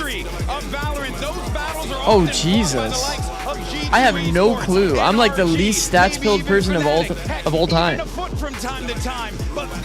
Is it crazy to say like it's Leviathan versus Vitality, fresh blood to bring the hype on that stage. Kong Kong said something recently about 10k kills. Players on that Team Vitality, like get to 10k kills at some point, right? Really excited to see this head-to-head between probably somewhere around like. Going to progress throughout. I think when we consider the maps here, Vitality is it's selecting Lotus. all since first strike. It's a strength for them or because it's been a weakness. I want to say like 5k, 6k. So far, Mimi. I think it's both. I don't know. So far here, the Viper teams have looked incredible when playing against the Viperless double duelist squads. I think this has looked like Leviathan's weakest map in this. Not gonna lie, I would need hand sanitizer after that. Yeah, we do talk about that a lot. Whenever you're in that situation where you have to like fist bump or like, they're one of the few teams besides G2 who's gone in this, you know, fucking high five a bunch of fans. 2,500 in VCT internationals. So if you combined the regular season as well, would that not be somewhere around 5k? This is an interesting map pool, especially when LEV had the option to go into the Ascent. Choosing this split instead is a bit of a surprise to me. I wanted to take it back though to map 1. You specifically talked about Lotus and you were talking about, you know, the Maybe compositions, more? what we're going to be seeing here. And I guess the probably question that I'm maybe wondering is maybe you see Leviathan make that choice on attack. Does that tell you that maybe, just maybe, they have something cooking, or are they just trying to get that thing over with? I think it's too late to change your comp, especially that massively. You'd have to rework most of your theory. Maybe not comp change, but maybe just like how you approach certain elements, certain strategies, if you will. Sure, and I think they'll definitely want to look at that, but I think it's really tough. Vitality is really damn good at this map. Their defensive protocols in particular, I think, are really great. The way that they re-clear space on this map is top tier. When Durka gets you up on defense as well, he's like around 2.5k in Pacific. Wait, am I cooking then? It's literally 5k. If LEV take this map, that would certainly set the tone early. What I'd love to see from LEV on this map, especially starting on that attack, is going for these refights, not always feeling as though they have to full send it every single time. I want to see them take some map control and some space, but then be able to pivot away from that as well to kind of catch Vitality off guard. I think that one of the things they'll need to keep an eye out for is obviously Chronicle's Vi's utility, which we're expecting, and being able to deny as much information away from them as soon as they can, really, when we consider how explosive Leviathan's composition is on this map. Why does King not get better rep as an IGL? Obviously, he doesn't get a bad rep, but he plays fantastically himself and has pretty deep runs in tourneys, yet he never gets mentioned in GOAT debates.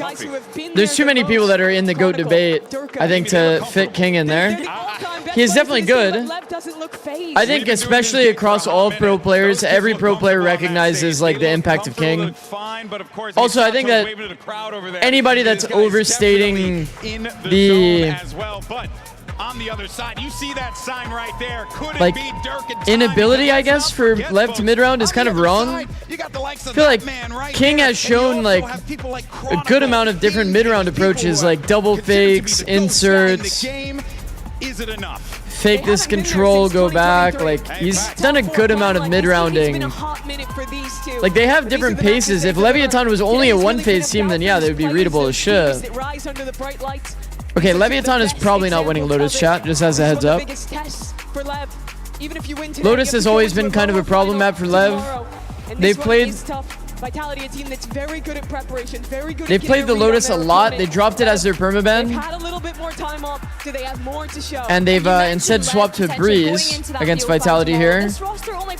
And they took out Shilai on Lotus, but you can see they dropped the Lotus man, then it's getting perma picked against them, and they're perma losing. It's like, to me, kind of the one map that feels like kind of an easy punish against LEV. So it's a good call for Vitality to do that when Breeze is taken out. Right to the deep end. They were kind of a one-pace team at one point, yes, at some point, but recently, definitely not. So clearly he's got a chip on his shoulder. But one thing that I do know for certain is that we are going to be treated to one hell of a matchup here, because there's no world that Leviathan just wants to go without a whimper. It's Durka. Yeah, that's a funny way to pronounce that. 9,060 is the amount of kills. Thank you again for another $5 super. Crossed 9k against Vitality. Devi crossed 8k in the same game. Wow.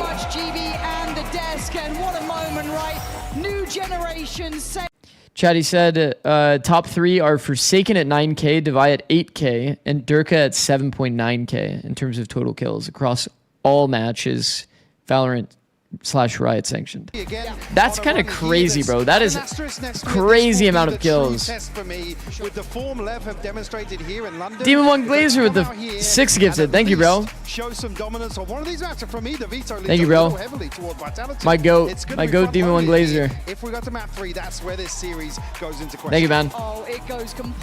Much appreciated as per usual. Hope you've been doing well. All of us have enjoyed the prospect of both sides here, seeing LEV just find their footing, find that fire. Okay, another banger series. I do think that like a team of sleeping giants. You get a the LEV pick of Split, by the way, is interesting given that starting out on the attack. Vitality beat Paper X on Split. Early intention shown here by LEV. Stack up behind the smoke here. Profek sending out some feelers, won't connect just yet. They'll find their way onto site safely here. Actually looking to pressure onto Profek as well, just before the spike plant. And we've already learned the lesson. They don't care who they face, but Durka tries to remind them. A little note sent, and it's been received. Good jump by Spike. Step by step. Oh, did they walk out? Where do they want to finish here? Oh, they're making noise though. Stack over towards C right now. Actually wrapping through the spawn. Clyde's jumped up. We'll have a chance to check back over towards the A side. Everybody wants to see you. Everybody say hi, Clyde. Still looking healthy in the 3v3. Clyde, can you commentate the round, please? Curious about here. Is that consideration even going to drop, or you wait? There we are, seeing it. Pixel noted player drop, looking for a follow-up spot. Oh, what a shot, bro! What a shot by Sayonara. Held for Neon in a 2v2. MG Kitty? Yeah, that's Clyde. Zix Clyde. Perfect bait off the dog here. It's the emote in chat. In a 1v2. Still has Horn, has a Prowler as well. She is a very cuddly girl. Not really effective, so he's going to try and move forward. She always wants attention. The other one is just eye candy, sitting in the back. Momo. One still present on the site. Momo doesn't like cuddling as much. This could be difficult for Yampy. Trying to find an opportunity. Yeah, this is not very easy. Giving him much. Got plenty of time to play with, though. Yeah, but they're calm on this, Lev. Blows now trying to sit in synergy with Neon. Oh, it's doable. Reset scenario. And he's got to know. Oh. Oh, wow. Yampy with the first strike. Patience shown here by This one likes you more than your ragdoll? Yeah. You can see Lev because I've had Clyde. I've had Clyde since she was a baby. To kick off Lotus. She definitely had like separation anxiety too. I mean, they do so well to even get themselves into a comfortable post plant, considering, like I said, Kron actually drifting a little further afield than you'd expect. Just looking for information, but Sayonara gets caught. That was a nice round. Very nice round. King to invest. Yampy got the Clyde buff. It's not fair. That's good. Expecting to see Vitality go forwards here with this. So Yampy bought his teammate a gun to farm up early here, so that Durka could be on Outlaw full armor. At least presence early on. It's good details. I like that. Always like that slight adjustment. Get control of Mound. I think we were one of the first teams to do that. As well. And you look at the most recent games with Lev, those 4-1s were working wonderfully for them before. I think this is a bit of a different beast and a couple of different players when you look at it, right? So I'm curious to see how Vitality have problem solved, something that was so key for Lev in those previous series. And we know they've got the players with the firepower and the caliber to keep up to that approach, but has Vitality got I guess a cure at that point, a remedy for it? That's how you started though, King beheading one already. You know, Neon actually has enough to buy an operator next round. This could be dangerous, and they want in. He sends them packing with 2, but still this is damage, and this is a threat. Spikesy's going to get the upgrade as well. The weapon to be retrieved. Wait, this is doable. Wait, this is doable all of a sudden. That's not good. Yampy still on a pistol here, has to make. Bro, the buys are the same. Look at the buys. No. Maybe noticed it on Profek there. Maybe the buys are now favored for Lev. So Profek's paranoia Gulp. actually becomes pretty paramount, but great reaction from Spikesin. Plays it forward on the corner. Yampy and Durka in unison, though, starting to clear out Neon. Can you go wild here? That's one! The second just I mean, very, very crucial round from Durka. Jeez, man. King. Again, the patience shown, not to, noted early on, at least here towards Mound. Just whittle away here with the TP not noted, maybe not noted in the moment, but Sayonara still catching 2.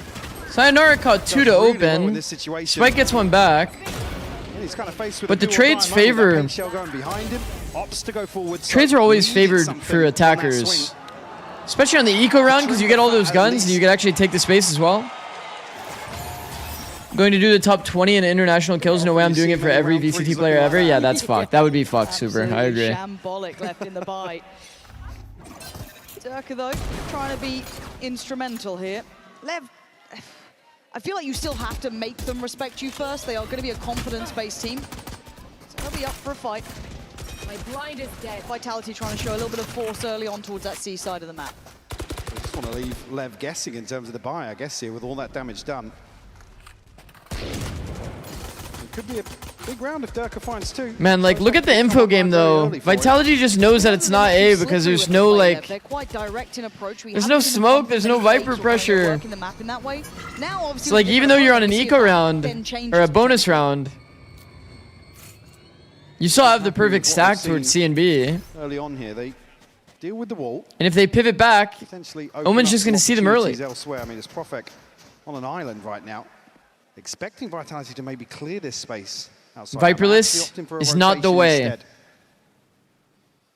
Should be on the right timing here for Yampi. Contact play here. Jump spotting from Profect, we don't really like, chat. We'd rather see a flex jiggle. There was a world that he dies on that. Mike, as you noted, 30 quick on the rotation. There's definitely a world that we see him die on that. It gets a little bit dangerous here. You look at the players. Good blind. They have 3 people here with good stall. They look a little Oh, fuck. lost here. Lev Yampi turns the flash. He takes a lot of damage. Dealt with Getting bounced around, bro. though, with 10 seconds. Oh, Can do a lot. shit. Eyes on the spike. It's leaning towards B. Dirk is still here. Has the satchels deny. Follow up. He can do it again. That's Chat. all it took, surely. And they don't have time. Chat, you can stick the spike even if you're getting satcheled, though. You can stick the spike even though you're getting satcheled, no? You're inside the plant zone. Iceman Durka there, pulling off the MasterCard Thrifty, and you saw there was that just almost hesitation when they were eyeing up. Is it because he's getting glitched against the I wall? don't mind what Lev were trying to do, but there was I think it's getting cancelled. By the way, it doesn't cancel. By the way, it doesn't cancel. If you're like this and you're planting here, and the satchels are booping you like this, you don't get cancelled, by the way. We've opened up the other side, outside of that stack. Great work from Durka. Right? Or am I thinking of diffuse? Oh, I'm thinking of diffuse. Sorry. No, I'm thinking of diffuse. It does cancel. No, you're right. I'm thinking of diffuse. That's why. I'm scared if he's going to have a game here today. Yeah, no. It's because I'm thinking of diffuse. That's why. They need to stabilize. It feels like their approach has been quite well read, or at least considered. That's a 3 hours of sleep moment. Is yet to be seen. Lev have opportunities here, but I feel like that first hurdle, they're not getting the same walk in the park that they've had in the past. However, eyeing up this A site, you can see the amount of bodies here. It's being mirrored by Vitality. There's wow, that's crazy, actually. So they would have to literally break the satchel mid-air to prevent that round from happening. He had to shoot the satchel literally mid-air. Deal with the Seekers. It doesn't really tell them too Also, that was such a late round pivot. We've got a lot of, I guess, space and freedom on that B side because of King. He's done exceptionally well, and he's there early. There should be an awareness. Or body block it? Vitality. No, because it would probably move both players. They've given up a lot of space for this Lev. Kind of threading the needle to find it, and Neon does get the reward on Profit. That is crazy then. That's a pretty funny round. Chronicle actually heading all the way to wrap this from A. Durka, still to note, Showstopper could do real damage here. Yeah, but King feels like he's in that checkmate position. Oh, Sayonara had a little bit of a sidestep on it, but the ult gets popped. This might be too little too late. Maybe not with Chronicle. Bro, the movement in these fights. How dare I doubt the original two, but Blows left with it all on the plate. 1v1. Blows has been so good in the clutch. The tap, Blows, trying to be patient. Chronicle trying to dig him out, but he's got to go now. Blows Just read him perfectly, Blows. Lev answering back with the final player. Lev here able to just... What time did Unk wake up at? Bro, it's like 7 a.m. was already rough, I'm not gonna lie, and then now it's 6. And for me, I'm waking up like 30 minutes before these matches even play. My sleep schedule is like kind of fucked for the matches. It's okay though. No, I'm in a no bitching kind of mindset. I can't be bitching about sleep. TP available now for Nobody wants to hear that. Just one away from the Blade Storm. Sanity down to just pistols and a hero rifle here for Durka. Chronicle postured up though. Jeez. With this? Yeah, come on. Bro, these satchels have been max impact. You guys remember the B split satchels also affecting the fight? Then obviously the B round, and then just now on Chronicle's fight. Nice temperature check on how Lev like to play, but dealing with the rest of this round, I don't think it's going to happen with Sato taking space. Yes, it's against pistols, but you look at Sayonara now, he's got the upgrade. You look at Durka, there's still a bit of threat to this. Kind of lynches on this. Yeah, this 1v1 between him and Swag but over towards Spawn. And pressured back. Great catch here from Sayo. That opens things up here. Yeah, that's a pretty crucial kill. It gets dangerous now. You got threats. You got a fight on two fronts. You need space. Oh! Wait, Durka's just saved him. And now Sato has to pop the odds just to kind of Did he flick his mouse? And it should. Oh my god! Oh my god! Wait, I'm actually confused. That looked really like weird on the side of Sayonara. Close on time here. He's gonna play it forward, and Neon does very well. Again, this is a very light investment from Vitality. Not out of the chair yet. Yeah, damage done. A big ultimate from Sato, who's just desperate to convert here. Rightfully so in this situation. You have to respect a showstopper that late into a post. Not sure what exactly happened. It feels like God blows fools to Durka. it felt like he flicked his mouse to go check the corner, and then he re-flicked it back. And like hit his mouse on his keyboard or something. Well, considering that Durka made a very authoritative start to things, he was very much Like that wouldn't make sense because he looked left and then he flicked back right, right? Neon's done very Or did it? Was it the reverse? Back into it, Don't remember. leading the pack here. We've already had our eyes on this I know young one man. thing for sure. It did look buggy as shit, Talk about the and amount not of space he's going to intended. get and the confidence, but does it again get checked? Sayonara is so prepared for that. All of these fast B plays, like the Jet's been taking first timing and either A-Link or C-Link. The Heaven version definitely looks better. The C-Link one is so early to be held. It's going to get messy now. Any C reaction would immediately pick that up. Versus the Heaven one, it's a bit later. That's why the timing works out so well. Angle found, and Sato going to have to try and get himself healthy again. They are down to 3, and they need him in this round. Flank coming through as well. Spike's not going to be able to go down here just yet, so they have to fight. Vitality can just freeze. Good blind. Be careful to not overdo things. Allow for an Early instant flood, stab but from the King's Fallen. Blows in reaction. Profek on Profek with 3 in the round. And it's all on Sato. Oh fuck. 1v3, man. It would take miracles. And they ain't happening now. Vitality. Again, right place, right time. I want to look at the start of that round. Again, a real opportunity, like I said, for Vitality to slow things down here, but Lev almost just misread or misgauge the timing here. There's a moment where you have to prioritize one of these fights. Once the smokes drop, all this U2 exchange Sato usually good for those. It's like a forwards. fucking. It's another That's a situation hard where the round to spike's not win. being planted 1v3. in that one window you would expect it to be. 1v3, they know where you are. Lev can rely on that scrappy fighting, but we're not seeing them commit just yet. Yeah, there's not enough pressure behind it to really instigate anything further. Knives to be depended on for Neon here, I can imagine. Durka with that operator, but back towards what we were seeing towards B. I could really see this going Vitality in 2, I'm not gonna lie. Based on the veto. Get himself over towards the blue room early, and Neon looking again for a fight. Up the challenge, and he spots his opponent. Again, Sayonara on the case. Neon this time respecting it enough, eats the paranoia, but gets at least invested early. Seeker's come out here, but it doesn't really slow Vitality down. Full 5v5 here in the post. Durka's going to be the question mark in this equation. Jump. Wow, beautiful jump for blows. In equal footing, 4v4, there's the tipping of the scales. Sato in on it, Sayonara Important back. duel. Hard to split these two. Feels like Sayo's winning all of those important now duels. Look at what's remaining. Neon waiting for someone to walk that smoke. Anyone to try and make a move. It's gorgeous from Neon. A lovely read of the game. And Durka, he knows the door is shut here. This, again, another round for Neon in my mind, where he has been the difference maker. Neon is him. Here for Lev. Neon is actually him. Creating so much pressure. You can see Vitality just waiting for an overbit. I mean, Durka's wall banging through to Link on repeat because there's just nothing to do in this. Such a good jump to set Neon up for that kill. Good team fighting. Good team fighting from Lev. Again, you got to question what's being called in this situation for Vitality. I don't know, it's just The thing is, though, for the veto, Lev picked split, which Lev is obviously a pretty good split team. Pretty deep strat book. But like, I would have much more faith in the Lev Ascent. But I understand the logic too. It's like if you were to have basic logic, Lev got fucking dominated by PRX on Ascent. Different generation, man.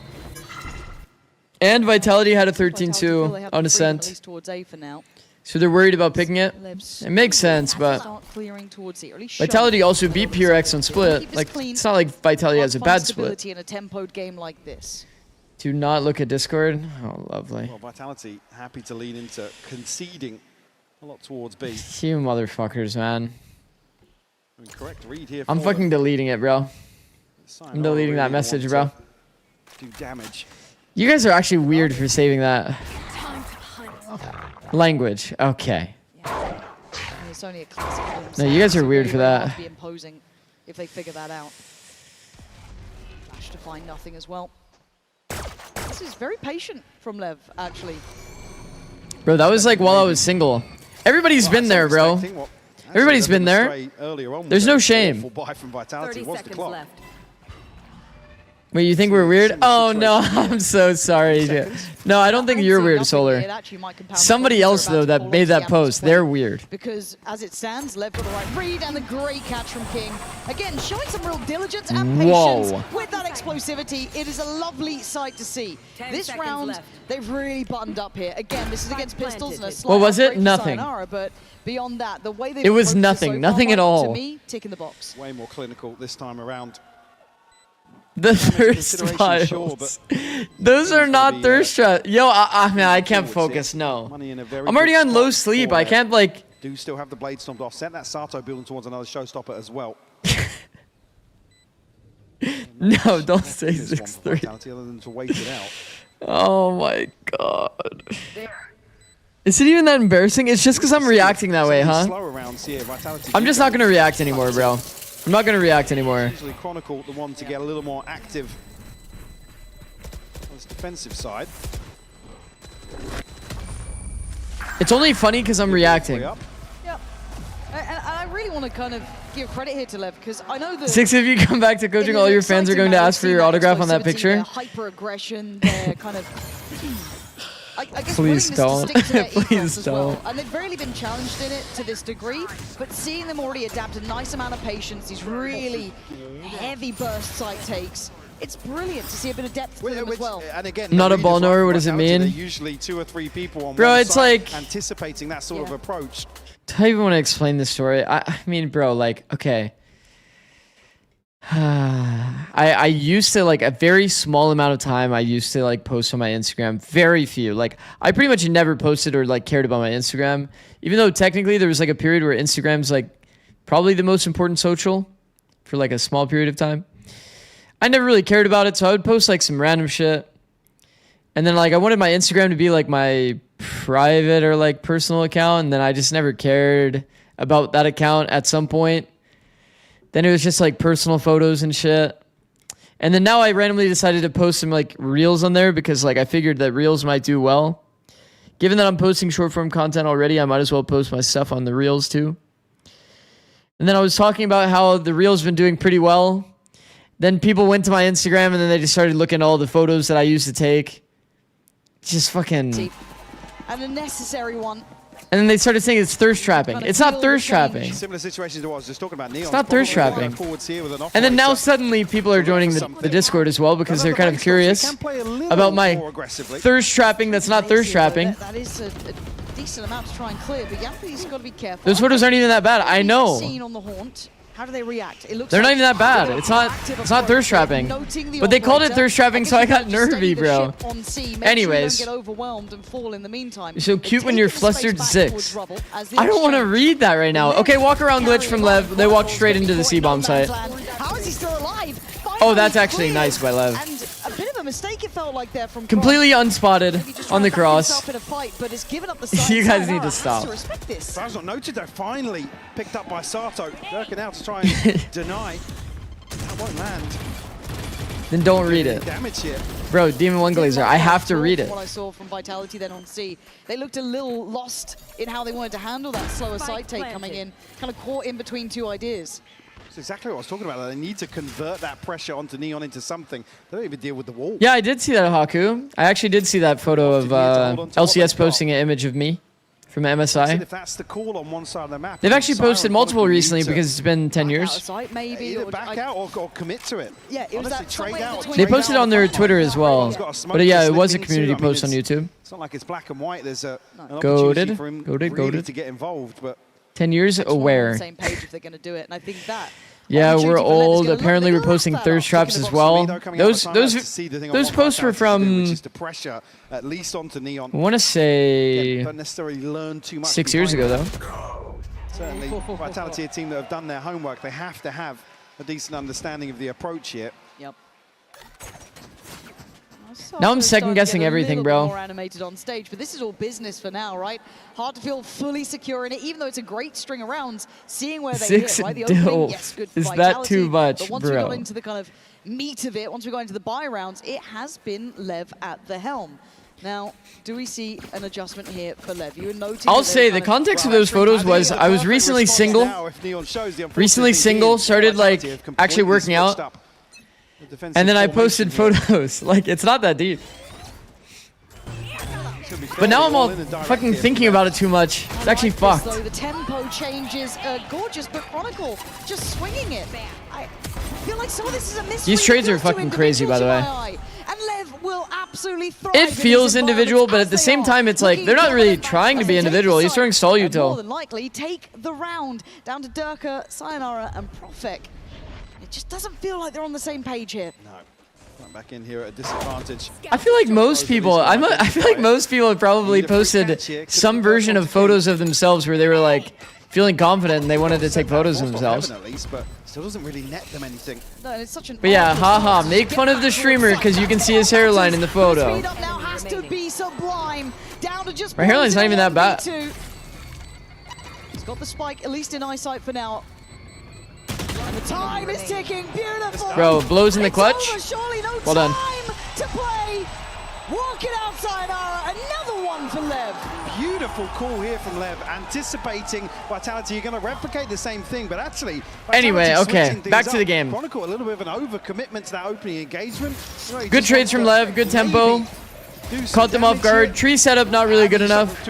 Playing there against a Raise Rocket as well, pretty bad. I think Yampi already being crossed to drop. Bolster this side hold. Put him in this weird spot where he's like half in, half out. Not super ideal. If they could bait pressure as if they're playing in and then get out, best case scenario against the Raise for sure. Raise Rocket. Flustered. It comes down to that 2v1. Beautiful. Gladstone running the clock down. Impressive work from Lev. I'm really genuinely. I mean, Lev, it enjoying is this. impressive that Lev is making it doable on Lotus. A little, as said, out of sorts. Because it has been their permaban for a minute, chat. For a minute. Kind of aware of these traps. We're seeing it. Yeah, far enough forward. Refight A. Got all that space back. An opportunity elsewhere on the map. It's a good info play, but it's a lot of utility that could be saved for the exec. Or the retake, sorry. And keep in mind, they are Retakes are execs after all. almost abusing one of the most decorated players in this game, Chronicle. They are making it look like that's the goal. Sayonara here in support. Let's see if they can be, again, synchronized in this. But Lev laying plans for later, not committing to this C approach. Profek obviously wants to take this. Waiting for the smoke to fade. Previously. Happy to stay present. Spotted. Let's catch a little info here, just on a shot. W info. Anything there, but he certainly. I think he goes for a jump spot in like 3 seconds, and it would have been optimal. What a lovely gear shift From Profek. back to those 4-1s that we know they're notorious for. Here's all this audio. Don't play tree. W. Good setup. In case they're walking in blind. Play from backside. You have no Omen smoke, which is the only thing that sucks. And Sato actually has a nade for drop. If you do end up going to drop. Profek has a TP to get out though. Boom. I just preempted everything that was going to happen. Blind to retake drop, but blind on this angle is just not really going to do much. Ooh, the shorty's powerful though. Chronicle and Sayonara. It's doable. Have it in you now. A 2v3 and Sato falls. Okay. This time here a little earlier. Big O here from Con. Yeah, now you got to make the most of it. Good timing by Blows. Bro, Blows in the late round has been undefeated, bro. The time is running low. And oh, that's annoying. Making it work for his dinner. Bro, ask any pro player, King's movement is the hardest to shoot. Looking so composed. People have always talked about King's movement. Situations where you expect He's got some Vitality's fucked up well-drilled movement, retakes dude. To really excel. It's the likes of Sato to find crucial. And Blows has just been undefeated today in terms of clutches. A freebie found. Every late round scenario he's played perfect, man. Getting ahead of the ultimate is so key. What's the easiest way to kill King then? To chase somebody down that situation. First bullet. Looking all in once more. Neon to lead the charge here with the operator. Here. It's a spot. It's just really hard to. It's so hard to kill King. He just has like a different movement style than most players. Flash on the wall, they instantly scale up. Back to their 4-1s, back to business. And to be fair, Vitality early had the read. They've lost it. Oh. Composure starting to wane. Look at that composure. He stays on top of the box. Holds off angle. King is also the IGL, yeah. And now Vitality want to get involved. Prospect shoulders up, takes away Sato, down a 3. Advantage to Vitality. There's actually good tech on this Lotus door angle. Still desperate to hold this cross here, Neon. We can talk about it in a second once the round's over. Ton of damage comes through onto Sayo. King actually on the back of that slips through. He's in a world of trouble right now. Sayo screwed. Surely he can't live here. Dead, gone, Well played. bye-bye, 3v3. Good trade. Tries to backfill the space, but Neon is so ready for... Holy shit, Profec's a little Yoru cloned there. Classing them on all fronts here. They've re-secured A. They took the long road for it, but they've got He's it. just really not expecting the player in A main. Another 1v2 presented. He's just really, really, really not expecting that player in A main. Push forwards regardless. Lev slipping into tree here. Oh no, the double tree setup. Gulp. Gulp. Again, time to do this. We know. Spots, but We know how scary this double tree setup can be. make a move here. He must know now that they've given up sight and they're in towards tree. And it feels too little, too late, but I'm happy Jump to be across the wrong. angle. The swing, it is together, it's in unison, and it's dominant from Lev already, 8-4. These guys look astounding. Lev is nice. Lev is nice today. To really find value from these anchors. That's to say as well, Sayo's getting a ton of kills. Chronicle, unfortunately, falling short in my eyes in his first half. I'll be honest. I didn't really see a world where Lev could do it in 2. Really well drilled first half. But it's possible. Thought for sure they're losing Lotus. Well was Durka. And we spoke with him Let me see. Vitality's dominant win over Foot for this HyperX player moment.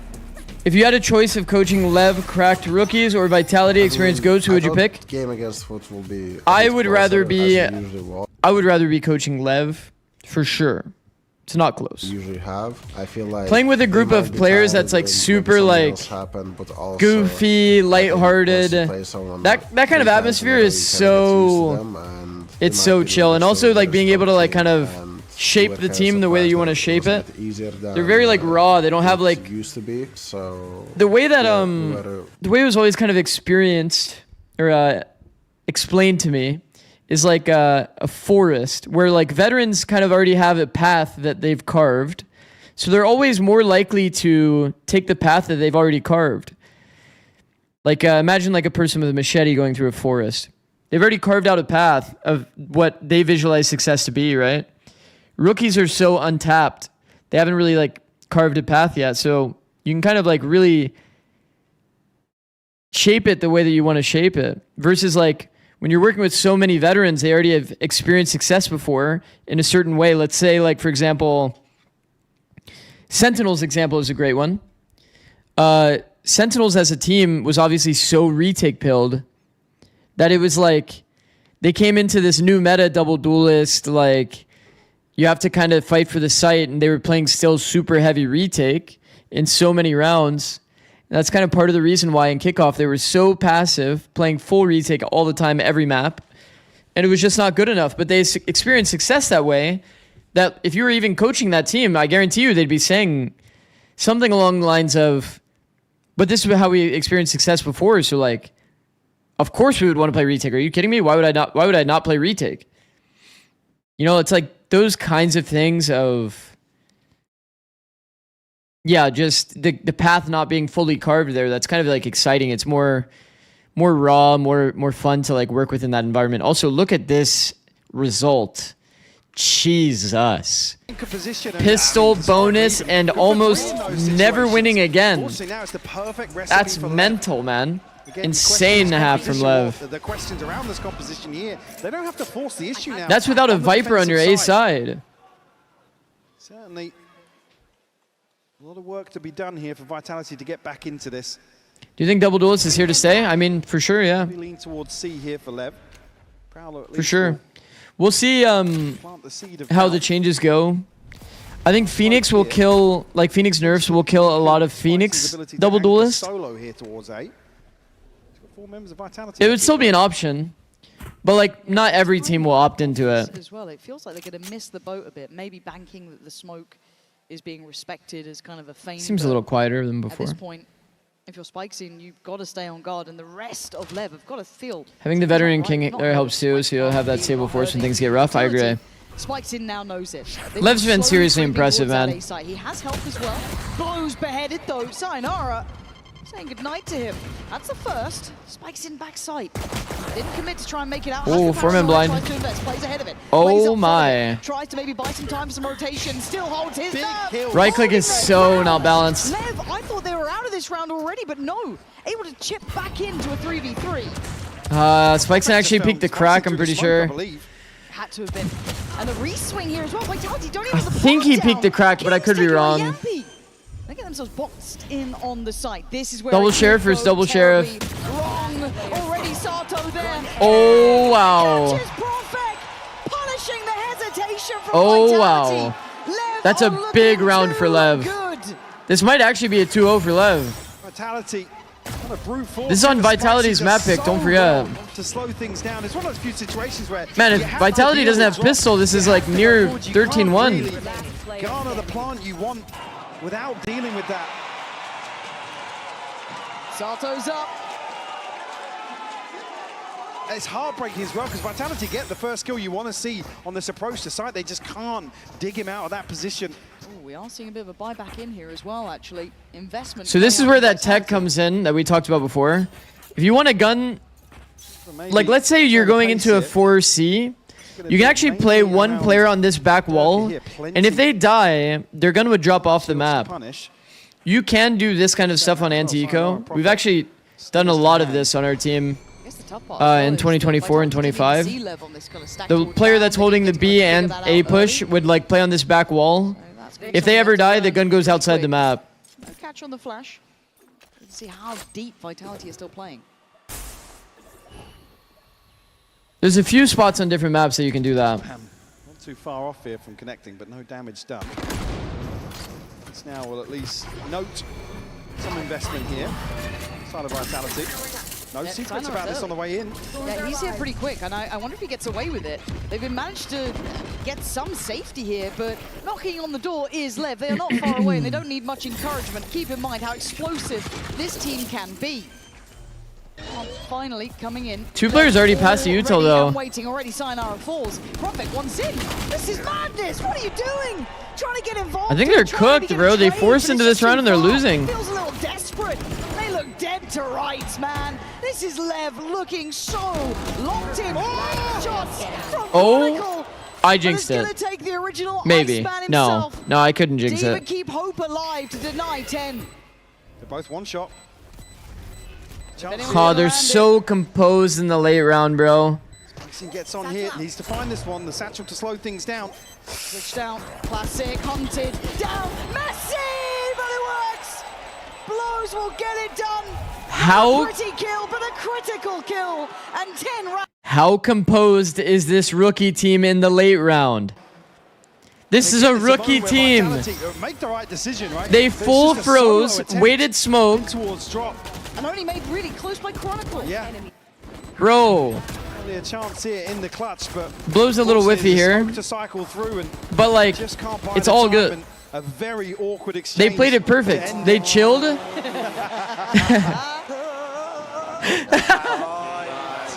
It's funny by Sato. Vitality will pump the brakes here, take their second time out. Left still chilling. Haven't had to take a pause for thought. They're actually clowning their boy like that? That's fucked. Vitality going to be thrown off kilter ever so slightly. With that purchase, don't really net good old progress out of that either. A tough task lays ahead of them. Oh, yeah. Certainly beautiful composure, though. Like, I want to say it again, man. The thing that's impressed me the most about LEV has been their composure. Being such a rookie team, not flowing into fights perma and just like over fighting. You know how rare that is to see out of a rookie team? They opted to come into this. Sit at 4 rounds. I have the keywords breathe when we're actually still have a lot of time, but somehow people felt we need to scale. Yeah, that's good. A cut above. Quite substantially too. This hasn't, I mean, in a couple You're of rounds being called by the dead comms? This is a good system, yeah? Think it's good? Lev look better. We would say a lot of stuff. We'd say freeze, calm, previous round where slow. I said Lev with this scoreline don't need to force the issue on the defense. Walk. They're happy. We had a lot Make of Vitality sweat. keywords to slow it down. Love the Budacom. Attention towards B shown from Yampi once more, but a little misdirection. There's a lot of really good comms that you can use as a keyword. In the form of King. You know who actually had a really good comms chat as a random side point? Well retrieved here. Stewie 2K. That small period of time where he was playing Valorant, his comms were actually like fucking incredible. Yeah. He was like perma spamming, just saying stay composed. Every man advantage, he'd immediately say stay composed. He was like controlling like the level of his team's like comms, if that makes sense. I mean, if you can buy time again, this is. He had insane supporting comms. It was kind of like Ethan level comms, you know? Right place, wrong time though, Sayonara on the clear. And the B side looking like where they might pivot towards. But caught before the smoke plume. Blows, stands guard, and Durka taking so much damage. And there he is, Neon waiting. Took away Kron, took away Durka. The fact that they forced in the last round, by the way, has kind of made this raps. As Profek and Yampi desperate. And Lev has been playing a little too well. Every retake has been super clumped. Lev are just better by all accounts. With 24 HP and a bit of a dream. Oh, it's just not going to happen. Leviathan again. And this is elimination chat. By step, looking so much sharper today. You've seen these situations now, the pressure starting to show. Vitality have to go so deep to try and convert some of these. Such a good reclear. Peek over the dog. Unfortunate here. I mean, man, it's such good details from Lev. You love to see it, man. You love to see it. Up against the ropes now, 3 rounds to continue this streak for Lev. We look at the timeline. Never doubt Durka. Dominance, man. How many times can we say this about the team? Again, both of these two suffering. We shall see. Paper X, right? So you thought maybe Lev to win it all. Thoughts? Nah, Paper X. There is a large difference between them so far. At least here on Lotus. Paper X probably wins. The only teams that they fought have been the top 4 teams. And they're gonna have upper finals ban advantage. It's like, bro, like these teams have a tall fucking task to try to be able to beat out PRX. What a shot. It absolutely is. Lap it up. They look fantastic today. 12 rounds in the blink of an eye. Vitality did it some weird half buy. They didn't actually full force buy. So they don't even have money going into, well, they didn't have money in that round. And then now they'll have an actual rifle for them, but it's kind of too little too late, man. They're on 12. 8 chances to convert. Map performance in a dominating fashion. Seekers available for blows. 10 rounds in a row, yeah. Again, these rounds aren't really reliant on the investment coming from Lev. Vitality's forcing every round. I think it's a bold force. I really don't like that they decided to force on second round. To extend play here on Lotus. The second round force was too desperate in my opinion. It's like you're playing on attack anyway, like.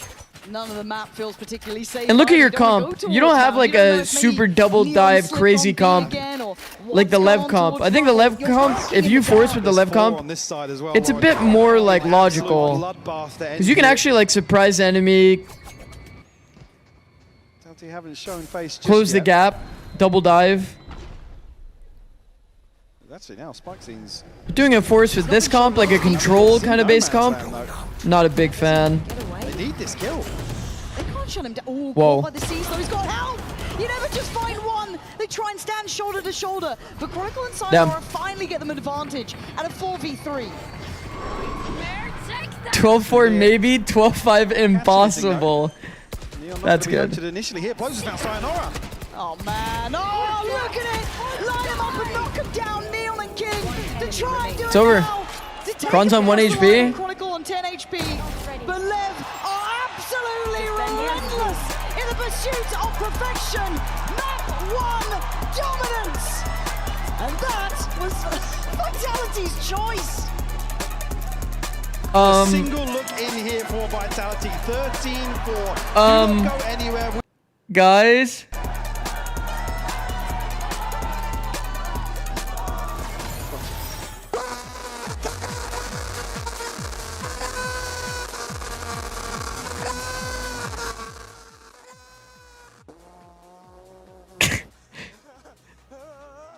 That reaction to the whiff is actually funny. Sato is so funny.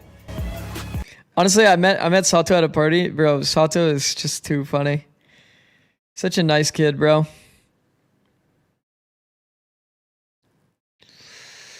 10 stream streak for Sabi. 25 streak for Wick. I think I missed one earlier, too. I missed a few earlier, to be fair. I'm always grateful for the stream streaks, though, guys. Thank you for coming back every day. Vitality kind of got mopped on that map. Yeah. Oh, my God. Bro. Like, chat, like, I think anybody not saying that PRX is going to win it all, like, do you guys know what's happened here? They've beaten every team that they could possibly face in the finals. And it's just going to get easier. They have an upper bracket advantage. Double ban. It's not even like PRX had the easy route. Bro, look at EDG's route. Let's go look at all the routes. EDG has faced Foot, Shilai Gaming, into PaperX. This was the most competitive game against PaperX, to be fair. Okay, let's go look at Vitality. Vitality, DRG, worst Chinese team, and probably the worst team at the tournament. Foot, regional matchup. Heretics, regional matchup. I mean, they're proving for sure that they're the best regional team coming out of EMEA. And then they lost to PaperX. Okay, let's go look at LEV. LEV plays against Global Esports. They were probably the second best Pacific team. So this is like a pretty good win. Energy. This is actually the second time I believe they've beaten that. No, they actually lost. This is a win on the rematch because they lost in EWC. This was the first time they played each other in a Riot official. But this was a very close match. So, I mean, these are actually hard opponents in the first few for LEV. But Energy did end up bombing out of this tournament. So, two teams that didn't even make top 6. PaperX, obviously, they lost. But they've won every other match up to this point. I'd say probably LEV's route, maybe slightly harder than Vitality's. But only slightly. More diverse of a route for sure. Actually played one from each region.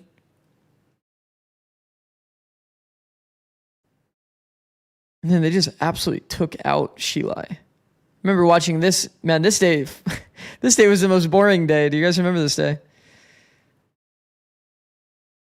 Vitality Smackdown Foot. Leviathan Smackdown Shilai. Here and there. Oh, Fnatic's at the tournament. Things, Yeah, candlelit, I imagine. Big news coming from LEV looks so good, bro. It's actually scary. Member joining the ranks. Yes, we do. Yes, LEV do look insane. I was going to say it's cloudy, but it's not that cloudy today. So the sun is out, but yeah, cloudy, smiling, and yeah, the vibes are good. Yeah, and tell me what kind of role is he going to be filling within the team? Is he going to be flexing? Yeah, he's going to be flexing and just kind of filling in what we need from him. Yeah, that's about it. And why Cloud? Why was he the right fit for Fnatic? I think Cloud is a player with a lot of accolades, or I think that's the word for it, accolades. Accolades. Yeah, exactly. And I just think he has the experience and the capability of being a Fnatic player, I'd say. But can he listen? Because he has been an IGL. Well, that's what we're hoping too, because we don't have much time for prep before stage 2, and I think he's got the tools to be able to use his IGLing ways to learn faster too. Well, I'm really excited to see what happens with you guys in stage 2. Onwards and upwards for Fnatic, I think. Very quickly though, before I let you go, is it going to be a Vitality win today? It's going to be a close game, but I think Leviathan are more exciting to watch. I think the rookies, they've been owning. You know, we are in Europe, but yeah, I'm going to go for LEV. Oh, interesting. Very quickly, same question to you both. You know me, I'm going for Vitality today, only because Chronicle and Dirk are there, and Sayo, I guess. And so yeah, I gotta support the ex-Fnatic lot. Well, I think they will be really appreciative of that. Thank you so much, guys. Go meet your fans.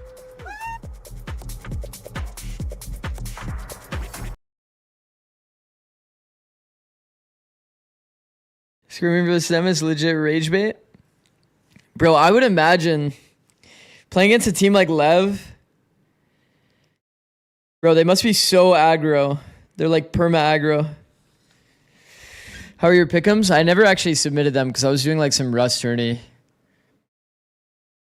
I think Fnatic can still make champs with this roster change, maybe. Why he said sayonara, I guess. I think because it was like a small period of time. Like Durka and Chronicle is obviously more of like a, you know, like something that, or someone that was on their roster for like fucking forever. So kind of makes sense. Did Crashy say they're in Europe? I mean, they are in Europe. No? Don't forget to run ads. That's a W fucking com. Holy shit, that's a W com. Ad check before game. Look at all of you guys with the W comms. Jesus. Any lane I took, boom, Neon Chamber up or Phoenix Neon Refresh. Oh, fuck. It's kind of like playing against PRX, bro. Neon was on fire. What went really Something is deep on a op line, or you're getting trapped in refought. They approach that map. We've been like training against team with the same style, so we were kind of prepared. But the boys did like a really good job individually. So I think that many things connected at the same time. Good preparation and good execution. Thank you very much, Owner. That was Owner, and he seems pretty happy about W Owner.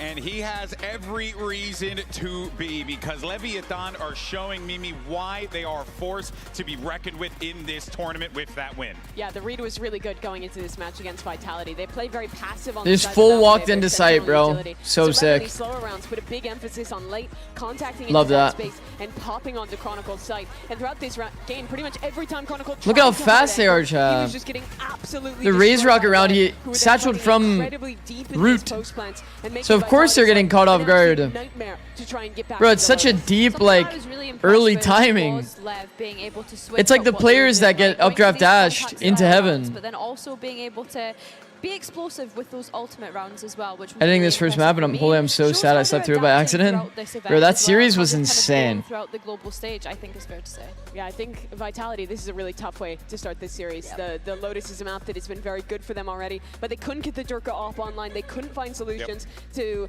Lev contacting back in. This is a really rough start for the last CMA squad in the tournament. Yeah, no, I mean, honestly, I'm a big fan of this Vitality team, right, and what they've been putting together in this tournament, right? We had the chance to chat with Pal and really like Today I learned England is part of Europe. My bad, chat. Wait, actually? High-speed moment.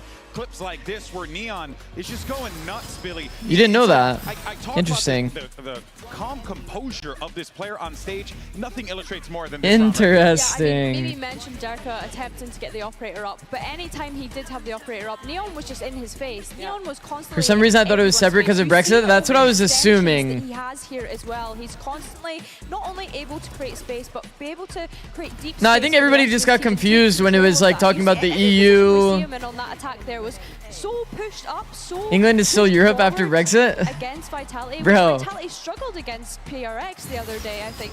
I guess that's like an uncommon thing to know for some people. As to how that caught Vitality Yeah, it's like EU is different from Europe. I think it is interesting. It does this series to also, I guess, act as a bit of like a abbreviation, but. To play close, wait for the utility expended, play these flood retakes. Here, But yeah, it's not really like the Leviathan same. doing a great job of constantly pressuring, fighting in these post plants like you're talking about at Neon, and that really ruined the game plan for Vitality on this map. And if you look ahead into Yeah, it's not really the same. Map 2 of Split, I think it's I think it's just because people say EU as an abbreviation for Europe. Kind of similarly to NA, but yeah, I mean, yeah. we now make our way over to Split, as you had talked about Mimi map 2, and if you're Vitality in this situation, Billy, right? You know, backs against the wall. This is Lev's pick. You had your choice. You went Lotus. It's been good for you. You only got 4 on that son of a gun, and now you find yourself. There's a world that death's door. How do you Vitality respond? That's the question. can do it on Split. Vitality here is that they Maybe. can find some confidence in knowing that they were able to take Split off of Paper Rex the other day. And Yes. honestly, coming into this map veto Agreed. today, I was questioning where were LEV going to spin their map veto, because I think that they have quite similar map pools across the event, that at least that we've seen from both teams so far. So honestly, yes. If you owned an org, what would you name it? Split, I think for me, it's 50-50 when I look ahead to Split. I don't know. It's fair to say that. But I think what's Didn't I make a joke before? Like TBD or TBA? to this pressure. We keep talking about the next step, the next big game, the next great hurdle. And if a team of 4 rookies can stand tall, If you make it TBD, then like it's just gonna perma confuse people. and perform to the level they have all tournament. And they've done that yet again. They've just crushed some of the players that they were looking Zix's up to kittens. when they first started playing, when they first It's like started Chet's watching pets. this game. Would you let me IGL the org? IGL the whole org? You also have the blessing. You mean like CEO? As well. So You're asking me to be my CEO? Let's build, bro.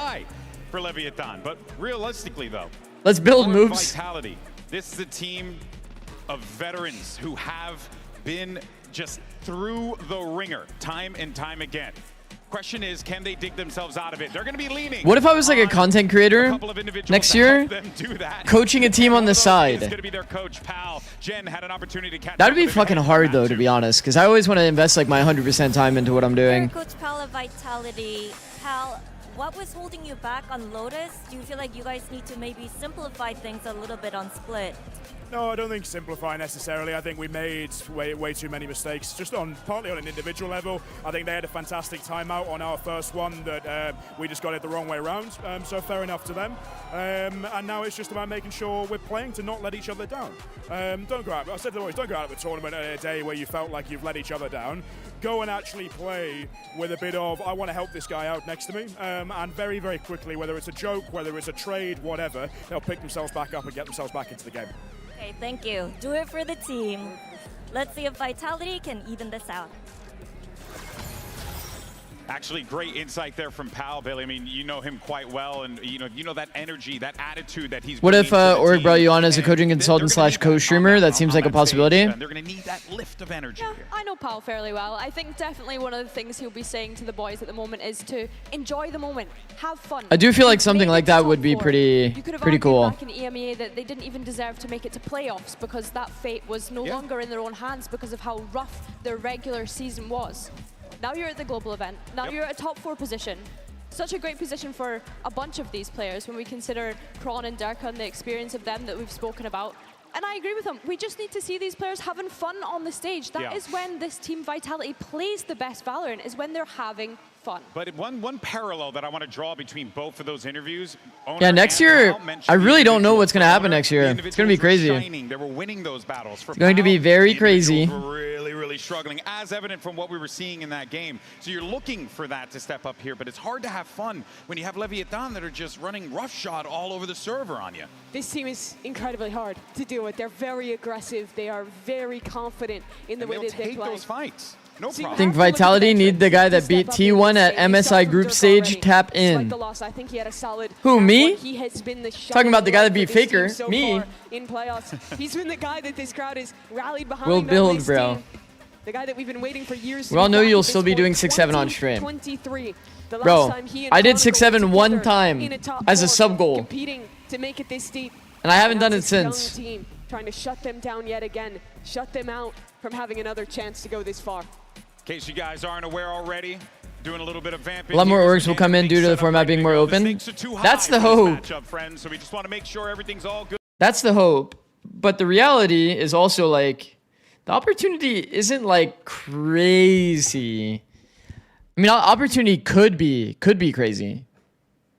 But like, think about it.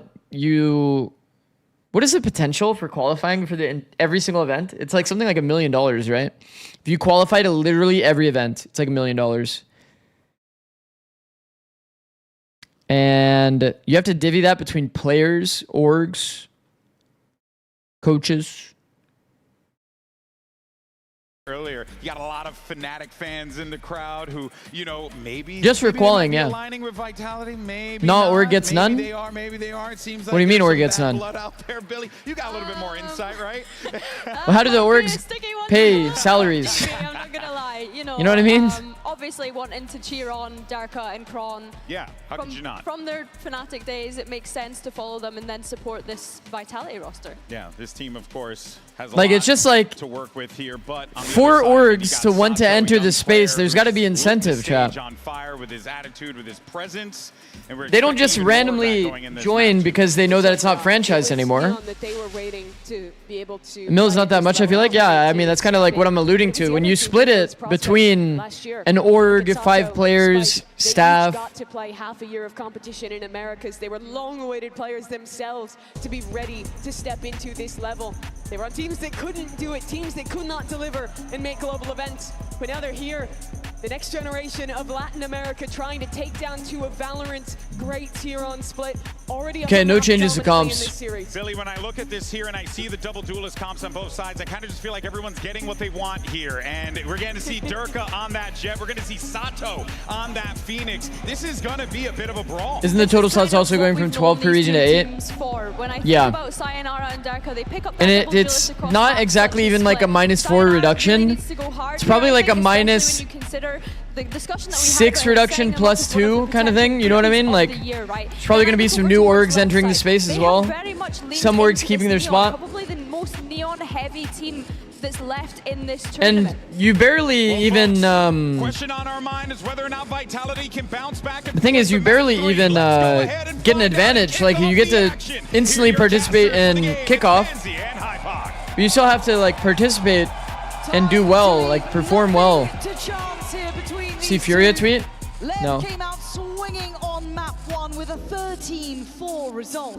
Vitality looking under the boot, beneath the heel. They barely got a shot in that first map. Yeah, I mean, LEV got to be feeling themselves now. Thank you, Alum and Nerve. Vito coming to Split. Again, something here, a real opportunity for Vitality to fight back. I mean, probably one of the most dominant performances outside the Pacific game domestically versus Paper X.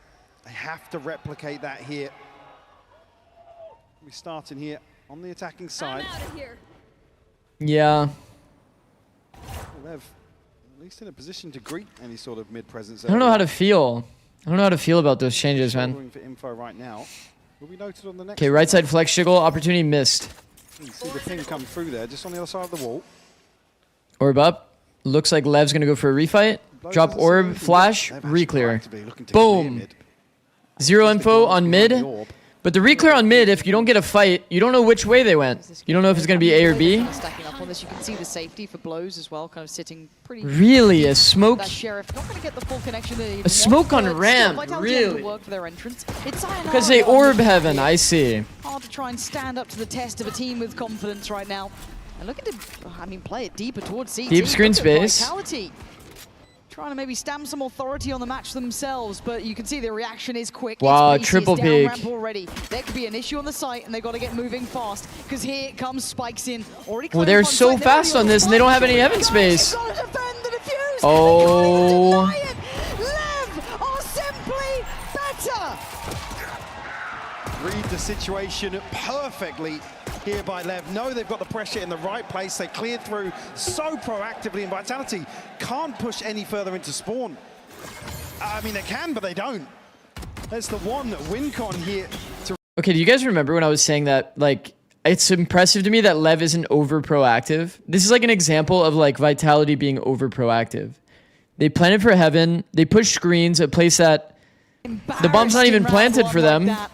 Again, and they got fast retook on. Need more confidence, but they're going to get it. Everything lining up, reading the game well, denying any chance of a fight back in early. Vitality don't need any more pressure either. You see how they are crumbling. Like, getting that screen space does nothing for you if it's the bomb's not planted for you. You didn't get any disrupt there. You didn't play for the good team fight. You played for like a weaker team fight. Down Sato, one with the molly as well. You want him to be farming, and he is. That's 3. Look at the already halfway.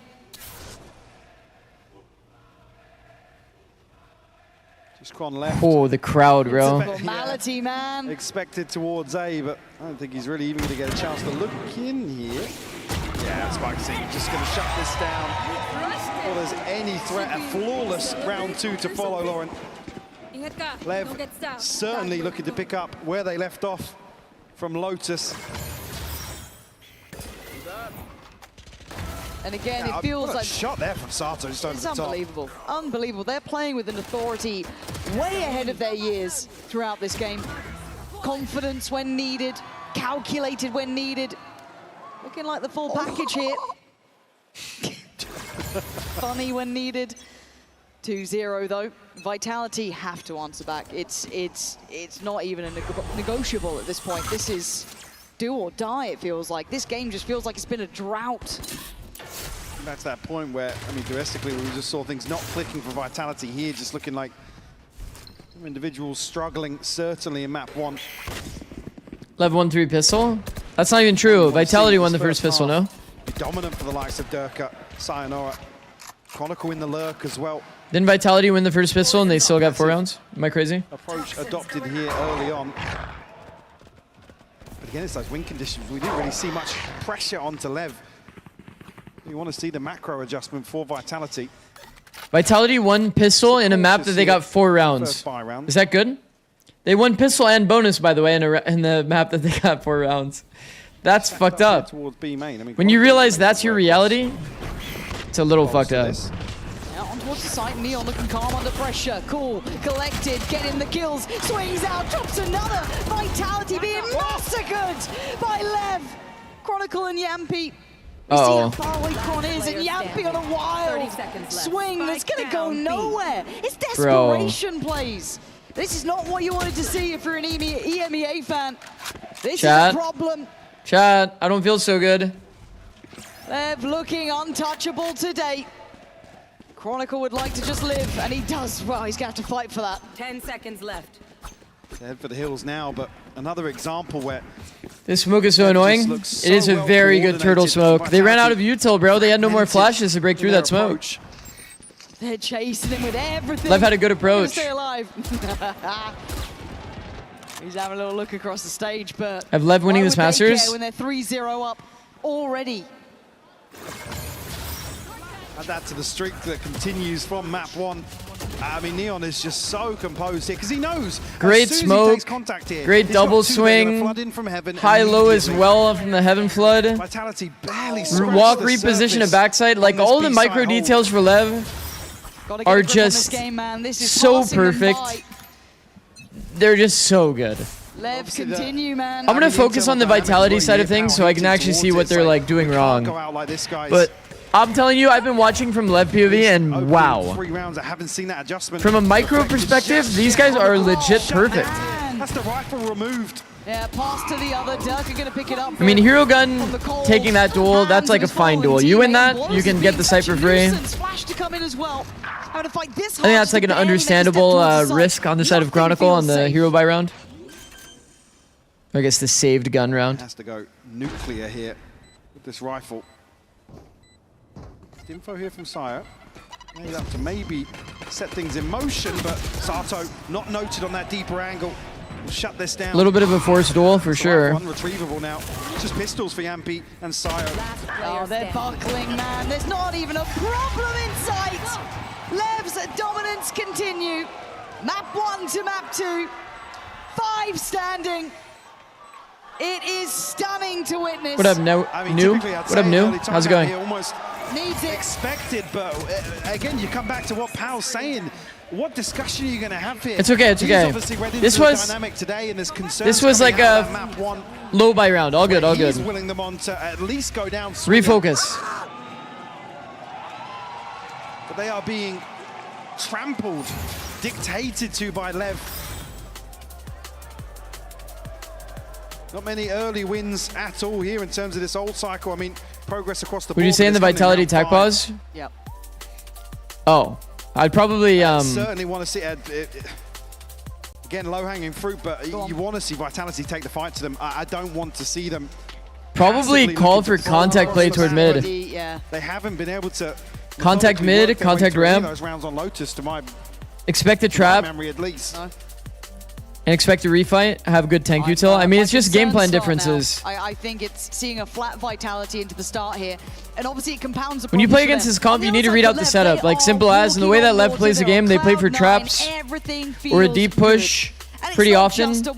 Pretty similar to PRX. Sato taking over the game or Neon taking over the game. So you have to like kind of read out LEV's playstyle in each round. It's not very one-dimensional. I see the commitment as well. Like once they feel that tempo and they've got the confidence, a perfect example. They do change it up like pretty damn often. For Neon to just go sometimes re-clear B main. Paranoia's burn. He's got to just challenge, but he knows Spike Scene's there. It's full faith. It's the things that Pal's alluding to as well. It's like, guys, bail the guy out next to you. Fight for each other. Again, see them here split 3-2 across the map. Here. Oh, we wait and see, don't we? This time we will be having a listening with Vitality. And I'm sure it's going to be sour from the word go. Spikes in instantly. Removes Durka. Where's the danger going to come from now? What is the answer? What is the remedy for Vitality? Sayonara, is it going to be you? He spams, bro. Find out now on the listening. Yeah. It's fade towards A. He took info. Just come towards A, please. Yeah, we're coming. As for Phoenix here. Stefan, you have double flash, double satchel. Yes. Nice. Stefan, go to the rafter smoke, okay? And we focus side. David, I need you to TP out to side, okay? Yeah. And they didn't have op. We go contact and we go on contact. Yeah, it was Neon ramp and one rafters. And let's pick me 3, 2, I like 1. this. Let's go ramp. 3, 2, 1. You can open the wall as well, boys, when you want to pick. Keep picking. Yeah. Careful left side ramp. Yeah. I'm ready to open the wall. I don't see. Ready to go. Rafters open wall. The issue becomes those contact plays are difficult against a team that's trading like they are. Hitting shots. There's no smoke. Sayonara gone. The tip of the spear fully blunted and Spikes in already on the side. I think they should have pivoted the strat once they saw the player on rafters. When you see a player on rafters trying to like double satchel rafters. It is magic. Yeah. Poetry in motion for LEV. Not ideal. And nothing is stopping them now. Some details missing, man. Comes excruciating to watch a team struggle. I think when you see a player on rafters, you pivot the plan. If your plan is to no matter what go rafters, and there's just a player hard holding you and you have no supporting util, you're just gonna lose. A lot of this. I'd almost feel more comfortable. In fact, more often than not, if you see a player rafters, sight is like kind of empty. At least trying to trade off each other. I think they really struggled with was LEV just flooding bodies to the right place. Is that stack? I think they just never updated the comm after Durka gave the info that there was a player rafter. Here comes the elbow from Sato. Flash in. Good flood. Can he find someone? Really good flood. Oh, way too much value. Again and again. Just keeps going. Desperate to answer back though. King bails him out. Sayonara desperate to spray onto the reset there for Sato. Oh, you can tell they're not fully composed. In a 2v4 Guardian Chronicle. No spike scene, but Durka solo endeavor towards site here to get the plant.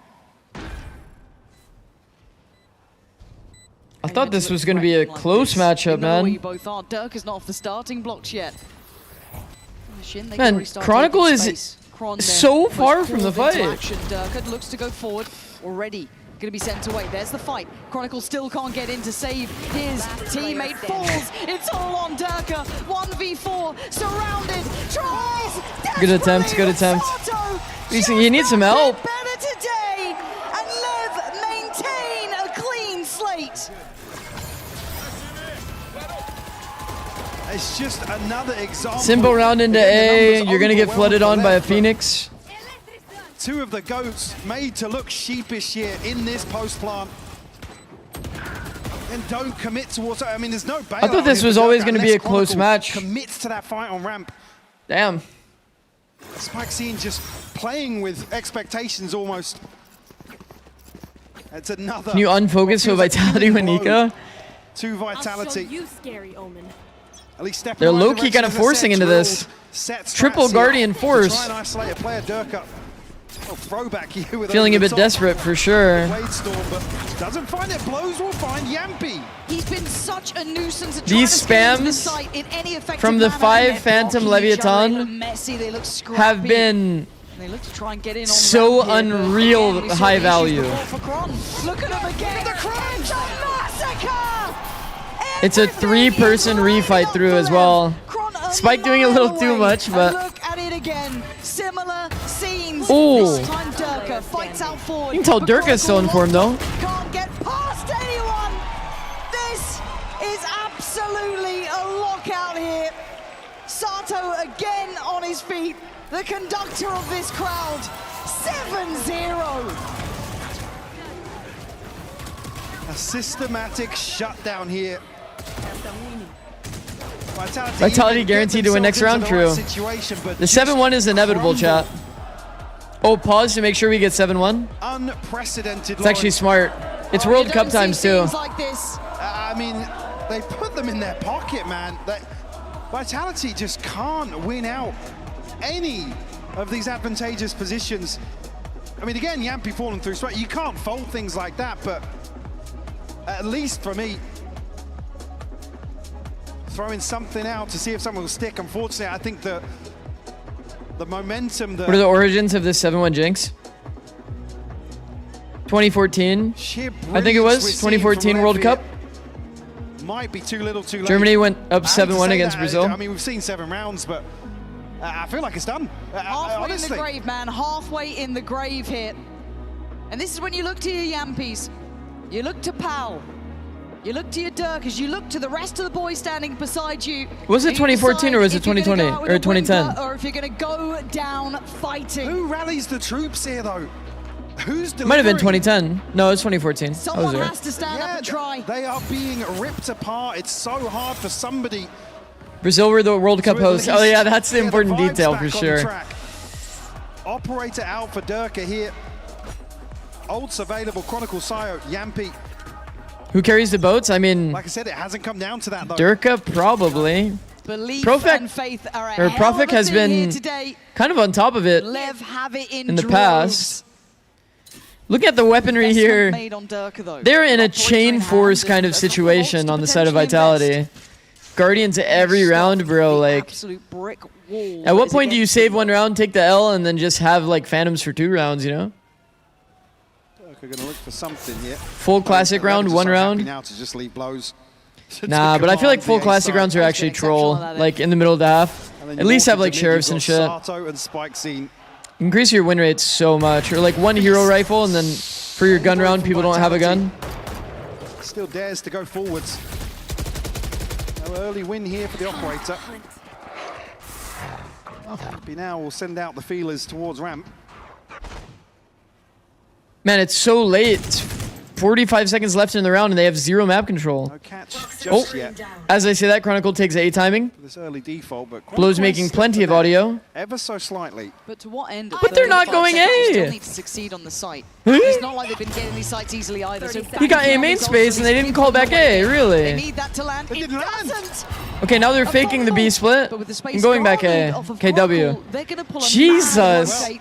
He's got to stop this though. He Good has to call. stop before they get back. And it's a messy Good call shot, in the and end. he's being pressured. Oh my god.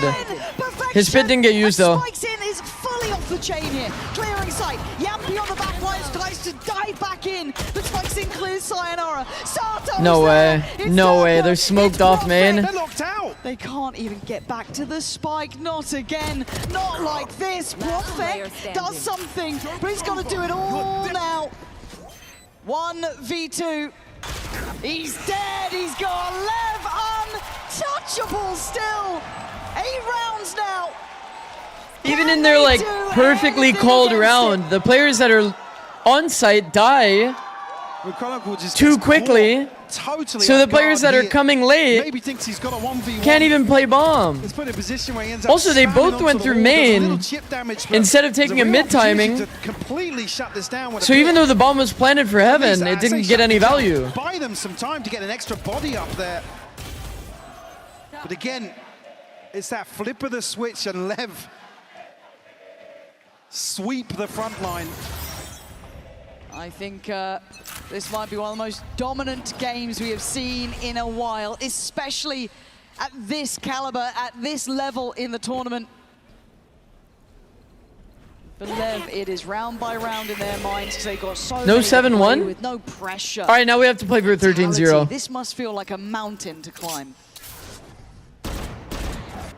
Didn't even really come close in terms of piecing together a comeback once. Like, I knew Lev Lev split was got nice, rolling but this nice? on Lotus. I think one of the underrated things that we kind of talked about is the fact that Lev always buys 5 Phantoms on this map. These spams for them have been so money. Vitality have taken so many like early timings on the smoke. So here, for example, watch. When the wall goes up, you want to wait for a second and then cross. If you take the first timing on your cross here, boom, wait, then cross. Like there, Sayonara risks getting spammed and killed for free. Could catch him off guard potentially, let's see. Almost lulling them in, but that was a clean shot there from Yampi. 30 seconds left. Clutching at straws though, looking for silver linings. Blows still on the side kick from behind. He gets a Magnet. great catch on Durka. Absolute magnet bullet. Waited patiently.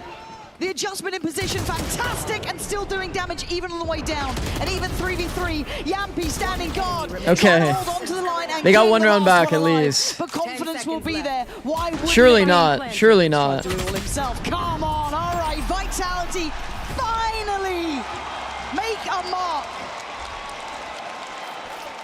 Finally, a little bit of momentum. Something to stand up about. On his feet immediately, but What a shot, by the way. Beautiful shot. Let's go, Who's Yampi. could be the difference maker? And it might be the captain. I mean, it would be the one person to actually get the vibes back in the Vitality camp. Chronicle trying to rally behind that.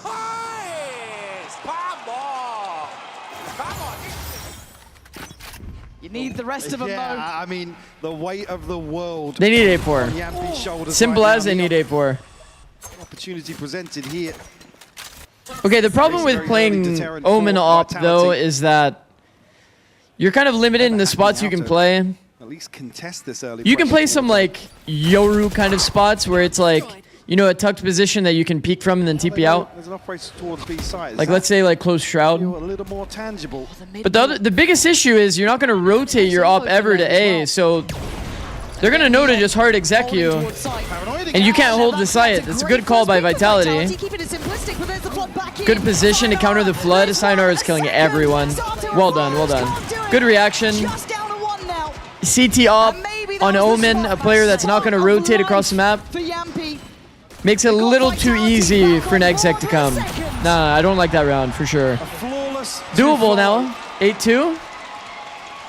I don't want to overhype it, but if they get 4... The chip away at the finances. Ulster consider here, but the first time they've really got bodies ahead of this flood. Doable, Sayonara doable. does so well to reposition here. Again, at least demonstrating Overconfident? the understanding of what Lev are going to do and when. And for me, it's key to note the operator quick enough. They had the right read. They were there quickly, but Not an opportunity for Neon Neon kind of to go insta-died, and it was forwards obvious, you know, Maybe he's not going to rotate his op. He's Complacency in the formation. He's playing Omen. No, you can't. 4-8 plus pistol. Yeah, I mean, that makes it extremely doable. Instantaneous Viper's Pit towards middle, though. Haven't really seen that explored too deep. I mean, we saw that lurk in the last, but still, for Lev, it does just garner so much security now. Why do I feel like Sato wants to go flash out at the backside of that? I think we've watched a couple of games of them. Now, let's see how much Neon can handle, because this is now all 4 players looking to once again punish this side of the map. Support on the way in the form of King. He's going to be playing from heaven. Doesn't get noted. I think there we go. That was surely enough. Teams do this default with this turtle smoke. No, Seekers But, like, garnered. you see how easy it is for King to just pick up the gap and be like, hey, no one's there. Also, he dropped this pit, which is a little funny, but Both duelists, they probably want to open up those. surely we could have had this a little reversed. I guess Spikeson has a judge, which makes it a little awkward. No pressure towards King has a Rose. better gun to actually fight the deep B space in case they do pop B. But they have no way to get info back. They do have a pit They don't once have a way to more, get info back, chat. in an A site post plant. So there's no way for them to like rotate out of this B setup without getting enemy info at A. No way does Blows get another from this angle, by the way. Again, Spikeson's already in the smoke, holding. 13 second of the pit goes goes down. Dirk has been loving to try to get this deep screen space. Profek has to go wild. He has to go crazy here outside the pit. Very reliant on Chronicle to be the late round piece here. Feels too passive. Yeah, Profek needs to get active, bro. Let's start getting active. There's that TP. Oh, he's spotted. It's over. Feel it constricting around on the side. He's going to get one, but there's Profek on the Chronicle would have to be the, yeah, like, against that much spam, good luck, bro. Viper ult is not that good. Get spotted and everybody just spams the area. Towards the smoke again, they're expecting it just to be the one anchor from heaven. Durga got trolled by the Sky ult? Really, did like the Sky ult go past him or something? Walk into the blender. I see. That makes sense. Sato sitting at 15-3. Absolute heater of a game for him. One away from another. Maybe one day they smoke heaven before the exec. Operator to hand. You know, honestly, Love, that is fucked, but that is true. And this is just to get them a 9-3. Yeah. It's pretty true. I don't think we can... the one time they did smoke it on proper timing, they got spammed anyway. With a shot in the dark, he's going to be rewarded, but Sato feels like he's being given gifts from the gods. But Chronicle does get a trade. First time we're seeing actually an advantage, I guess, at the beginning. Okay, 4v3. Deep breaths, everyone. Time left to play with here. Dog. Sky's still here. And too big of a question mark elsewhere. Did spot here as well, so I know we'll find blows. They don't know about Neon, but they certainly know about King. But he's already done down. Okay, that's a ballsy flood. Imagine. Easy now, that's 3. Yeah, but do you see the amount of kills without the smoke? True. There's a heartbeat on side, but that's about it, clinging to life. And the question is it just a death rattle before they fade away? LEV up on 9, Mike. This has been a brilliant display from them, showing exactly why they are here, how good they are, and you don't want to miss how this closes out.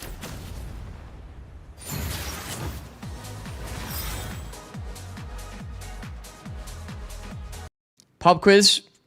Only answer if you don't know for sure the answer. Hold on. I've already done this on stream before, so no cheating, okay?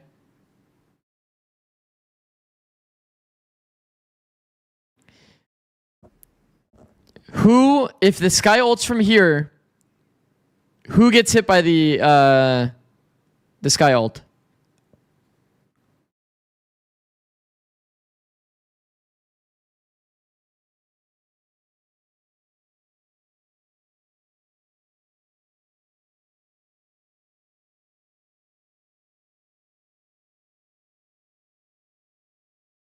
It's Phoenix. It's Phoenix shot. It calculates in game the like travelable distance instead of the ones that are actually like map wise closer. We actually tested this in a server one day because I was worried about this exact thing. I was like, fuck, man, like what if you ult from here and the players are just down mid? Because then it would take a longer time to travel this way. You'd get baited. Fun fact.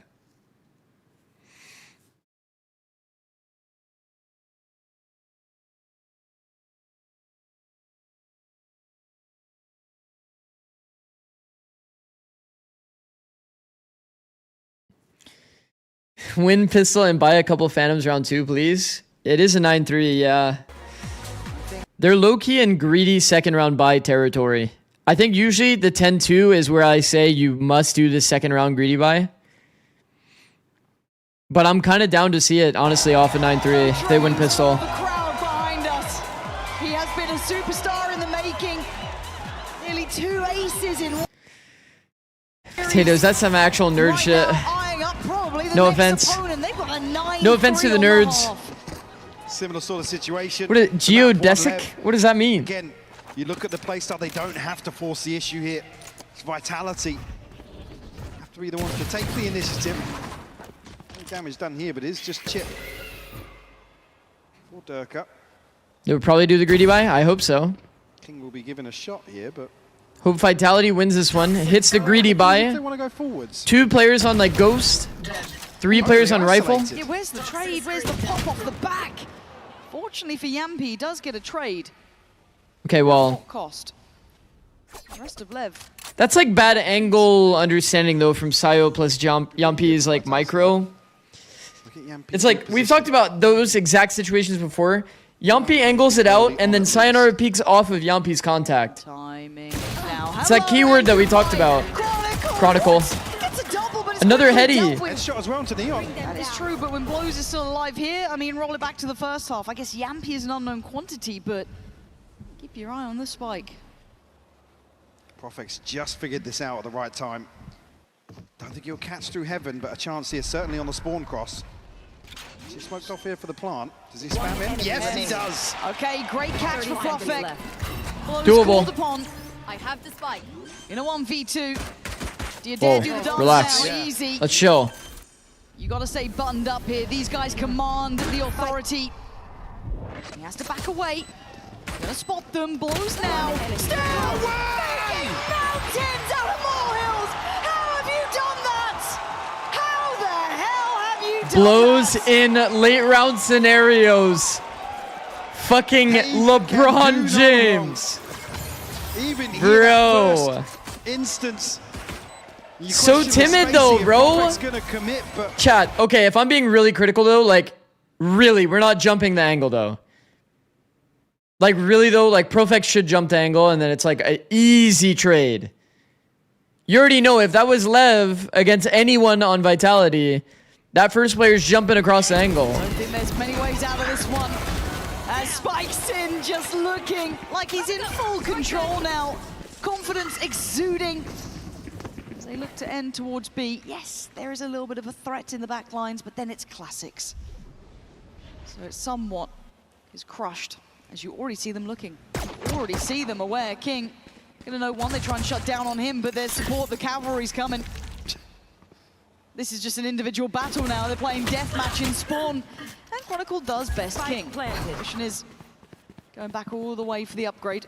Oh, it's outside that's the map. foul business. Wait, What you gonna do now? wait, I can use that for my video. No. No. Okay, listen. I can use that for my video. Oh, he's still finishing with a flourish, man. This is the lowest. Because there's actually now 2 times in 2 days that that's happened, the gun. Whenever you die, your gun goes backwards, chat. So you put your back to like the edge of the map, in a lot of spots, it'll actually fly off the map. Simply outclassed. Do not throw your gun outside the map. Wait, Zixi did the thing? I know, Square. I'm gonna make a video about it probably. Well, this bonus feels like it's got a little bit of weight to it.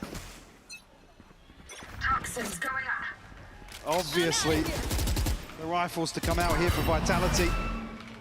Spam here early on, but Lev, again, you can see the wind in their sails now, straight up middle. Yeah, but Sayonara is going for a push. We are going to have a listen in with Lev right about now. Let's see how they're coping with this pressure. Dois CT, fria. Peda, Paquinho. Tá comigo. Nossa, era... 3. Um do homem, 120 na raise. 120 na raise, Blue. 3 balas. Plantar aqui é muito bom, você pega o planta. Hits Blows in the late round. Vou fazer, King. Eu gostei, eu sei onde você vai jogar. Bombe. Spike planted. On this side of the map, of course it's going to be Blows, but his HP is so low, 18. But if anything right now, it feels like they just couldn't do anything wrong. It's kept he played it well by Durka in the end. Extending play here for Vitality. Such fine margins. You ult here? No. You would never ult there. So few for Vitality, but 2 crucial kills here. Beautiful shot from Yampy as well. You're talking about Fade ult, surely, right? A little more now, you wouldn't want to give away your position. Also, you're 1 HP. Like I said, I mean, they're happy to throw rounds out like that. That was a bonus. Especially on a bonus. Your biggest advantage in any like 1vx is that they don't know where you are exactly. So they can't be ready for the fight, but you are fully ready for your fight. Early ult's not going to be is it winnable for Vitality? Vitality at least. Spike scene, just missing one. Sato 2. We have the Nightfall available. 4 blows. And It just looks like they're just getting It's gonna be rough. direct. And Sato, They have been spammed so much. Prophet's gone, man. King in unison, Neron. Both sides of the map, they succeed. There. Reduce the numbers of Vitality here. Again, nobody's going forwards. There's no attempt to at least equal the odds here. LEV just freeze. Always winnable unless it's 12-5. No one has ever won a 12-5. I agree. Themselves a wide open sight here for the taking.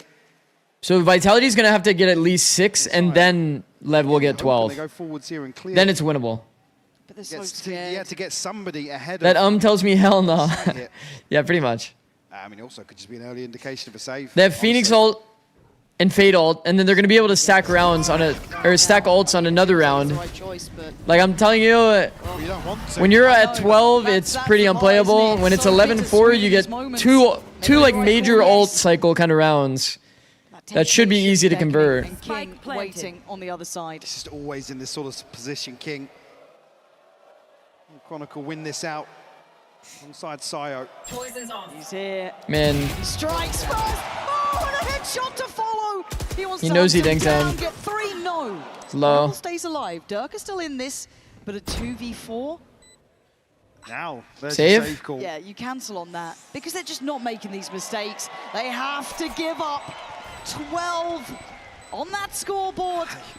It's only Durka and Profek to carry money out of this as well. Jesus.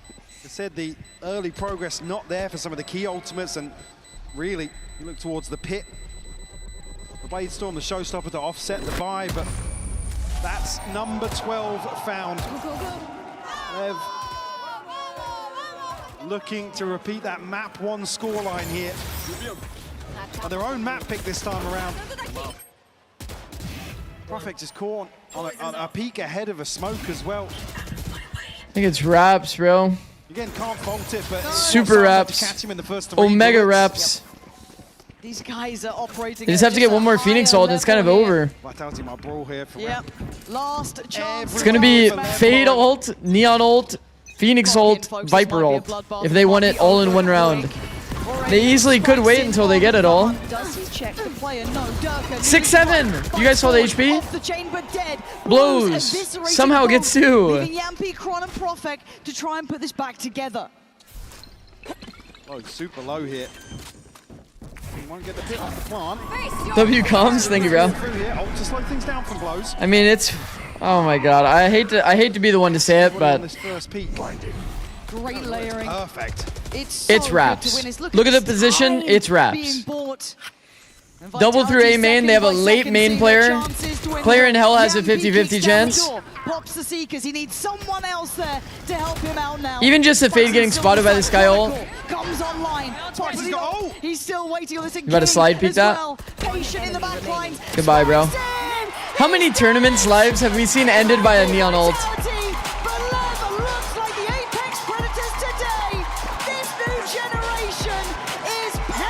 Didn't Energy also go out on a Neon ult?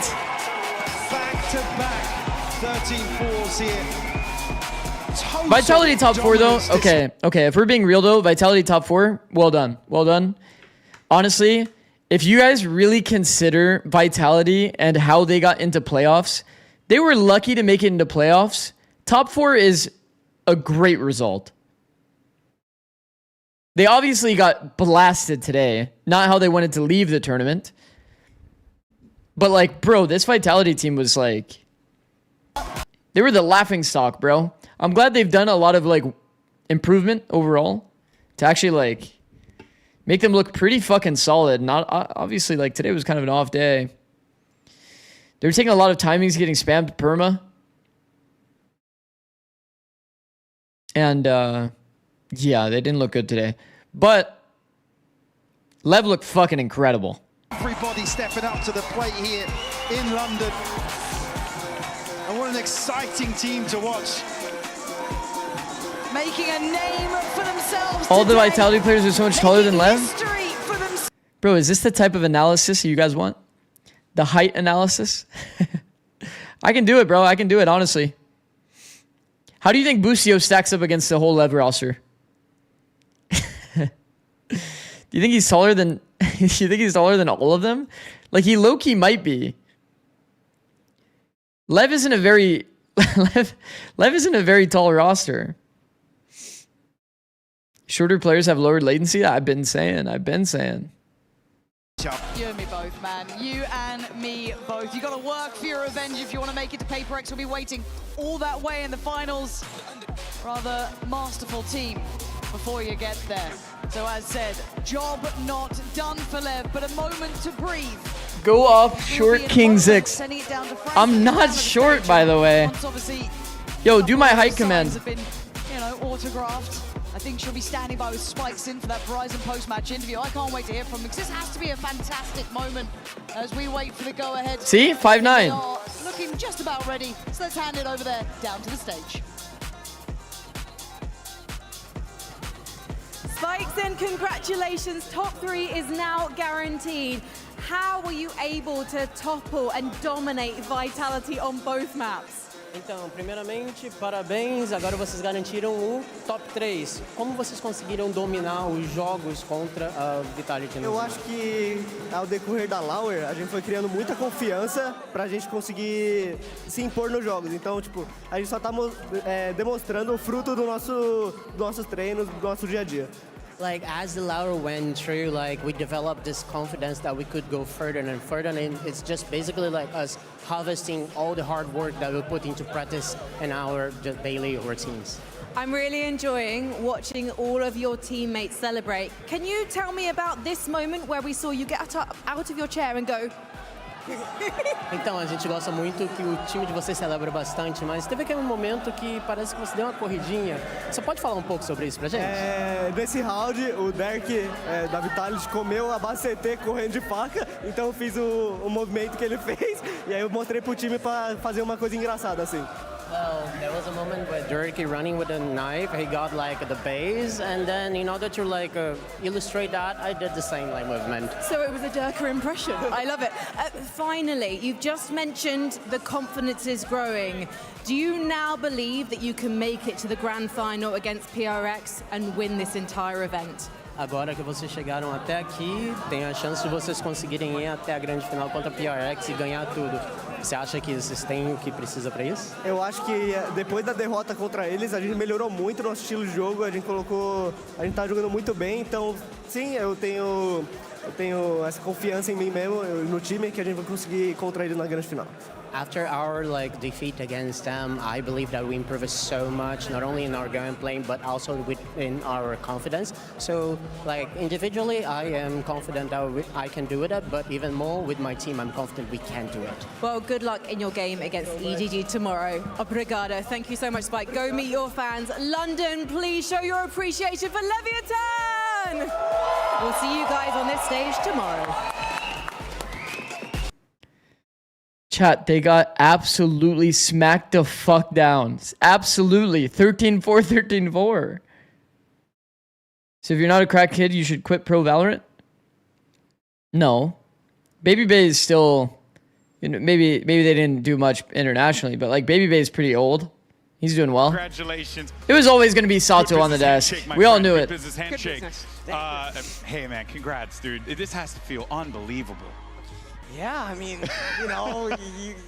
you're playing one day, and then the other day you're just here. We were just two guys yapping while you were working the desk at Americas, and now here you are, top 3 at an event, a global event. What does it mean to be in this position with this team? Because you guys have worked so hard. Man, it's just like a dream come true, honestly. You know, I'm with friends. Yep. They're like family to me.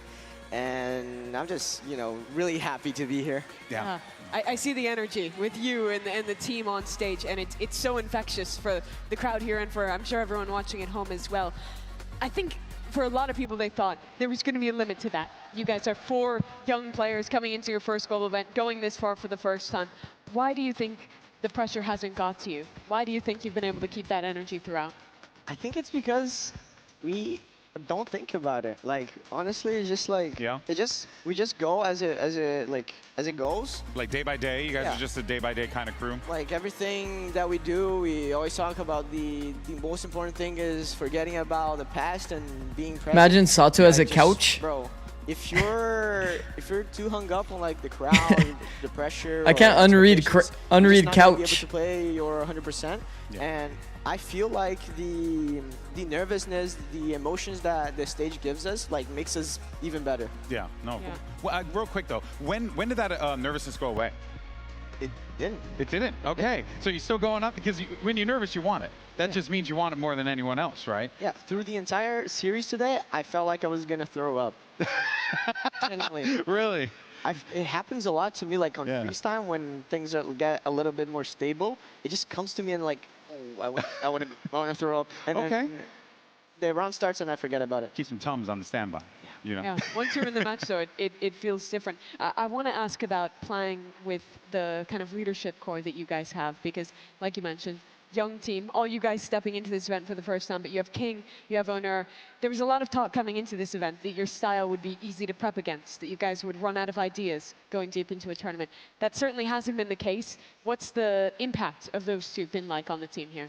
Yeah, I mean. Okay, Sean, let's not go that far. That might have been true, because the form that we are right now, I feel like it's the best that we've ever been. Yeah, they're in insane form. They're flowing so well. Since we're so young, and like I think we mix up really well, because he's a guy that really takes detail into account, and since we're all young, we're obviously going to listen to him.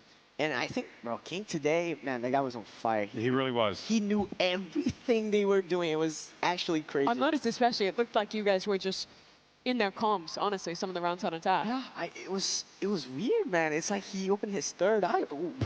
Yeah, don't fall yet. Fall off. We need you for the almost fell off the stool, bro. I guess, you know, to kind of lean more into that, though, like as you said, he's like Dr. Strange opened up his third eye and he's seeing the world as for what it is. But I do find it fascinating that even with all that, you guys are still doing these like very fast, very just aggro plays, and it feels so cohesive. Yet at the same time, if you would have told me like, oh, I'm thinking they're just going to go out there and set it and shoot them and win the round, it feels like that too. Is that kind of how it comes across out there for you guys when you're playing? Like, because at times I'll just see you make a play and you do it with the utmost confidence, because you know, like if you lose out on it, it's okay, someone else is going to pick it up.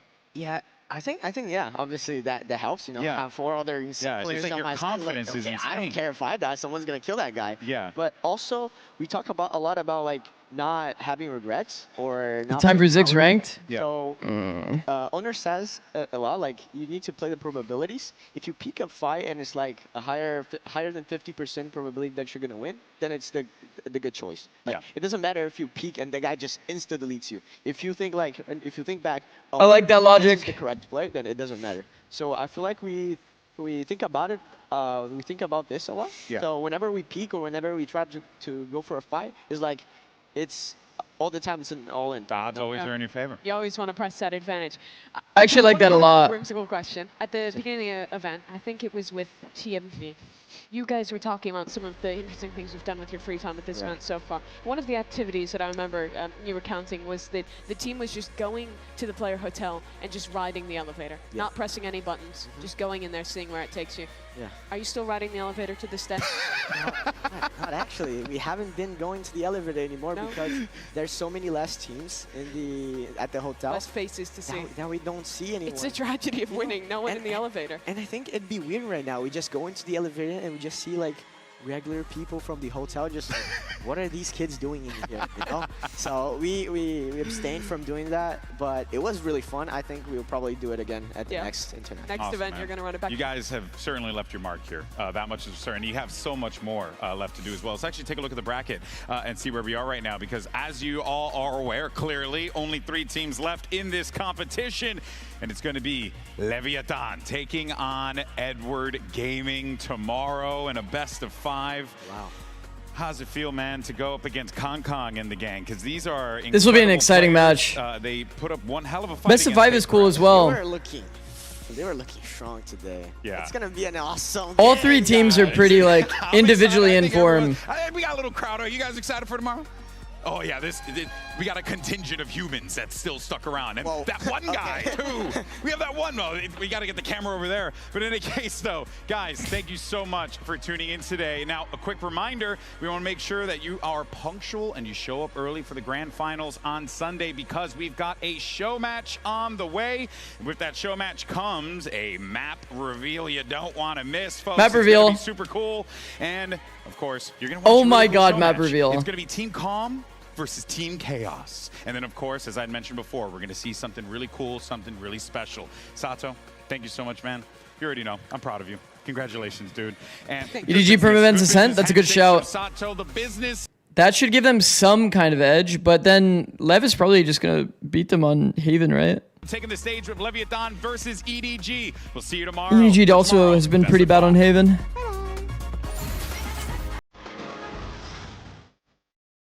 And split.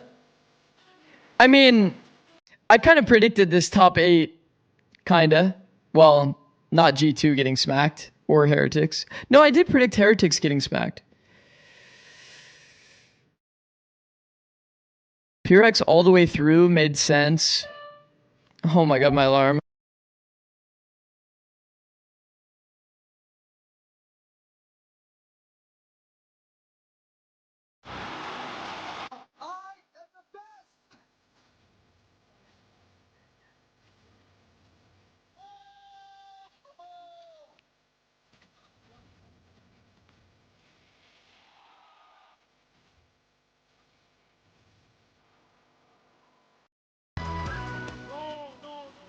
Okay, chat, I gotta go. The fire alarm's about to start blaring.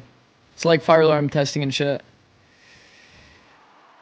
So, thank you for watching, guys. Thank you for watching today. We'll be live again tomorrow, same time. Unfortunately, we have to go, you know, another early 6 a.m. kind of day. No ranked. It's gonna be like, bro, it's gonna be... Nah, if my fire alarm's going off, like, especially, I'm not gonna play ranked. That'd be way too annoying. 2 best of 5s back-to-back, guys. Back-to-back days. I'm so excited for the new map. You guys have no fucking idea. Stay tuned. Tonight, I'll probably make a YouTube short. / TikTok. Follow my TikTok if you haven't already. Probably make a new one. It's not going to be as insane as this one, probably, because this one is fucking crazy. But I'll be making one probably about...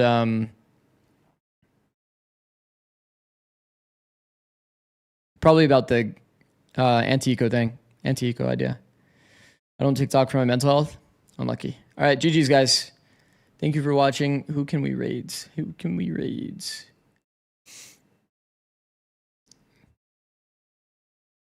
I'll raid Chase. I will raid Chase. Thank you for watching. Can everybody just say hi?